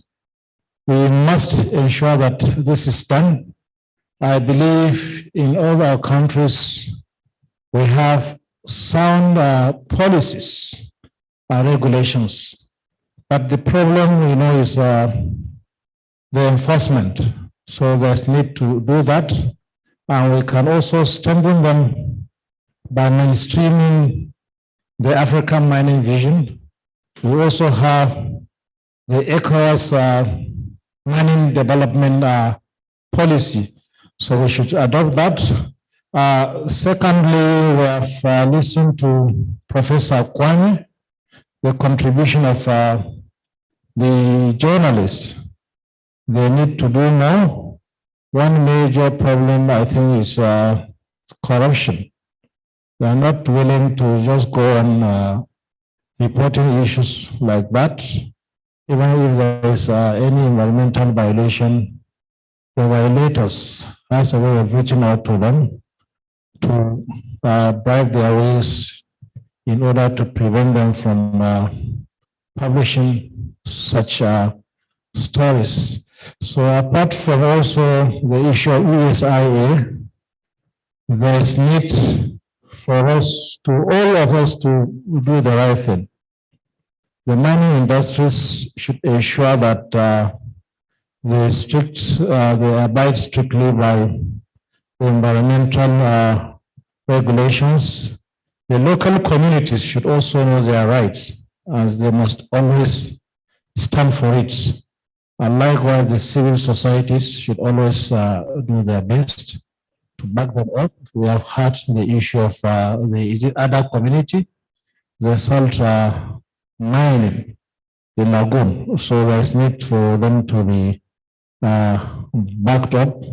So in order to reduce inequality, the communities must always have a stake when it comes to this mining activities. They must have a certain percentage because that will be used in developing the community. So I will just rest my case here because of time constraint. Thank you. Thank you very much, Professor Charo. Give him a warm round of applause. Now it's my pleasure to invite Ms. Georgette Barnes, Women in Mining Ghana. Georgette? Okay. Will you? Okay, you may want to.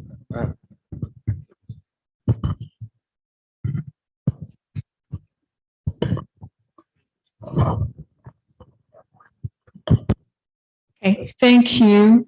I will choose about two issues. So I think that over the few days, we have all realized that governance is key.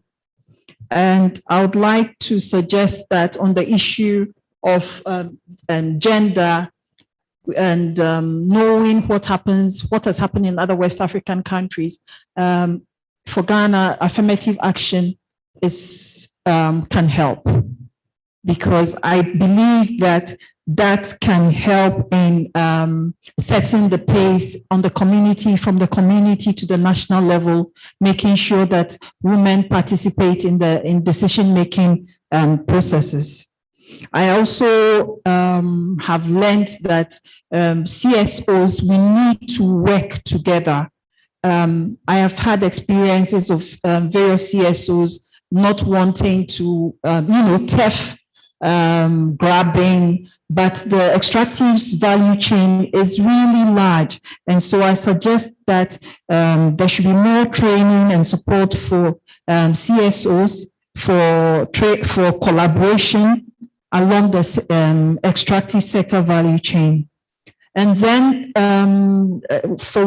another issue that is quite dear to my heart, creating wealth for people. I believe that we need to take advantage of opportunities created along the extractive value chain by unpacking the activities and analyzing the inputs. We need to rank the inputs, starting with cross-industry inputs, looking at the regional market and creating synergies across the region. And this is how that, we can make people rich and people can earn money apart from employment. We also need to look at value addition closely and encourage value addition on all commodities in the region. And so I think that is where I would like to stop. Thank you very much. Fabulous. Give her a warm round of applause. Third, I would like to invite Mr. Sonkita Conte, legal practitioner and author of the Sierra Leone case studies. Mr. Conte, are you around? Yes. I am, ma'am. Thank you so much. Over the last 3 days, we've seen how the youth bulge in Africa is a blessing as well as a potential time bomb. We've seen in Sierra Leone what happened last week with many killed as a result of protests. We've seen that in Ghana and other places. It means that we don't have the luxury of time at all. We need to address poverty and inequality right now, in fact, yesterday. And so for me, there are two things that I would like to share. The first is that over the last 100 years, decision-making around who exploits natural resources has been centralized. Governments have taken those decisions, and they've not taken the view of communities into account. And the reality is the land where these minerals are found belong to communities. They don't belong to government. And so I think what we will need to push for, and this is building on what we have achieved in Sierra Leone in the last week or so, is that we need to change the dynamic. We need to have free, prior, and informed consent from communities for all kinds of investments, whether it's mining of gold or diamonds or bauxite or it's oil, as long as it's on their land. We should not allow for licenses to be given before consent is sought. And that consent has to be predicated on information. They need to know exactly what the impacts are, what the benefits are before they will be asked to give consent, not consultation. And in that respect, I'd like to propose a sub-regional campaign to get all countries in West Africa to enshrine FPIC in all of their laws. For mining, yes, FPIC has to be in all of their laws. If it's not there, we need to have it following the case of Sierra Leone. That communities must give their consent. So in the case of Ada, for example, you can't just go in and take the lake from the communities. No, you need to ask them if they want the investment or not, and on what terms. And then the second thing I'll talk about, again, relates to the environment, and the professor talked about it. There also, we've seen a top-down approach to protecting the environment. We have EPAs that attempt to protect the environment, but they don't because they lack capacity. We have seen how communities are the better stewards of keeping the environment, but then over the years, we've not included them in environmental regulation. So my other suggestion would be, when it comes to doing impact assessments, when it comes to doing determining whether or not you give or renew licenses of companies, you need to give communities a stake. You need to go down there and ensure that they are part of the regulatory process. And if possible, we need to empower them to be able to hold these corporations accountable directly for environmental violations instead of simply waiting for the EPA to do something which they may not do at all. Thank you very much. Thank you very much. Give them a warm round of applause. Now I come to Human, Amanda Fees. Yes, indeed. Can you have a mic? Thank you. So I'd like to start by thanking the organizers for inviting me. I've tended to look at these issues from a totally different perspective. So being part of this process has really helped me, considering the kind of roles that I play back home. So my first is, based on what I agree with what Prof said about mainstreaming the AMV and the ECOWAS declaration directive policy in our legal and regulatory frameworks across Africa. But I'm wondering whether the AMDC should not consider making this a treaty so that every country is obliged to mainstream these frameworks. Otherwise, it seems it's just at a country's discretion. I know that there are probably challenges with the many treaties from the AU that haven't been mainstreamed, but we should probably do more studies on the political economy of these issues and get our countries to mainstream them. Then the second suggestion I have is with maybe back at home in each country, identify the key influential public advisory and advocacy groups, who have had some success with working with the governments or advocating for reforms in various sectors. For instance, in Nigeria, we have the Nigerian Economic Summit Group. It's a think tank, it's a private sector think tank and public advisory group. I head the mining thematic group under that, under the NESG. It's a voluntary role that I take, but they have for 27 years been working with the government and advising them and pushing for certain reforms. So I think if other countries have something like that, then that would be helpful for pushing these reforms forward. Second is, I think we should do more studies on regulatory enforcement, you know, the conundrum around that. Why are institutions not able to enforce regulations? Do more studies on that and identify practical solutions on how to strengthen it. In our paper, we talked about the bilateral investment treaties, how it prevents the governments from enforcing regulations on international companies.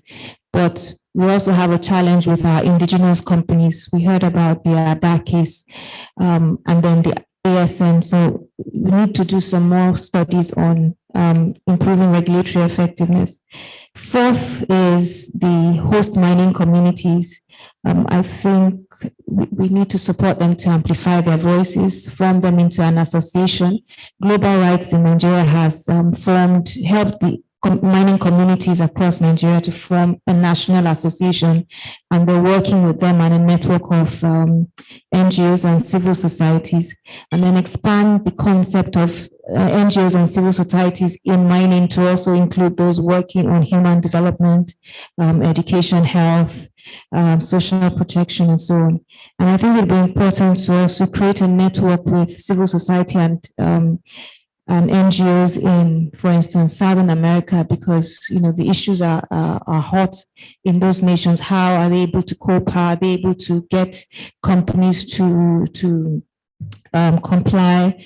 And then there are also civil society and NGOs in the developed countries that are holding the international companies to account. So it'd be good to form a network here within West Africa, within our individual countries across West Africa, with those in South America, and then with those in the developed countries. Then, so I have two more. One is important to work with the Chamber of Mines in each country. There's also the ECOWAS Chamber of Mines, and to focus on LSM, the larger scale mining companies and indigenous companies, and the miners associations, probably for the ASMs. I wish I had a solution for the artisanal miners, but I don't have. Then the other is, okay, I think that's it. Thank you. Thank you very much. Well done. Thank you, thank you, thank you. Now I want to invite Mr. Demba Saidi, Senior Regional Coordinator, Francophone West Africa, PWYP. Thank you so much. Ladies and gentlemen, I have just a couple of key takeaways I would like to share with everyone here. One of them is about documenting and sharing all those experiences from civil society initiatives, because that would help for evidence-based advocacy and campaigning. It would be a kind of damage when you are face to face with those solution makers or decision makers, when you don't have the evidence of what you are suggesting. At one point. The second point is something I take from the discussion yesterday from Chishi, when she said we need to move from resistance to resilience. As civil society, we should not think that the others are the bad people or but their decisions are bad, because they make their decisions based on the information they get from them, and maybe sometimes we don't get that information. So it's key for us to move from that resistance to resilience. The third point is about connectivity and networking. That includes mobilizing youth groups, women groups, disabled groups, so that together we can be stronger. That's key. So for every initiative, even beyond our countries, we need to get together so that we can be stronger. And then we need much more media and social media engagement. Sometimes we have great strategic papers, but when the others cannot get to those, when they can't access to those great ideas or initiatives we want to share, that won't lead to any solution. And finally, we have great laws and policies, we've said that. But the thing is, we don't have concrete, detailed, and dated implementation plans. So we need to force our governments, our decision makers to have concrete, detailed, and dated, even budgeted implementation plans of these nice laws and policies we have. Thank you so much. Well done. Now, the last, but certainly not the least, will come from Karama Mama, the Burkina Faso. Merci. Je pense que un certain nombre.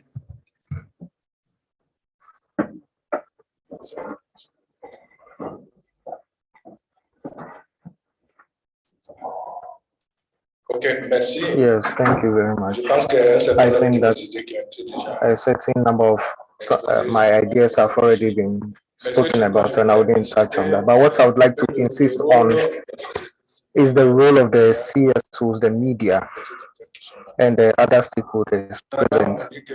Generally, we say that the CSO is a small actor. We don't take decisions, but we influence. We do advocacy and we influence. So all I want to say is on the basis of advocacy for the political actors to take their decisions. So I would go on two directions, and one has to do with my presentation yesterday.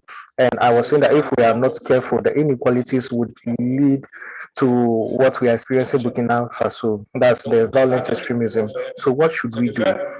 Is to do advocacy for the different governments in ECOWAS so that we can reinforce the control and of the mining sites so that the communities can pursue their activities, but shouldn't become an element of conflict.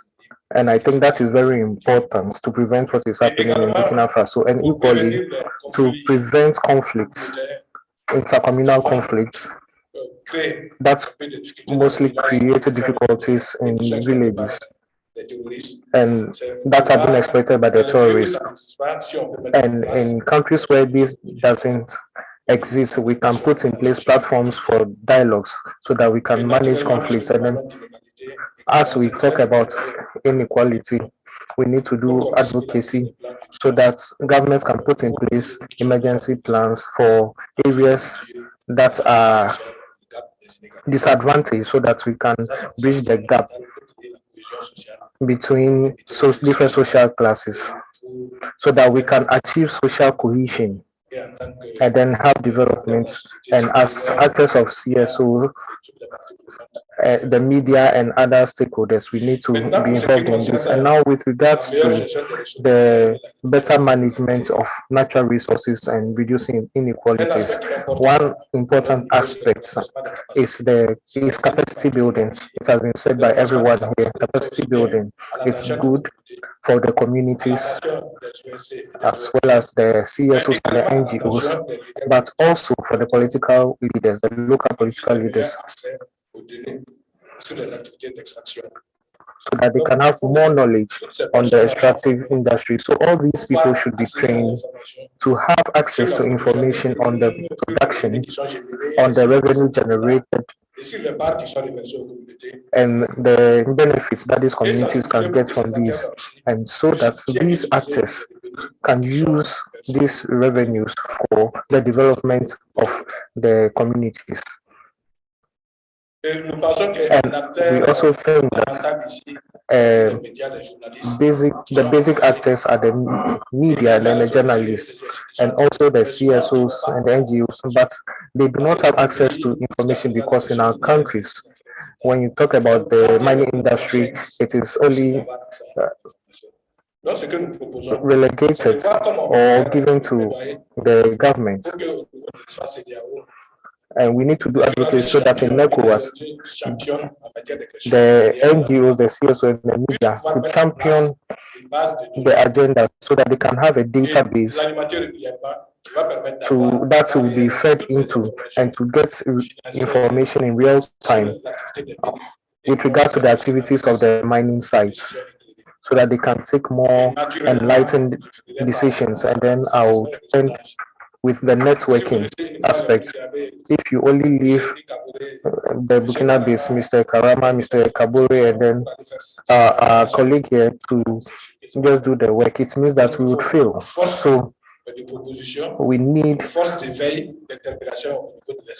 call on everyone in the ECOWAS space, and that we would replicate whatever we decide in the different countries so that we can reduce the inequalities through the better management of resources. Thank you. Very much. Thank you very much. Thank you very much. Ladies and gentlemen, because of the interest of time, I'm not going to open this up, but I think that we've had a whole gamut of suggestions. There are certain things that are running through. The connectivity and the networking, for instance, running through. The operationalization of the African Mining Vision and the ECOWAS instrument, making sure that they are mainstreamed into our activities, are also running through. The issue of social accountability, empowering the communities to be able to let them take a stronger part in influencing the decisions that affect them. I mean, beyond being told, they must have the capacity and the opportunity to exercise consent.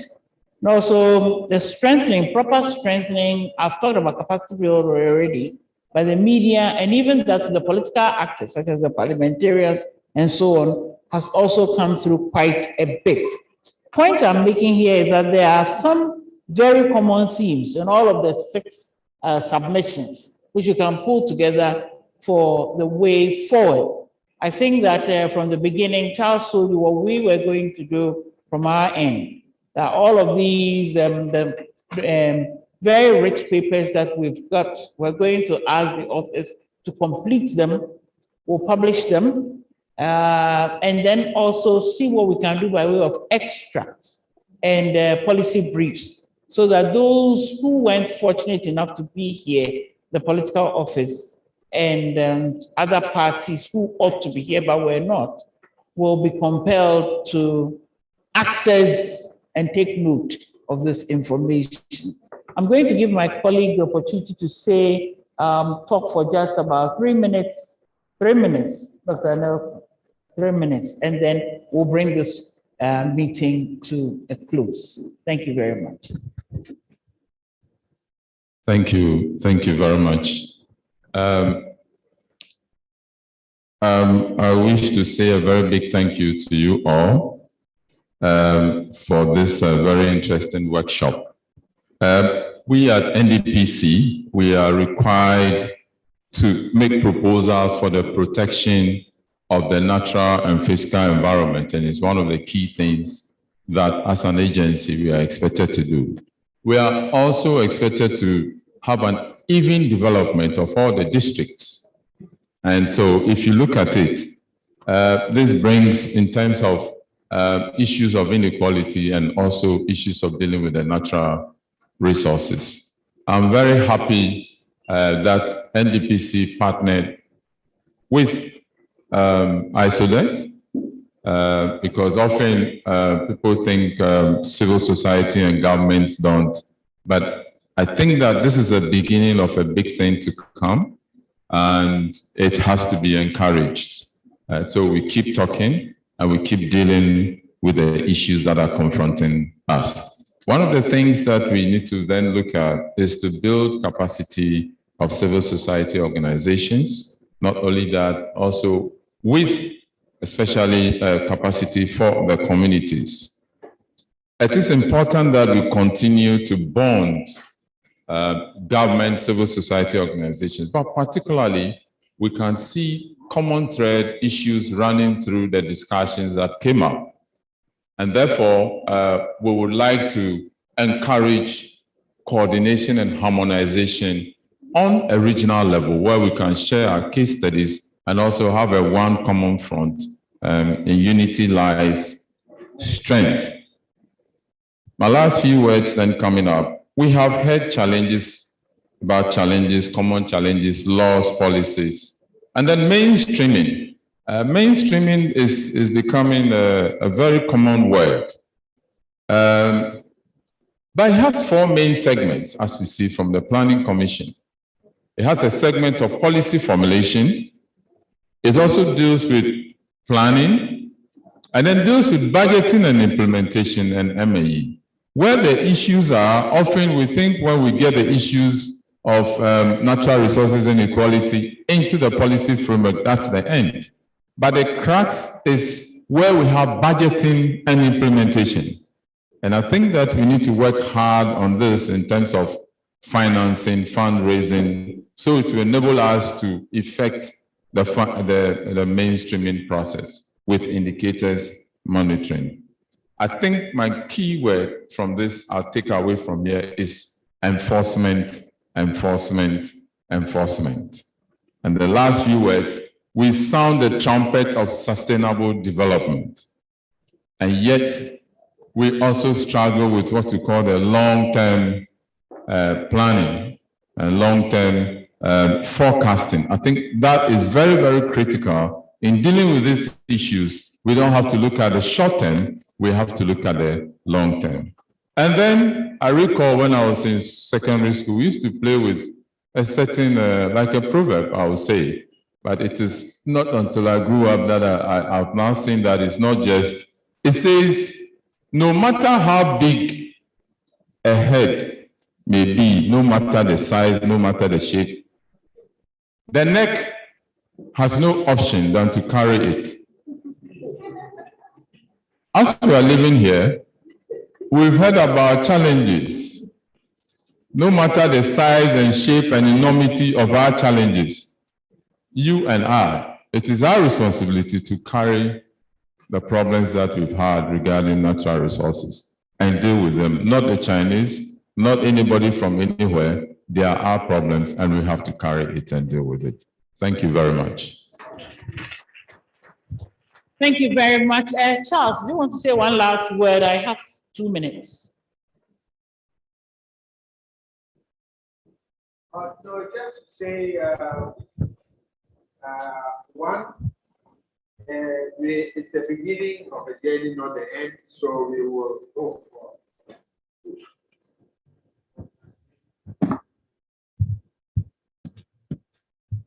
It's the beginning of a journey, not the end. So we'll get back to each one of you. One, for sharing the information that we all generated here. So we can commit to ensuring that if you all have access to the PowerPoints and all of, and then eventually when the papers are cleaned up, to have access to them and so on. So that's the first. And then collaboration on a number of things that should be possible. And I know that the chair will thank everybody properly, but this, of course, as you acknowledge Ford and so on. But remember our translators and our technical people who got the thing working properly. So thank you very much. That's all. Thank you very much, Charles. But you began the thanking. I thought you would finish. But I think that I have to. Charles, is there a deadline for finishing the papers? You communicate to the office. Okay, right. Right. So, ladies and gentlemen, we come to the end of this 3-day, 2.5-day conference. We put it to ourselves to bring to the fore the nexus between natural resource dependence and multiple inequalities.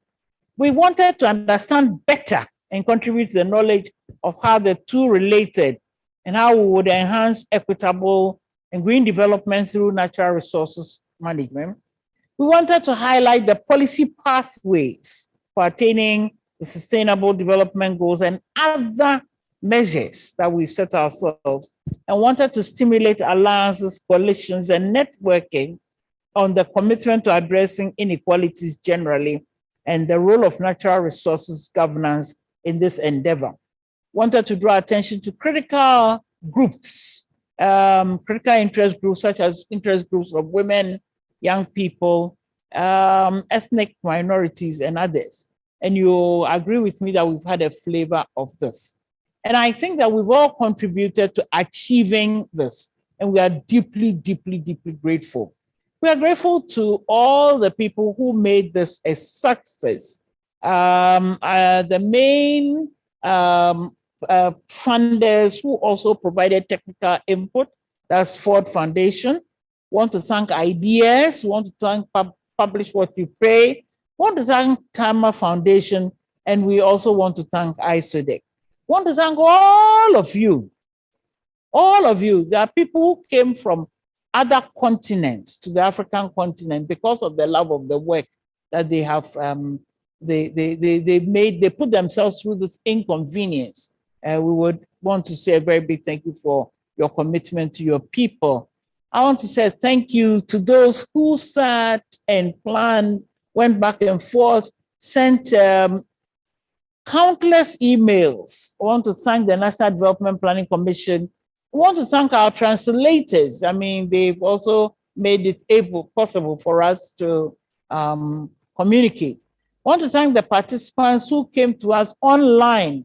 I believe there was a submission online that too. Can we talk about them? No. All right. Right. So read it quickly and then I'll finish. So just to assure the people online, we've noted them. Time hasn't allowed us to allow you the mic, but they're noted and they will be reflected in the reporting, and they will inform. They're very clear recommendations. So we haven't ignored you. Thank you so much for staying. And then finally, I want us to recognize and thank our media friends, thank all the people who've been making sure that we are nicely recorded for posterity as part of our advocacy effort. But ladies and gentlemen, I want you to join me in giving Madame Atieno a very warm round of applause. Come forward and let's acknowledge. I think everybody received an email or something from her. She's been on top of things. This has come together smoothly. She has worked well with us at ISODEC, and we are deeply grateful. Tay, thank you very much. Mamunatu, thank you. My folks at ISODEC, thank you all very much. Wish you all well, wish you Godspeed, wish you strength in your advocacy, and we'll bring the resources for you to work with diligently and effectively. Thank you very much. All right, I'll finish. 2 on the dot. Yeah. Any housekeeping? So just a logistical one. If you are a resident at the hotel, you will have lunch at the restaurant. If you are not resident, just because we are out of time that we to be here, we've packed the lunch for you. Please just pick it on the way out. You know where the tea was, just out this door. You get a pack. But for those of you who are resident, please pick a voucher from the team of the secretariat who are at the registration desk, and you eat where we've been eating for the last 2 days. Bon appetit, au revoir, bon voyage for everybody for their travels. Thank you.